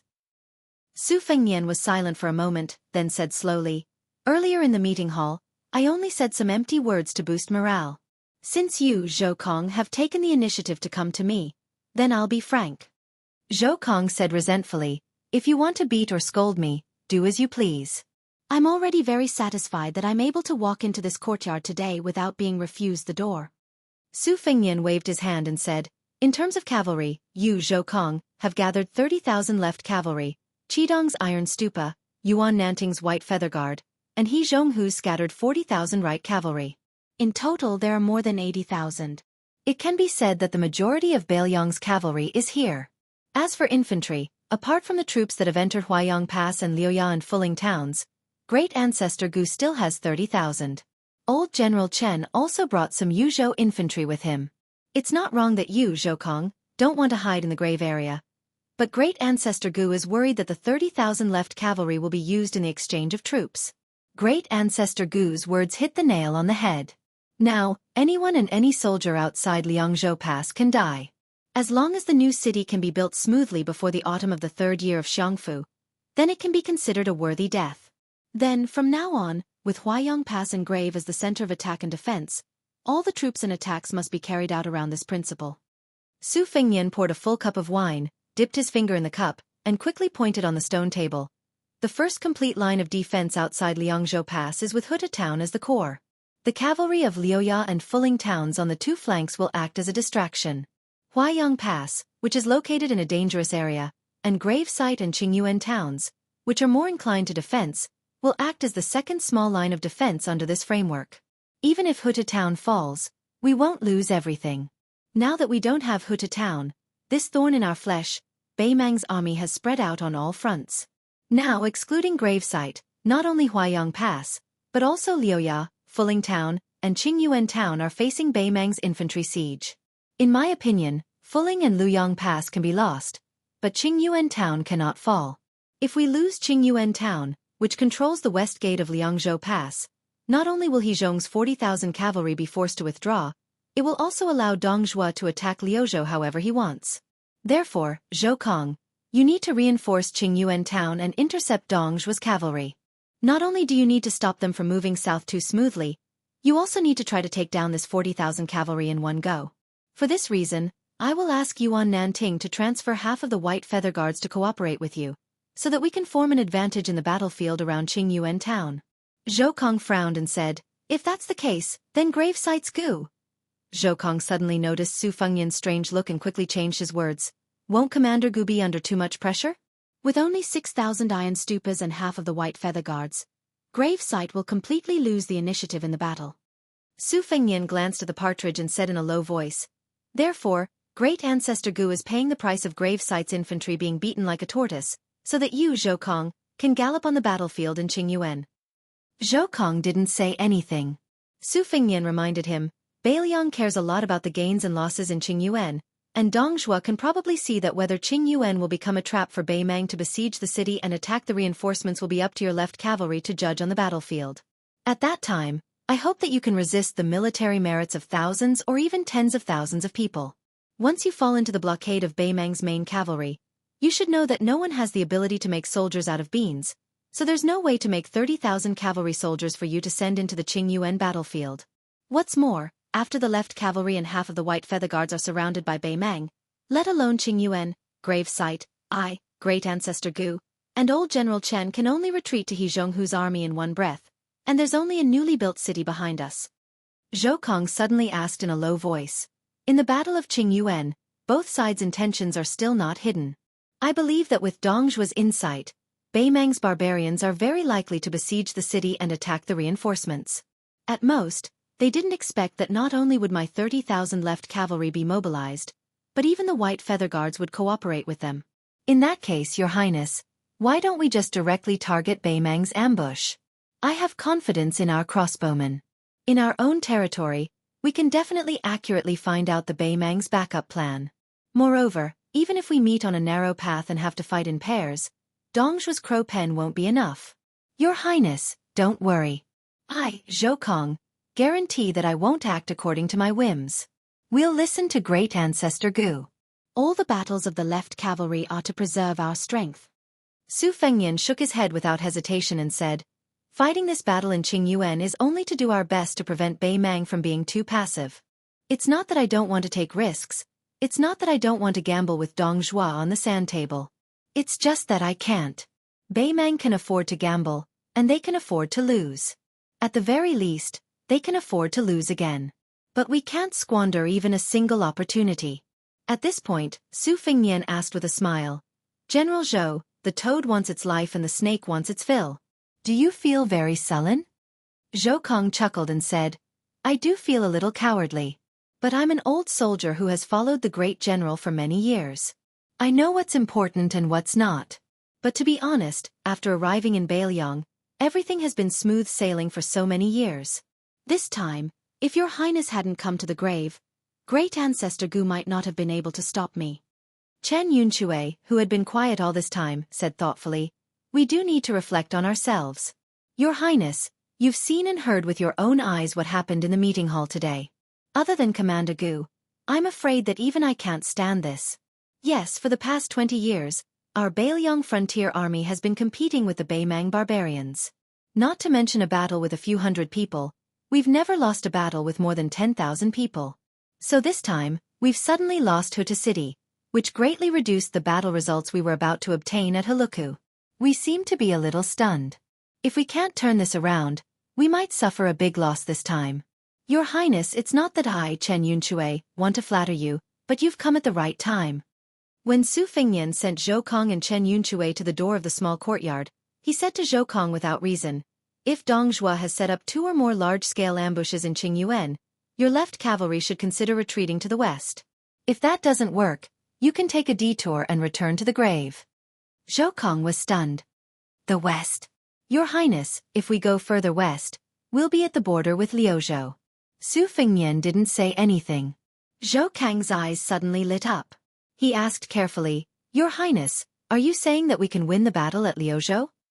Su Fengnian laughed softly. Ko Jianghu and Shi Fu are both generals who can turn the tide. As for whether they can do it, whether they can make the Qingyuan cavalry battle the third turning point of the Liangmang War, let's wait and see.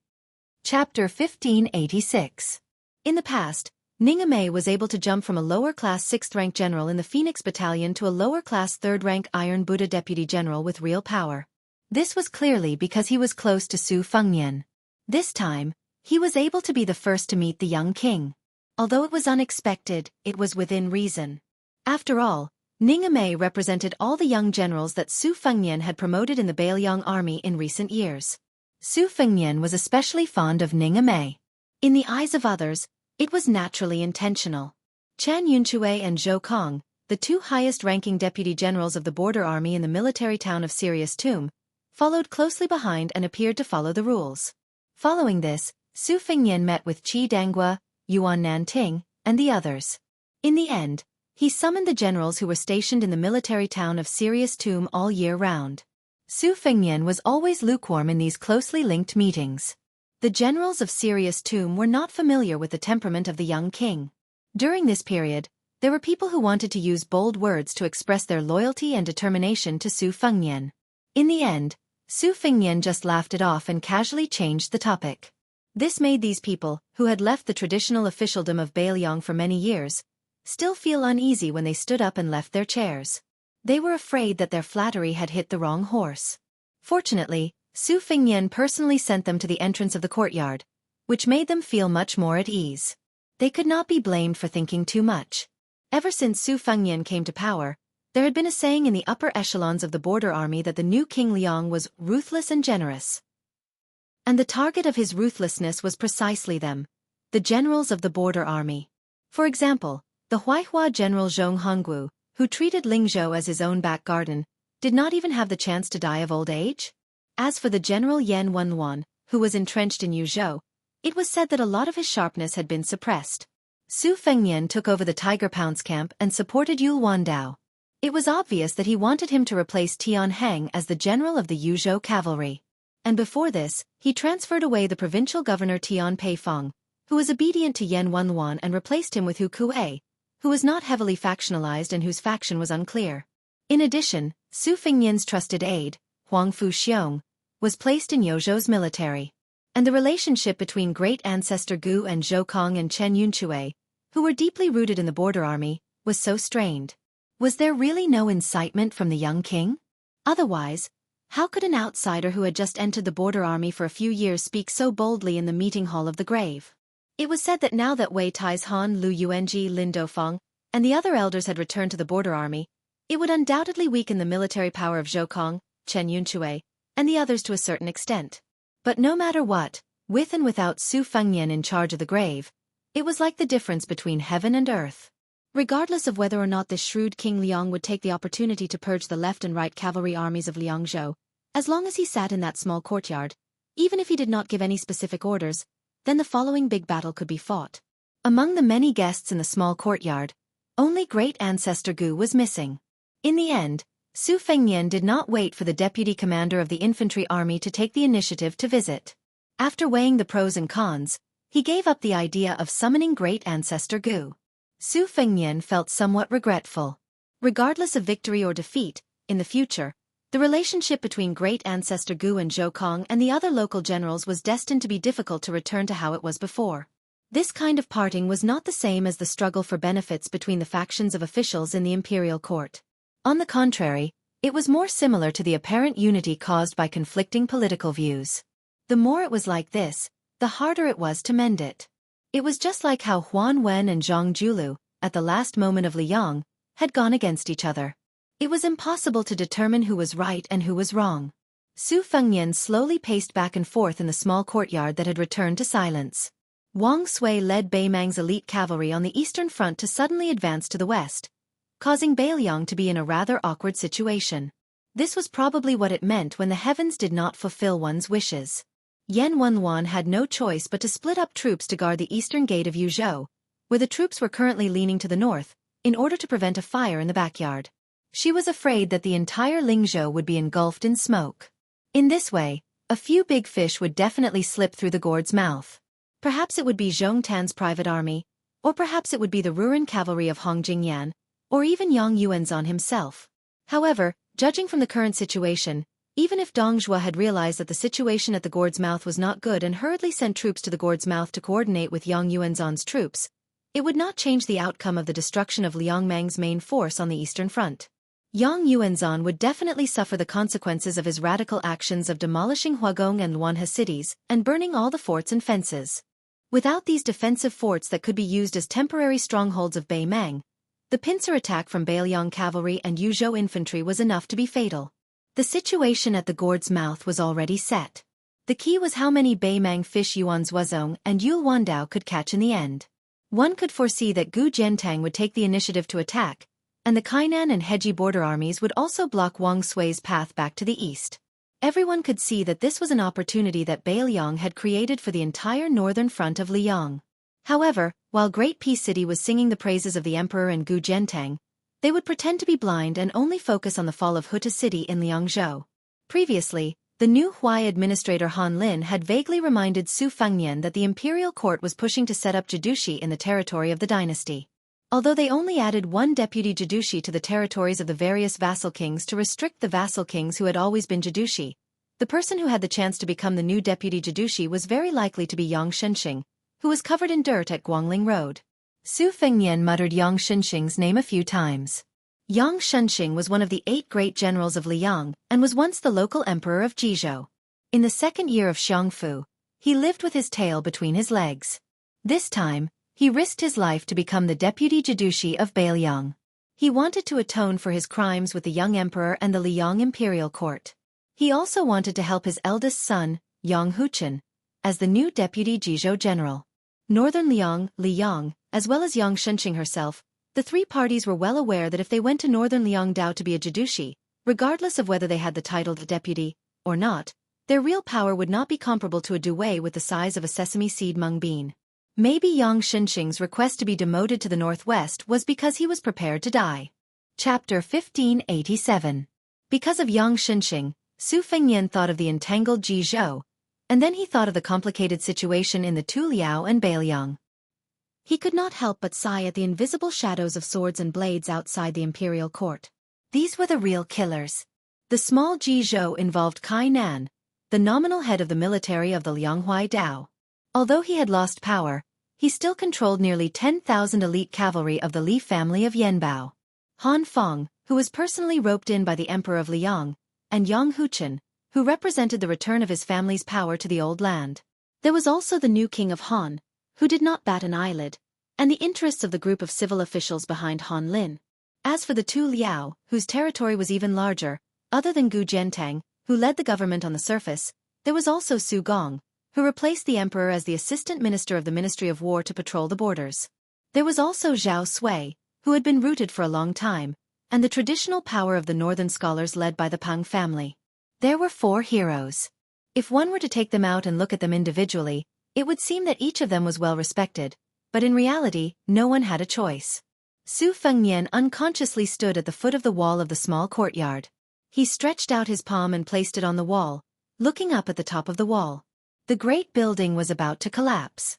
Previously, through the intelligence reports from Fu Shuifeng and secret court reports from Liang, which were only sent to the provincial governors of each province, the situation of the Guangling Taoism War had already tipped in West Chu's favor.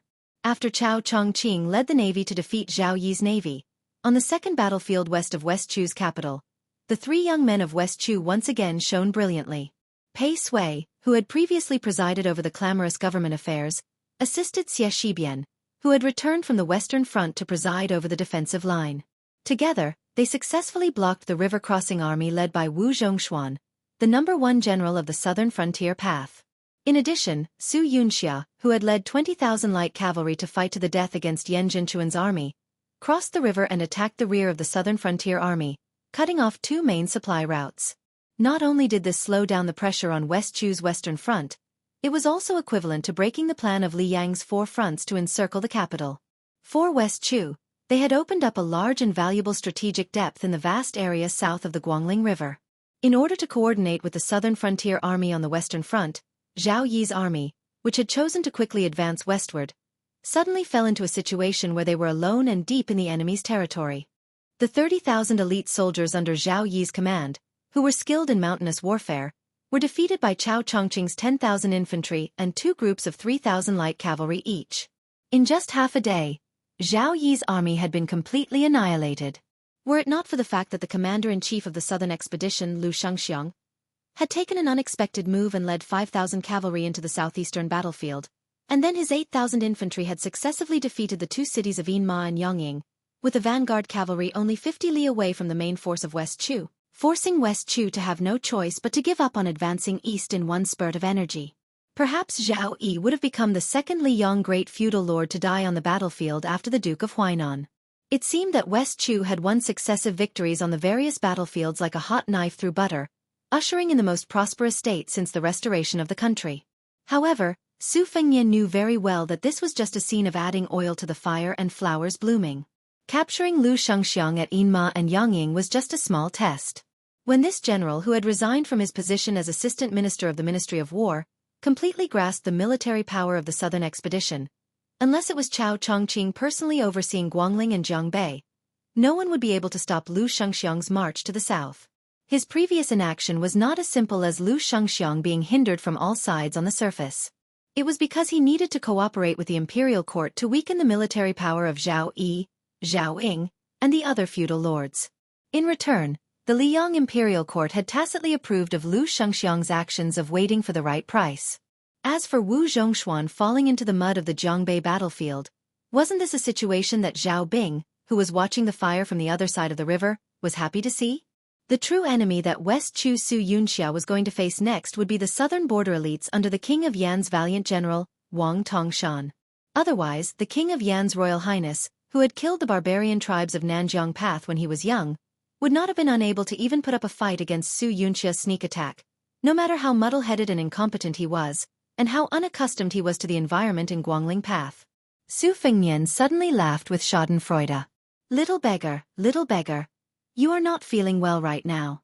That General Wu must have completely turned to the imperial court. There is no other way. Your Nanjiang Path has already done nothing to reward him, but the imperial court is different. They can afford to give him the title of Zhennan Great General, Minister of War, Shang Zhugua, and even de Zhugua. Perhaps after he dies, he can even receive a posthumous title as a general. Therefore, it is not your fault that you want to completely fall out with Wu Zhongshuan and watch as West Chu ruthlessly stabbed old Wu in the butt. Su Fengnian withdrew his palm. He bent his fingers and casually knocked on the wall. The sound was muffled. Today, Bai Liang was fighting to the death against Bai Mang's million-strong army. Zhao Yi, who was known as the richest man in the world, had already wiped out his family's wealth in the face of West Chu. The old king of Jing'an, Zhao Hang, sacrificed his own life in exchange for a hereditary title for his son. The Duke of Huainan, Zhao Ying, became the first vassal king to die on the battlefield since the spring and autumn period. After Zhao Sui of Liaodong surrendered, he was cautious for half his life. Originally, Zhao Bing, the king of Yan's army, was second only to Bai Liang. In the blink of an eye, Wu Zhongshuan led all the northern troops of Nanjiang Path to seek refuge with the Liang imperial court. It could be said that his vitality was greatly damaged. All of this was naturally the scheme of the late Emperor Zhao Dun, Yuan Benshi, and the former Grand Secretary Zhang Julu. It had nothing to do with the current emperor. Su Fengnian sneered at the wall and said, "Zhao Zhuan, you are thousands of miles away from your father. When you finish using up the eternal Hui inheritance left by the older generation, do you think you can still easily control the world's general trend? Gu Jiantang, Chen Jibao, Lu Shengxiang, Zhao Yuling, Yin Mao Chun. Which one of them can you recklessly control?" Then Su Fengnian was silent for a long time. He asked himself, "Then what about me?" There was no answer. At this moment, great ancestor Gu strode into the small courtyard. Even this famous general of the spring and autumn period could not suppress the excitement in his voice. His voice trembled as he said, "Your Highness, there are 2 pieces of news." Su Fengnian smiled and said, "2 pieces of news? Then let's hear the bad news first. The good news later can be used to suppress the shock." Great ancestor Gu laughed loudly and said, "I've disappointed your Highness. Both pieces of news are great." In Liuzhou, Su Longxiang, Ko Jianghuai and Shi Fu led 5,000 cavalry to Qingyuan.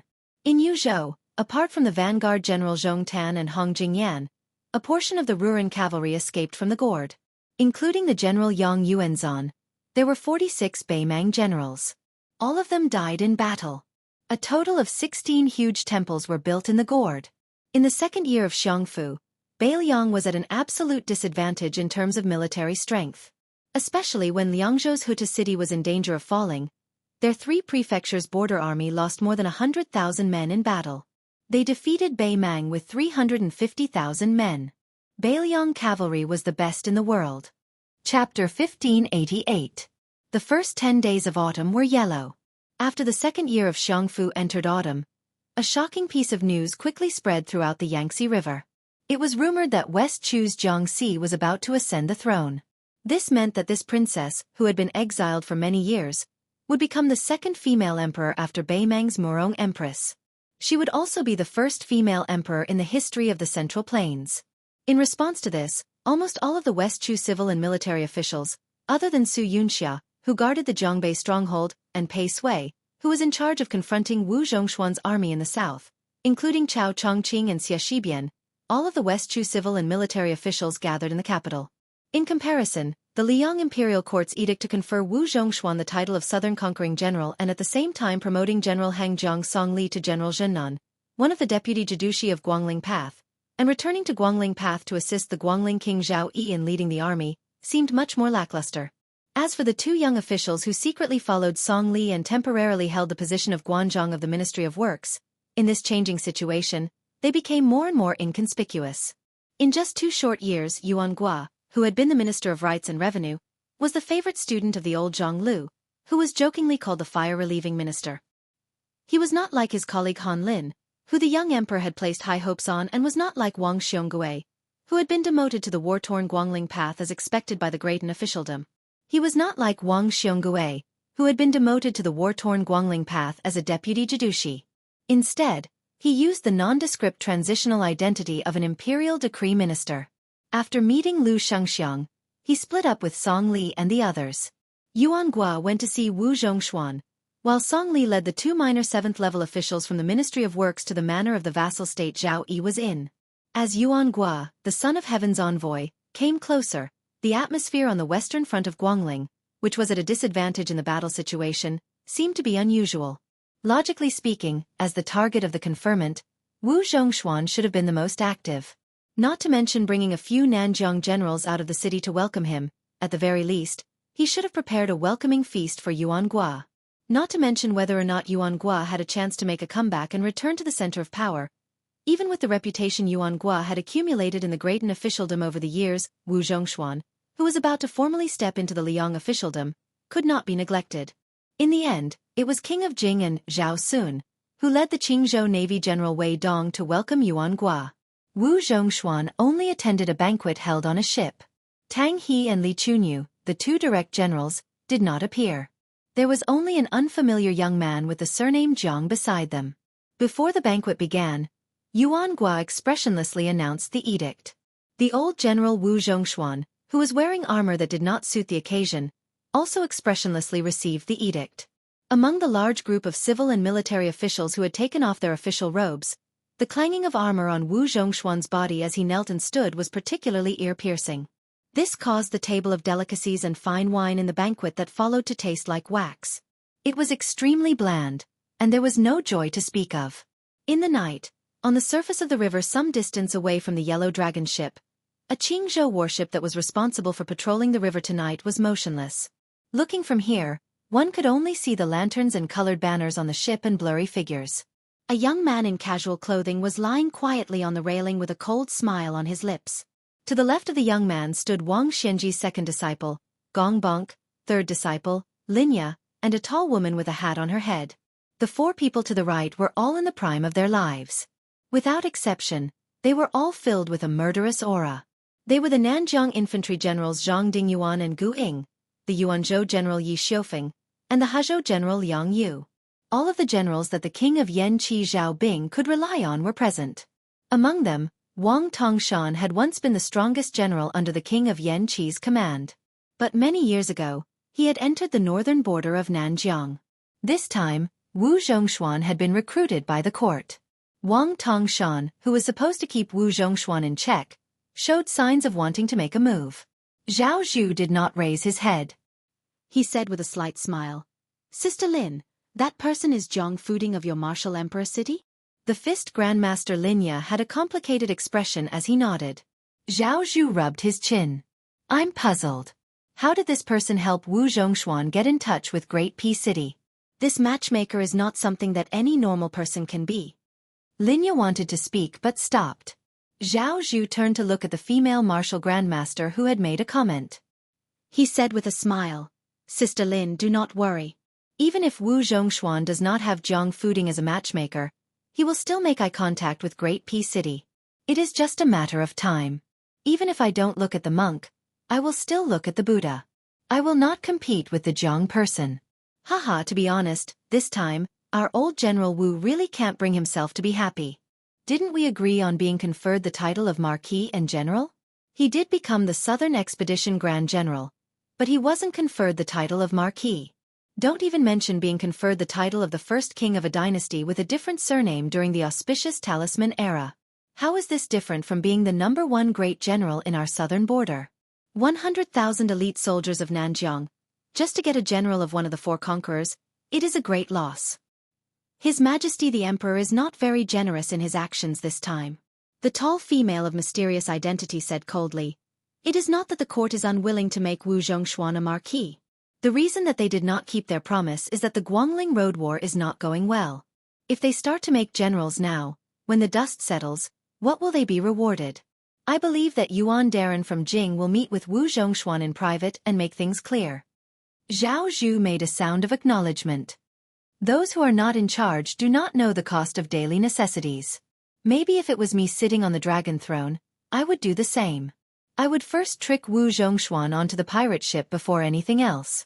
Zhang Dingyuan reminded softly, "His Royal Highness, Tang He and Li Chunyu are coming over on a small boat." Zhao Zhu joked, "Fortunately, Wang Tongshan isn't here for the time being. Otherwise we would have been destroyed." Gu Ying, who was as beautiful as a woman, said in a gloomy voice, "Let's not talk about that crazy Wang Tongshan. How dare Tang He and Li Chunyu come to see His Highness? Do they really think we don't dare to kill these two ingrates? Zhao Zhu shook his head and said, I really don't dare. I'm already an official of the imperial court. Besides, if we really kill someone, we'll only be letting that person from Western Shu reap the benefits. I'm not willing to do a business that hurts those close to me and benefits the enemy. A small boat didn't get too close to the battleship filled with experts. After stopping, Tang He and Li Chunyu bowed deeply, and the boat turned around and left.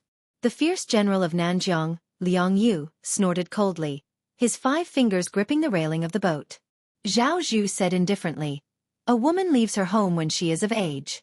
Let them be. The atmosphere was heavy. Only the sound of the river could be heard. Water flows downwards. People walk upwards. Zhao Zhu suddenly turned his head and asked, Miss Zhang, that Yuan Gua is your father's student. If you want to meet him, I can help arrange it. The tall female said indifferently, no need. Zhao Zhu unconsciously reached out to touch the old money pouch at his waist. He smiled and sighed, even if you have a knife, you can't kill a heartless dog. Chapter 1589. Zhao Zhu, who did not say a word, looked towards the northwest in a daze, revealing a worried expression. Although Nanjiang had its own outstanding spy system, it had never extended its hands to Beiliang, and Beiliang's Fu Shui Feng also tacitly did not place any pawns in Nanjiang. This kind of respect was not only because of Beiliang's 300,000-strong cavalry and Nanjiang's 200,000-strong army, nor was it because of the mutual fear between the two kings, Su Xiao and Zhao Bing, but more importantly, it was a kind of appreciation between heroes. This kind of feeling was like seeing all the heroes in the world and being the only one on the same level. And in Zhao Zhu's generation, how could he, the crown prince of Yanqi, and the new Liang king Su Fengyin be ordinary friends? Previously, when he let Lin Hongyuan of the Dragon Palace get involved in the purple dress of Mount Hui, he also told Su Fengyin that if worse came to worst, he could just give up on Beiliang. In the end, Nanjiang was still a path of retreat for him. Among the intelligence reports that Zhao Zhu had obtained, the furthest he could get was fragmented news from Huainan Dao. Now that Kai Nan and Han Lin were the provincial governor and administrator respectively, it seemed that they had purposely blocked off all the channels of military intelligence from northern Liang. All the post-house routes, large and small, were tightly sealed off. Even the court bulletin from the Liyang Imperial Court did not mention a single word about the current situation in northern Liang. Therefore, Zhao Zhu only knew that 20 days ago, Wang Sui had led the elite cavalry of the Eastern Front to raid northern Ji, then rushed to River Province, heading straight for the Helan mountain range located east of northern Liang's Yuzhou. It seemed like the battles in Liuzhou and Liangzhou were not favorable to Beiliang. In the calculations of Zhang Dingyuan, Gu Ying, Yi Xiufeng, and the others, the chances of Beiliang winning were extremely small.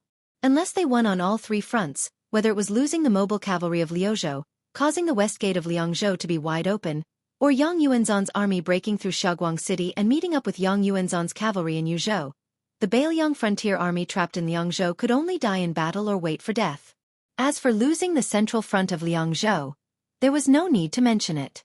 Zhao Zhu murmured softly, it's good if you lose. When the time comes, you and I will fight side by side. Zhao Zhu straightened his body and stretched out a hand, clenching his fist tightly. Unlike the stiff atmosphere of the banquet ship on the western front of Guangling, Zhao Yi and Zhao Yuang personally held a banquet for their former confidant and subordinate Song Li in the Prince of Guangling's mansion. For the first time, the Guangling magistrate Wang Xiongui, who had always been closed to guests, appeared. When Song Li mentioned that Wang Yuanran, the youngest son of Lord Wang, had entered the capital's Ministry of Rights and become the director of the Department for Purging Officials, Wang Xiongui, who had been unable to conceal his gloominess, suddenly smiled. At the banquet, the 2 young officials temporarily observing politics in the Ministry of Works were ignored by everyone after Song Li personally blocked the wine for a young man surnamed Lu. The shifty-eyed guest of the prince's mansion, Zhang Zhupa, was not on good terms with Song Li, who had returned to his hometown. One was the chief strategist of the Guangling Spring Snow Building, while the other was a distinguished and handsome man that Zhao Yi viewed as a lucky general. However, tonight, Zhang Zhupa found all sorts of reasons to punish himself by drinking 7 or 8 cups of wine to the point that his mustache was sticky. Crown Prince Zhao Yi's eyes were gloomy, but Zhao Yi was all smiles from beginning to end.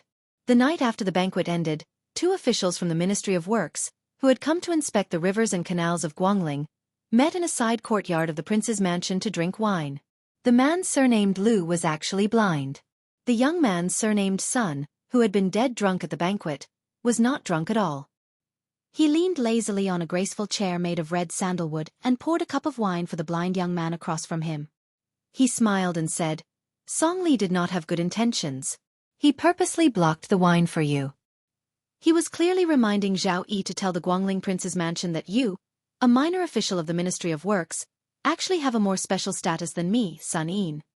The blind man Lu Xuan, who had entered and left the capital, sat upright and still. He was not as imposing as Sun Yin, who was famous throughout the capital. He said softly, "General Zhenan is after all an old man of the spring snow building. A drop of water should be repaid with a spring of water. This action is not excessive. Why not have Song Li treated him with courtesy?" It would not have been easy for Zhang Zhupa to smoothly find Sir Sun to discuss matters. Sun Yin laughed loudly and said, "Zhao Yi is already in such a miserable state. What else can he do other than smash a broken jar? He could have turned a blind eye and let Zhang Zhupa choose a tree to nest in. In any case, he could have saved some incense for Crown Prince Zhao Yuang. In this way, the court would have two generals, Song Li, Lu Xianxia, and Zhang Zhupa as a civil official. Only then would Zhao Yuang be able to steadily enjoy himself as a prince. Otherwise, when the world is peaceful and the power of the generals declines, without Zhang Zhupa's protection in the officialdom, any provincial governor from Guangling would be able to easily play Zhao Yuang to death." Lu Su smiled and said, "The general trend is like this. However, in the history books, are there any lack of tragic disasters caused by impulsive emperors?" Sun Yin curled his lips with a disdainful expression. Lu Su sighed and said, "For people like Zhao Yi, no matter how bad his reputation is or how unbearable he is compared to the other vassal kings, he is still worthy of the respect of us younger generations who have taken advantage of the situation." Sun Yin frowned but gradually restrained his arrogance. He joked, "Sir Lu, you are not that much older than me. You act like an old man." Lu Su did not make a sound. Sun Yin lowered his voice and said, "I am very curious. How did you convince His Majesty to make the decision to send Lu Baijie from the Ministry of War to Guangling as the provincial governor? For this reason, you have completely angered the entire Gongnam-do scholar group.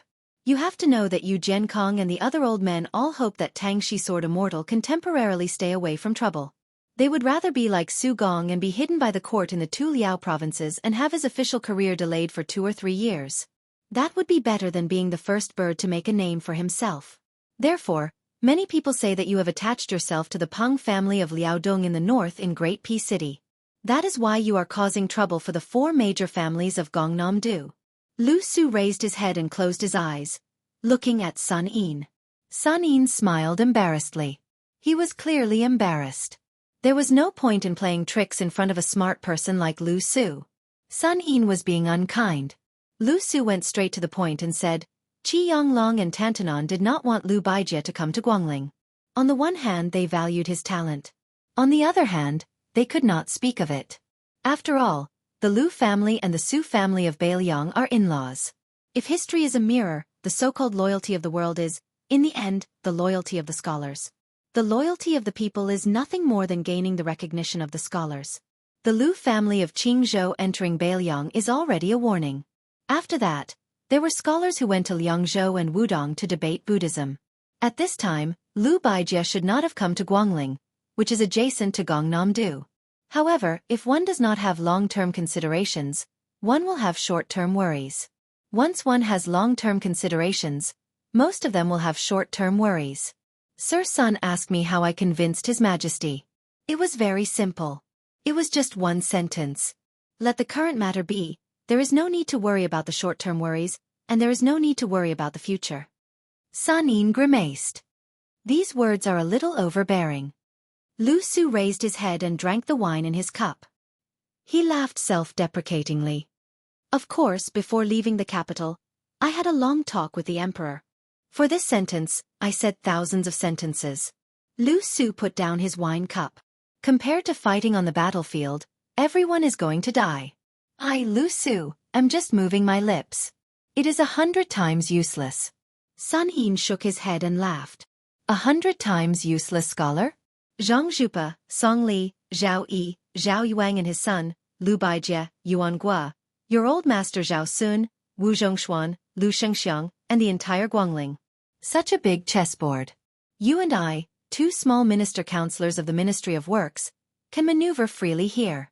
How can we be useless? Lu Su lowered his head and looked at the table, just like when he sat in Yongzi Alley. There was a chessboard in front of him. Lu Su muttered to himself, there are wins and losses in chess, and there are profits and losses in gambling. However, for the sake of the emperor and the world, this kind of pointing out the country, our fingertips are all covered in blood. The last signing event of Shuizhong was held in Guangzhou. The specific address was Guangzhou Book Purchase Center, number 123 Tianhe Road. There are many things that can be said when we meet. P.S. Do not bring blades and other things. Chapter 1590. In the eyes of the people of Liang, Beiliang was a land of death. It was only a matter of time before the people were plunged into misery and suffering. Thus, when a carriage traveled from Hezhou to Yuzhou and not from Beiliang to the outside, it seemed like they were going against the flow. The coachman was a one-armed man with one empty sleeve. He held the reins with only one hand and tried to control the carriage as steadily as possible. Fortunately, compared to the simple carriage, the horse pulling the carriage was rather tall and strange. The middle-aged coachman did not need to spend much effort to control it. An old man bent down slightly and lifted the coarse cloth curtain blocking the wind and sand. His gaze passed over the one-armed man's shoulder and looked forward. He was silent and did not put down the curtain for a long time. The coachman turned his head and said softly, "Father, if I remember correctly, there are still a dozen li before we see the boundary marker between Yuzhou and Hezhou." The old man nodded, his expression somewhat absent-minded. The coachman frowned and said, "Even if Beiliang has never acknowledged the imperial court's edicts, father is still the deputy administrator of Beiliang in name. Would that Su Fengnian dare to kill someone? Since this is the case, why would father lower yourself to curry favor with Beiliang? If word gets to the capital..." The old man left the carriage and sat behind his son. He waved his hand and interrupted the temporary coachman's words. He smiled and said, "So what if some rumors get to Great Peace City? The foundation of the Yang family has never been in the center of the imperial court. Ever since the defeat of Guangling Taoism and your father went to the capital as a criminal, from His Majesty the Emperor to a little 6th or 7th rank official of the Ministry of War, who has treated father well? Other things aside, the tens of thousands of old soldiers of Ji province that father raised were taken away by the imperial court just like that. When you go to Ji province as a deputy general, you are only allowed to bring 3,000 soldiers and horses. This is built on the premise that you need to keep Yuan Tingshan in check. Otherwise, don't even think about bringing a single soldier back to Ji province." The coachman was none other than Yang Huchen, who had lost an arm in the battle against the remnants of West Chu. Now, together with Han Feng, the descendant of valiant bravery, whose family had their grievances redressed, he was the deputy general of Jizhou. Yang Huchen not only had to prevent Yuan Tingshan from raising troops in Jizhou, which was an important border area, but he was also a chess piece for the Zhao clan in Liang to monitor the king of Han, Zhao Xiong. The old man was, of course, Yang Shenxing, the newly appointed deputy administrator of Beiliang. He was one of the 8 great generals of the 4 campaigns and 4 towns in the past. In the past year, he had lived a miserable life in the capital where he was bullied by dogs. Not only did he have to live in fear, he was also laughed at by his colleagues in the officialdom. From time to time, he would be dragged out to drink. Although they said that they were helping the old general drink to relieve his worries, in fact, it was more or less the same as being dragged out to walk a monkey. They would find ways to sprinkle salt on the old man's wound. When it came to the skill of observing people and adding insult to injury, almost all the officials in the capital were great masters. If Yang Huchen had not been appointed deputy general of Jizhou by the Ministry of War, which meant that the emperor had not completely lost his patience with the Yang family, it was likely that the people sent off by the old man this time would not have been a few kittens and puppies, but none. This time, the old man passed through Jingji, West Ji, and Ji River. Although the old man did not have the intention of forming relationships with people, the fact that no one showed any interest along the way still made Yang Huchen, as his son, feel bitterly disappointed. Thinking back to the year when the Yang family sent troops from Jizhou to Guangling, what a grand occasion it was. At that time, if one was not at the level of county chief, one could not even think about getting a seat at the Yang family's private banquet. Probably sensing Yang Huchen's anger, the old man patted his son's shoulder and laughed softly. "Huchen, you can't blame the world for being so cold. Ever since I became a general, the Yang family has been used to doing whatever they want in Jizhou. We are not good people. The Yang family has bullied men and women many times. Now that we have suffered retribution, it is normal. Yang Xianxia looked around. The scenery in Hezhou was not very different from Jizhou. After all, they were both at the northwest border. After autumn, the grass was yellow like dirt. It could not compare to the beautiful scenery in Jiangnan where half of the city was green. The old man slowly closed his eyes and took a deep breath. On the other hand, retribution comes early, which is a good thing. If it comes too late, perhaps the court won't even give you the chance to be Deputy General of Jizhou to make up for your mistakes. Besides, compared to that old man Yan Zhenchuan who has already died on the battlefield, I am much luckier. Don't look at how Zhao Kuei is only second to Lu Xiangxiang in the southern expedition. Right now, that old man is like an ant on a hot pan. I dare to bet with you that if he loses the battle, he may not even be able to compare to Yan Zhenchuan, much less me. That is because the favor the court has given us old generals has been used up on me and Yan Zhenchuan. Thus, father's mood when he left the capital this time was not as bad as others thought. In truth, after leaving that great peace city that made people tread on thin ice, father's mood was much better. Along the way I thought through many things. Yang Huchen was relieved of a great burden. No matter what, as long as his father did not have too many worries in his heart, it was a good thing. He was confident that he could lead the Yang family to rise again. Yang Xianxia smiled. This time, I had someone send a secret letter to Mount Qingliang in private, pleading Beiliang to send an envoy to the Yuzhou border to receive me. As long as I don't see them, I, Yang Xianxia, will not take a step into Beiliang. I will just wait at the border. I, Yang Xianxia, was once a general. Now, I am putting on such a humble and pitiful attitude. Of course, this cannot be considered heroic behavior. But so what? Everyone in the capital is waiting for the news of my sudden death in Beiliang to spread, or for Su Fengnian to wantonly humiliate me on some occasion. I will not let them have their wish. Face is fake but inside is real. The Yang family is in a precarious situation. Father is the face of the Yang family in the court. If it is gone, then it is gone. As long as you, Huchen, can stand firm in Jizhou again, in 5 or 10 years, the face will run back to the Yang family. At that time, even if you don't want it, perhaps other people will be willing to kneel and beg you to accept it. Chapter 1591. Yang Huchen lowered his head, his eyes slightly red. His father, who had never acknowledged his old age, General Yang, who had always been indomitable for as long as he could remember, actually made him feel that he was really old. Yang Xianxia sighed. I'm just afraid that the young king of Beiliang will take his anger out on the Yang family because of the court. He will be dissatisfied with you because father is the deputy provincial governor. After all, Jizhou is not far from Beiliang. In the past, Su Xiao, because of old ties, rarely ordered people outside of Beiliang. Now, Su Fengnian is in charge. Looking at the movements of Beiliang in the last few years in Su Fengnian's hands, it is clear that Beiliang is very aggressive and no longer purposely hides its edge. In the end, Beiliang and the court were only a step away from tearing into each other.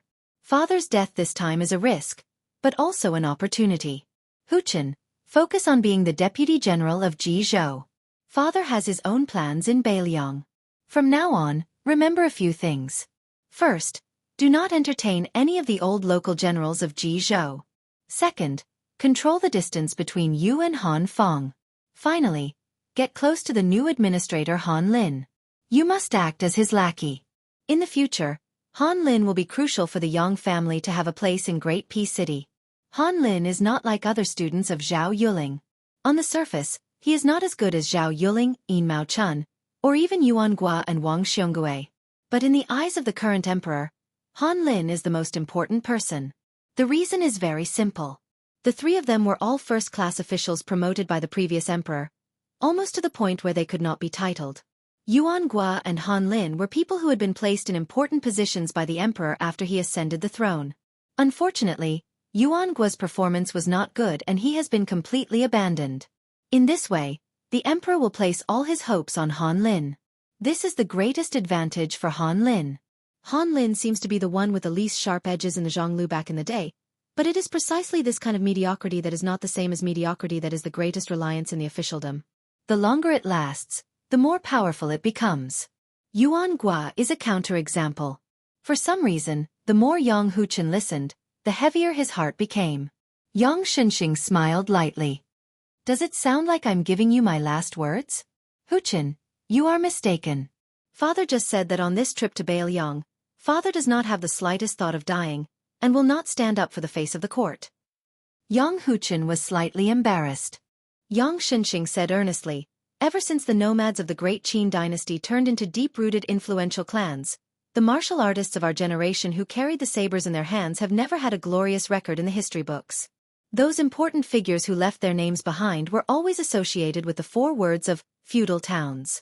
But the aristocratic clans who held the brush in their hands were usually associated with several generations of dukes. Even if they had been passed down for 100 years, they could not be called influential clans. Most of them had a history of 200 or 300 years, or even longer. To be able to enjoy the glory of 3 generations for 50 years was already a miracle. Right now, don't look at how the imperial court is suppressing the power of local generals and how everyone is in danger. Compared to those old fellows like Yan Zhenchuan and Zhao Cheng, Father is looking further ahead. In the future, there might be a century-old surname belonging to a general in Liang. To achieve this, the blindly loyal Han family is a good example, but the Beiliang Su family is. At this point, Yang Shenxing suddenly stopped talking. In the end, she only let out a long sigh. Su Xiao is not a formidable person. Yang Huchen was a little confused. The world recognized Su Xiao as an arrogant and unruly general. If he wasn't an ambitious and ruthless person, could he be a hero? Yang Shenxing smiled and asked, Huchen, who do you think Beiliang will send to the border of Yuzhou to be the bad guy? Yang Huchen, who had long thought about this question, said softly, logically, it should be Yozhou's provincial governor Hu Kuei or Yozhou's general Huang Fuji. But now the war is in full swing, and these two may not be able to get away. But even if Beiliang wants to embarrass Father, I think they will send a Yuzhou county governor. As for Li Gongda and Song Dongming, who are nominally of the same rank as Father, the possibility is very small. After all, one of them is in charge of Mount Qingliang, and the other is in charge of the construction of the new city. I don't expect Su Fengnian to mobilize so many people. Besides, if one of them really does come to Yuzhou, I will suspect that Su Fengnian is harboring evil intentions. When the time comes, whether Father agrees or not, I will personally escort Father all the way to Liangzhou. Dozens of miles passed in the blink of an eye.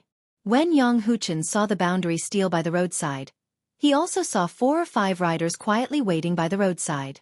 Among them, one rider was particularly eye-catching. Other than his young age, there was also a strange feeling about him that Yang Huchen felt. It was just like when he first saw a legendary martial grandmaster in his youth. It was like seeing a tall mountain. Just like when he met the emperor for the first time in the imperial palace of Great Peace City last year, he felt like he was facing an abyss. Yang Huchen even forgot to turn his head. With a trembling voice he said, Father, it seems like he's come in person. Yang Shenxing had been sitting in the carriage with his eyes closed since approaching the border. When he heard Yang Huchen's trembling voice, he was somewhat puzzled. Could it be that Huang Fuji had arrived? Or perhaps Li Gongda and Song Dongming had come in person.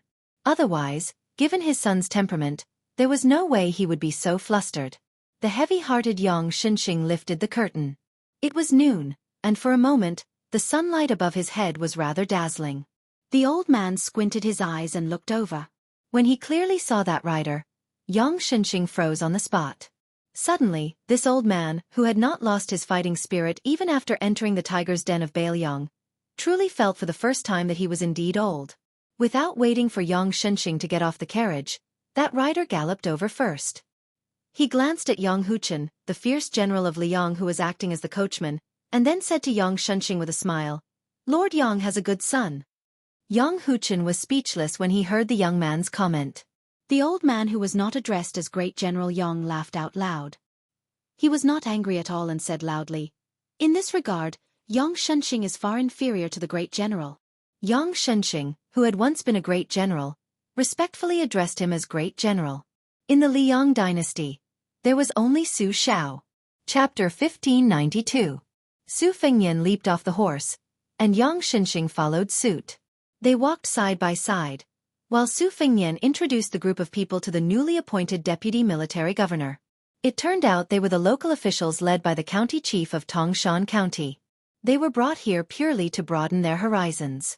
After all, Su Fengnian did not take Yang Shenxing seriously, but to the local officials of Tongshan County, this local emperor of Ji province was a name that reverberated like thunder in their ears. It was especially true for the Ji province infantry under Yang Shenxing's command, who were known to be unrivaled in the world. It had been a long time since they had the intention to compete with Yan Wenluan's Yuzhou army. Today, they were able to meet the old General Yang, which was a great topic to talk about after a meal. Su Fengnian asked the old man if the journey to the west was smooth, and Yang Shenxing answered with a smile. The atmosphere was so harmonious that it confused the officials of Tongshan County. As a matter of fact, although Yang Shenxing appeared to be regretting not having met the young lord earlier, he was actually sweating. Bailiang had even refused to accept the imperial edict. Now that Bailiang was in a state of turmoil and chaos, it was not a big deal to leave 1 or 2 corpses in the wilderness. Would the imperial court be willing to get to the bottom of the matter if they were labeled as bandits? The more friendly Su Fengnian was, the more uneasy Yang Shenxing was. Just as Yang Huchen had speculated, given Yang Jialong's difficult situation, it was already a great honor for him to be welcomed by the Yuzhou provincial governor. Yang Shenxing was not arrogant enough to think that he was qualified enough for the king of Bailiang to leave the front line to welcome him. Fortunately, Su Fengnian did not keep Yang Shenxing in suspense. He asked all the officials of Tongshan County to return to their residences and then stopped at a small tea stall beside the post road to rest. He woke up the woman who was dozing off and ordered 3 cups of tea with a smile. After sitting down, he told Yang Shenxing directly, "I came to Yuzhou to pick someone up. After drinking tea, I will soon leave for Helan Mountain in the northeast of Yuzhou. Wang Sui and his tens of thousands of Beimang cavalry are still waiting at the gate of Yuzhou. If I arrive late, I'm afraid I won't be able to see the famous prince consort of Dongyue." Yang Shenxing's expression did not change as he hummed in agreement. He was calculating quickly in his mind. This time, he had left the capital with the embroidery title of Deputy Provincial Governor of Bailiang. He was treated as a cold stove that had been doused with cold water. He did not exchange any letters on the way and did not have any contact with anyone on the way. He was completely blind to the situation in the world. He only knew what happened before he left the capital. Huta city had fallen and Dongzhuo's army had been able to spread out the front line, causing the first line of defense outside Liangzhou Pass to be in danger. Yang Shenxing even thought that when he approached Yuzhou, he would see a large number of refugees hastily fleeing Bailiang. However, Su Fengnian casually mentioned that he was going to Helan Mountain to confront Wang Sui's cavalry. Yang Shenxing was shocked. Could it be that Bailiang was prepared to give up the entire battlefield outside Liangzhou Pass? Half a year ago, there were still a large number of Bailiang-related war reports that were frequently sent to the capital from Bailiang. Bailiang did not deliberately block these reports. However, since the beginning of spring in the second year of Xianghu, it was very difficult for the Zhaoguo spies and the officials of Huaiyanhui to obtain first-hand information about Bailiang. Yang Shenxing heard that a few of the Zhaoguo strongholds that committed crimes were uprooted. Some of the spies disguised as Jianghu people who followed Shenyuan Qingfeng to Liangliang seemed to have been quickly detained by the Fu Shui room. When Su Fengnian took the teacup from the woman's hand, Yang Huchen could not help but roll his eyes. When the woman brought tea to the father and son, she directly knocked the teacup on the table.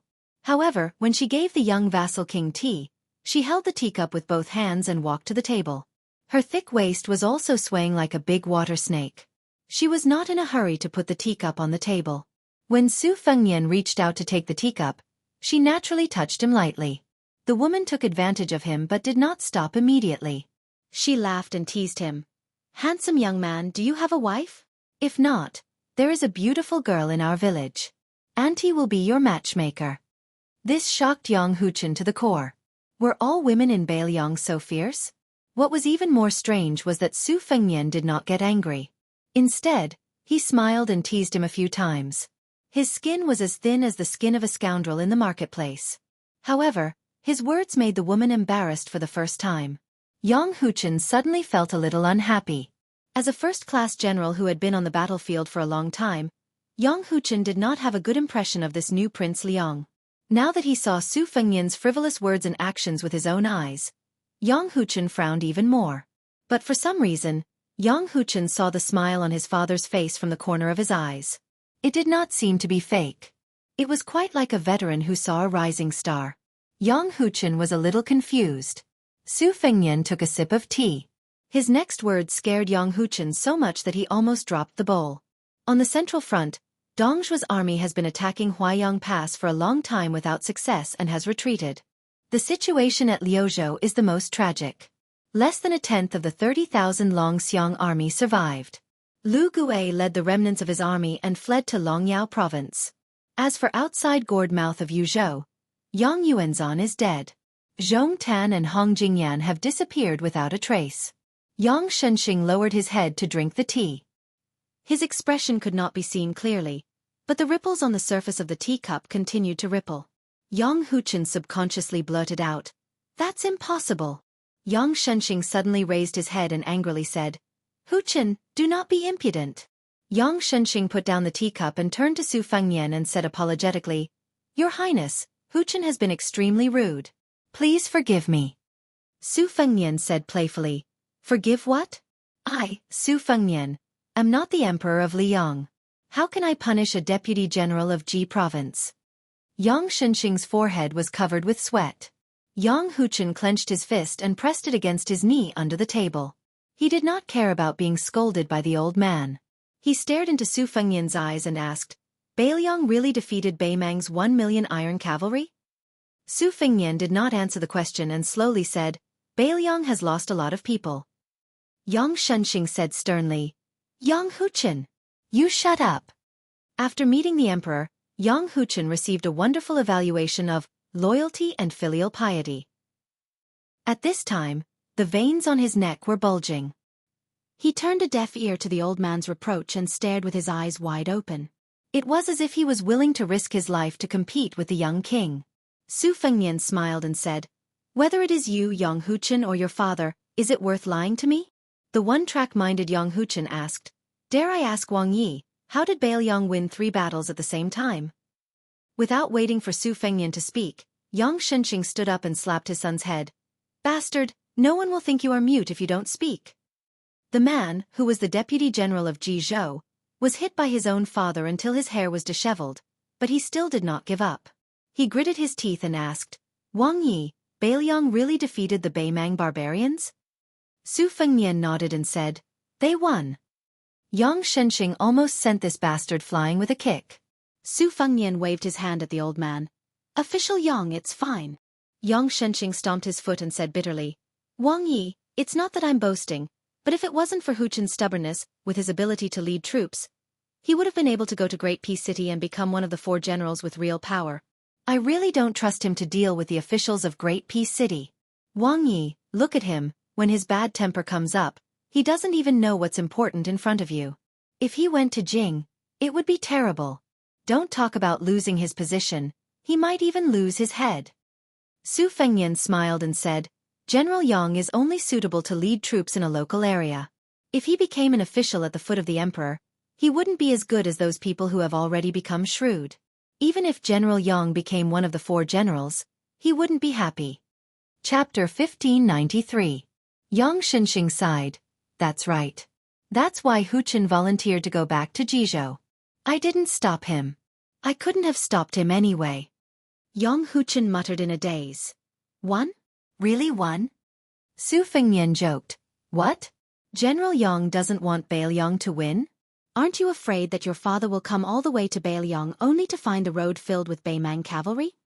Yang Huchen, who had finally returned to life with great difficulty, subconsciously reached out a hand to touch his empty sleeve. "Losing an arm is something that I, Yang Huchen, have never thought of as much.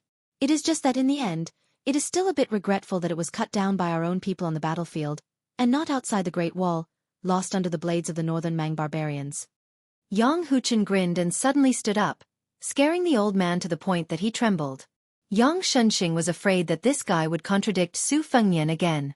He raised his hand and pressed on his son's shoulder. "Sit down and talk." Yang Huchen shook his head and raised his teacup. He said to Su Fengnian in a serious tone, "Prince, there's no wine. Let Yang Huchen be so bold as to use tea instead of wine to toast you and all Beiliang soldiers." Northern Liang had achieved the biggest wish of Yang Huchen in this life. No matter what kind of bullshit situation Liang and Northern Liang would face in the future, I, Yang Huchen, would owe you a bowl of wine. If you were to die on the battlefield of Liangmang one day, I would lead my troops to the battlefield where you died and offer you a toast. If Su Fengnian dies at the hands of the Liang Imperial Court in the future, I will go to the execution ground alone to toast you with a bowl of wine. Yang Shunxing closed his eyes. Huchen, this child, really wanted to die. How could he say such rebellious and unlucky words? But unexpectedly, Su Fengnian also raised his teacup and stood up. He smiled. I have to drink this bowl of tea instead of wine. Also, if you, Yang Huchen, have the opportunity to come to Beiliang in the future, regardless of whether I'm dead or alive, remember to bring me a jar of good wine. How can one bowl be enough? Su Fengnian and Yang Huchen both drank their tea in one gulp. In the distance, the middle-aged woman who couldn't hear the conversation clearly turned around and glanced at the three guests. While she was tidying up, she grumbled, "These men are really something. Drinking tea that costs only a few copper coins, yet they still have lofty aspirations? You're so particular." After drinking the tea, the former #1 general of Ji province, Yang Huchen, took his leave and returned. Yang Shunxing, who still had lingering fear, laughed and scolded, "Get out of here." Su Fengnian and Yang Shunxing sat back down on their stools. The woman hurriedly picked up the teapot and poured another bowl of tea for the two of them. Su Fengnian smiled and said, "Lady boss, don't just add tea without adding tea leaves. That's not very kind. Earlier, a bowl of tea cost 2 copper coins. Now, these 2 bowls are only 1 copper coin per bowl." The woman pinched Su Fengnian's arm lightly with 2 fingers and laughed angrily. "Fine, fine, fine. 1 copper coin it is. Just take it as Auntie taking advantage of you. It's not that Auntie wants to criticize you, but you're quite handsome. Judging from your accent, you're also from Beiliang. Why are you not straightforward at all?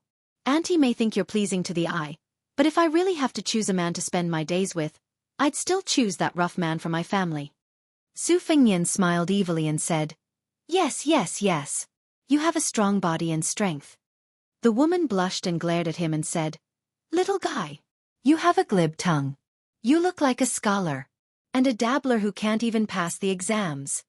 In the end, the woman hesitated and asked, unwilling to give up, "You really don't want Auntie to be the matchmaker?"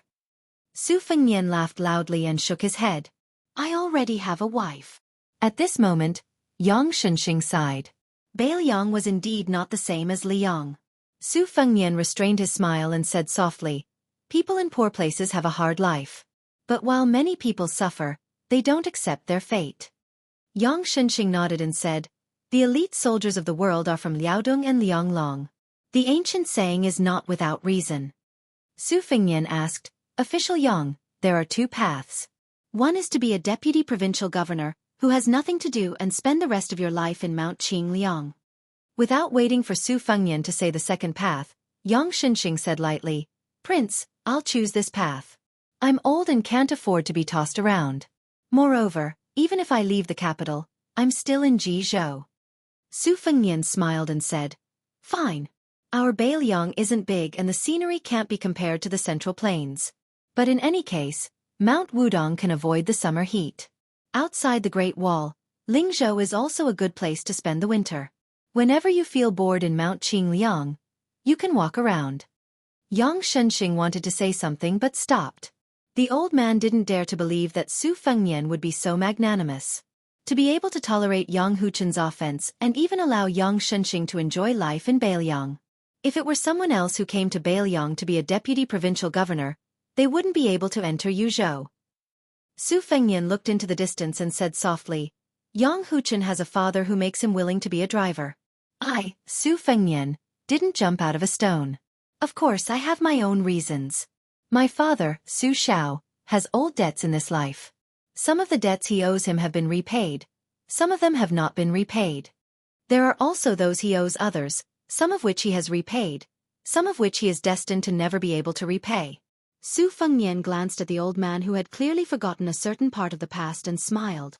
Back then, there was a Liang commandant who, after losing to the king of Dongyue in succession, had saved up some money, but no one was willing to sell him several hundred soldiers.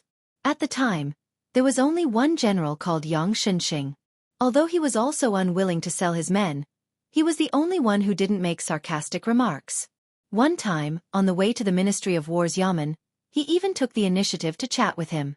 Many years later, that old man, who was no longer a junior commandant, told his son that one should hold a grudge, but one should also remember the good of others.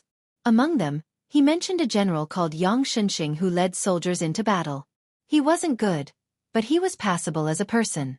Xianxia said sadly, "So there was such an old story. I've already forgotten about it. I didn't expect the great general to still remember, and even tell your highness about it." Afterwards, the old man stroked his snow-white beard and chuckled. "I, Xianxia, should be content to have the great general personally say that I'm passable. Of course, as a general, I, Xianxia, am still somewhat unconvinced that I'm not good at war, even if it was the great general who said it." Su Fengnian didn't comment on this. He smiled and said, "In a moment, there will be people escorting official Yang to Liangzhou. I won't be seeing you off." Xianxia nodded and said, "As it should be. I wouldn't dare delay your highness's journey." Su Fengnian paid the bill. Very quickly, dozens of horses galloped over from the post house. Among them, there was a large horse with no rider. Xianxia mounted the horse and cupped his fist to Su Fengnian. "Your highness, farewell." Su Fengnian made a sound of acknowledgement. "Let's meet again in Liangzhou." The woman from the tea stall, who had been shocked by the dozens of horses, opened her mouth wide. She carefully pricked up her ears when she heard the title of Your Highness. After the cavalry was far away, she moved closer to Su Fengnian and asked curiously, "Young man, your name is quite strange. Your surname is Wang and your name is Yi. Your parents are really generous with their names.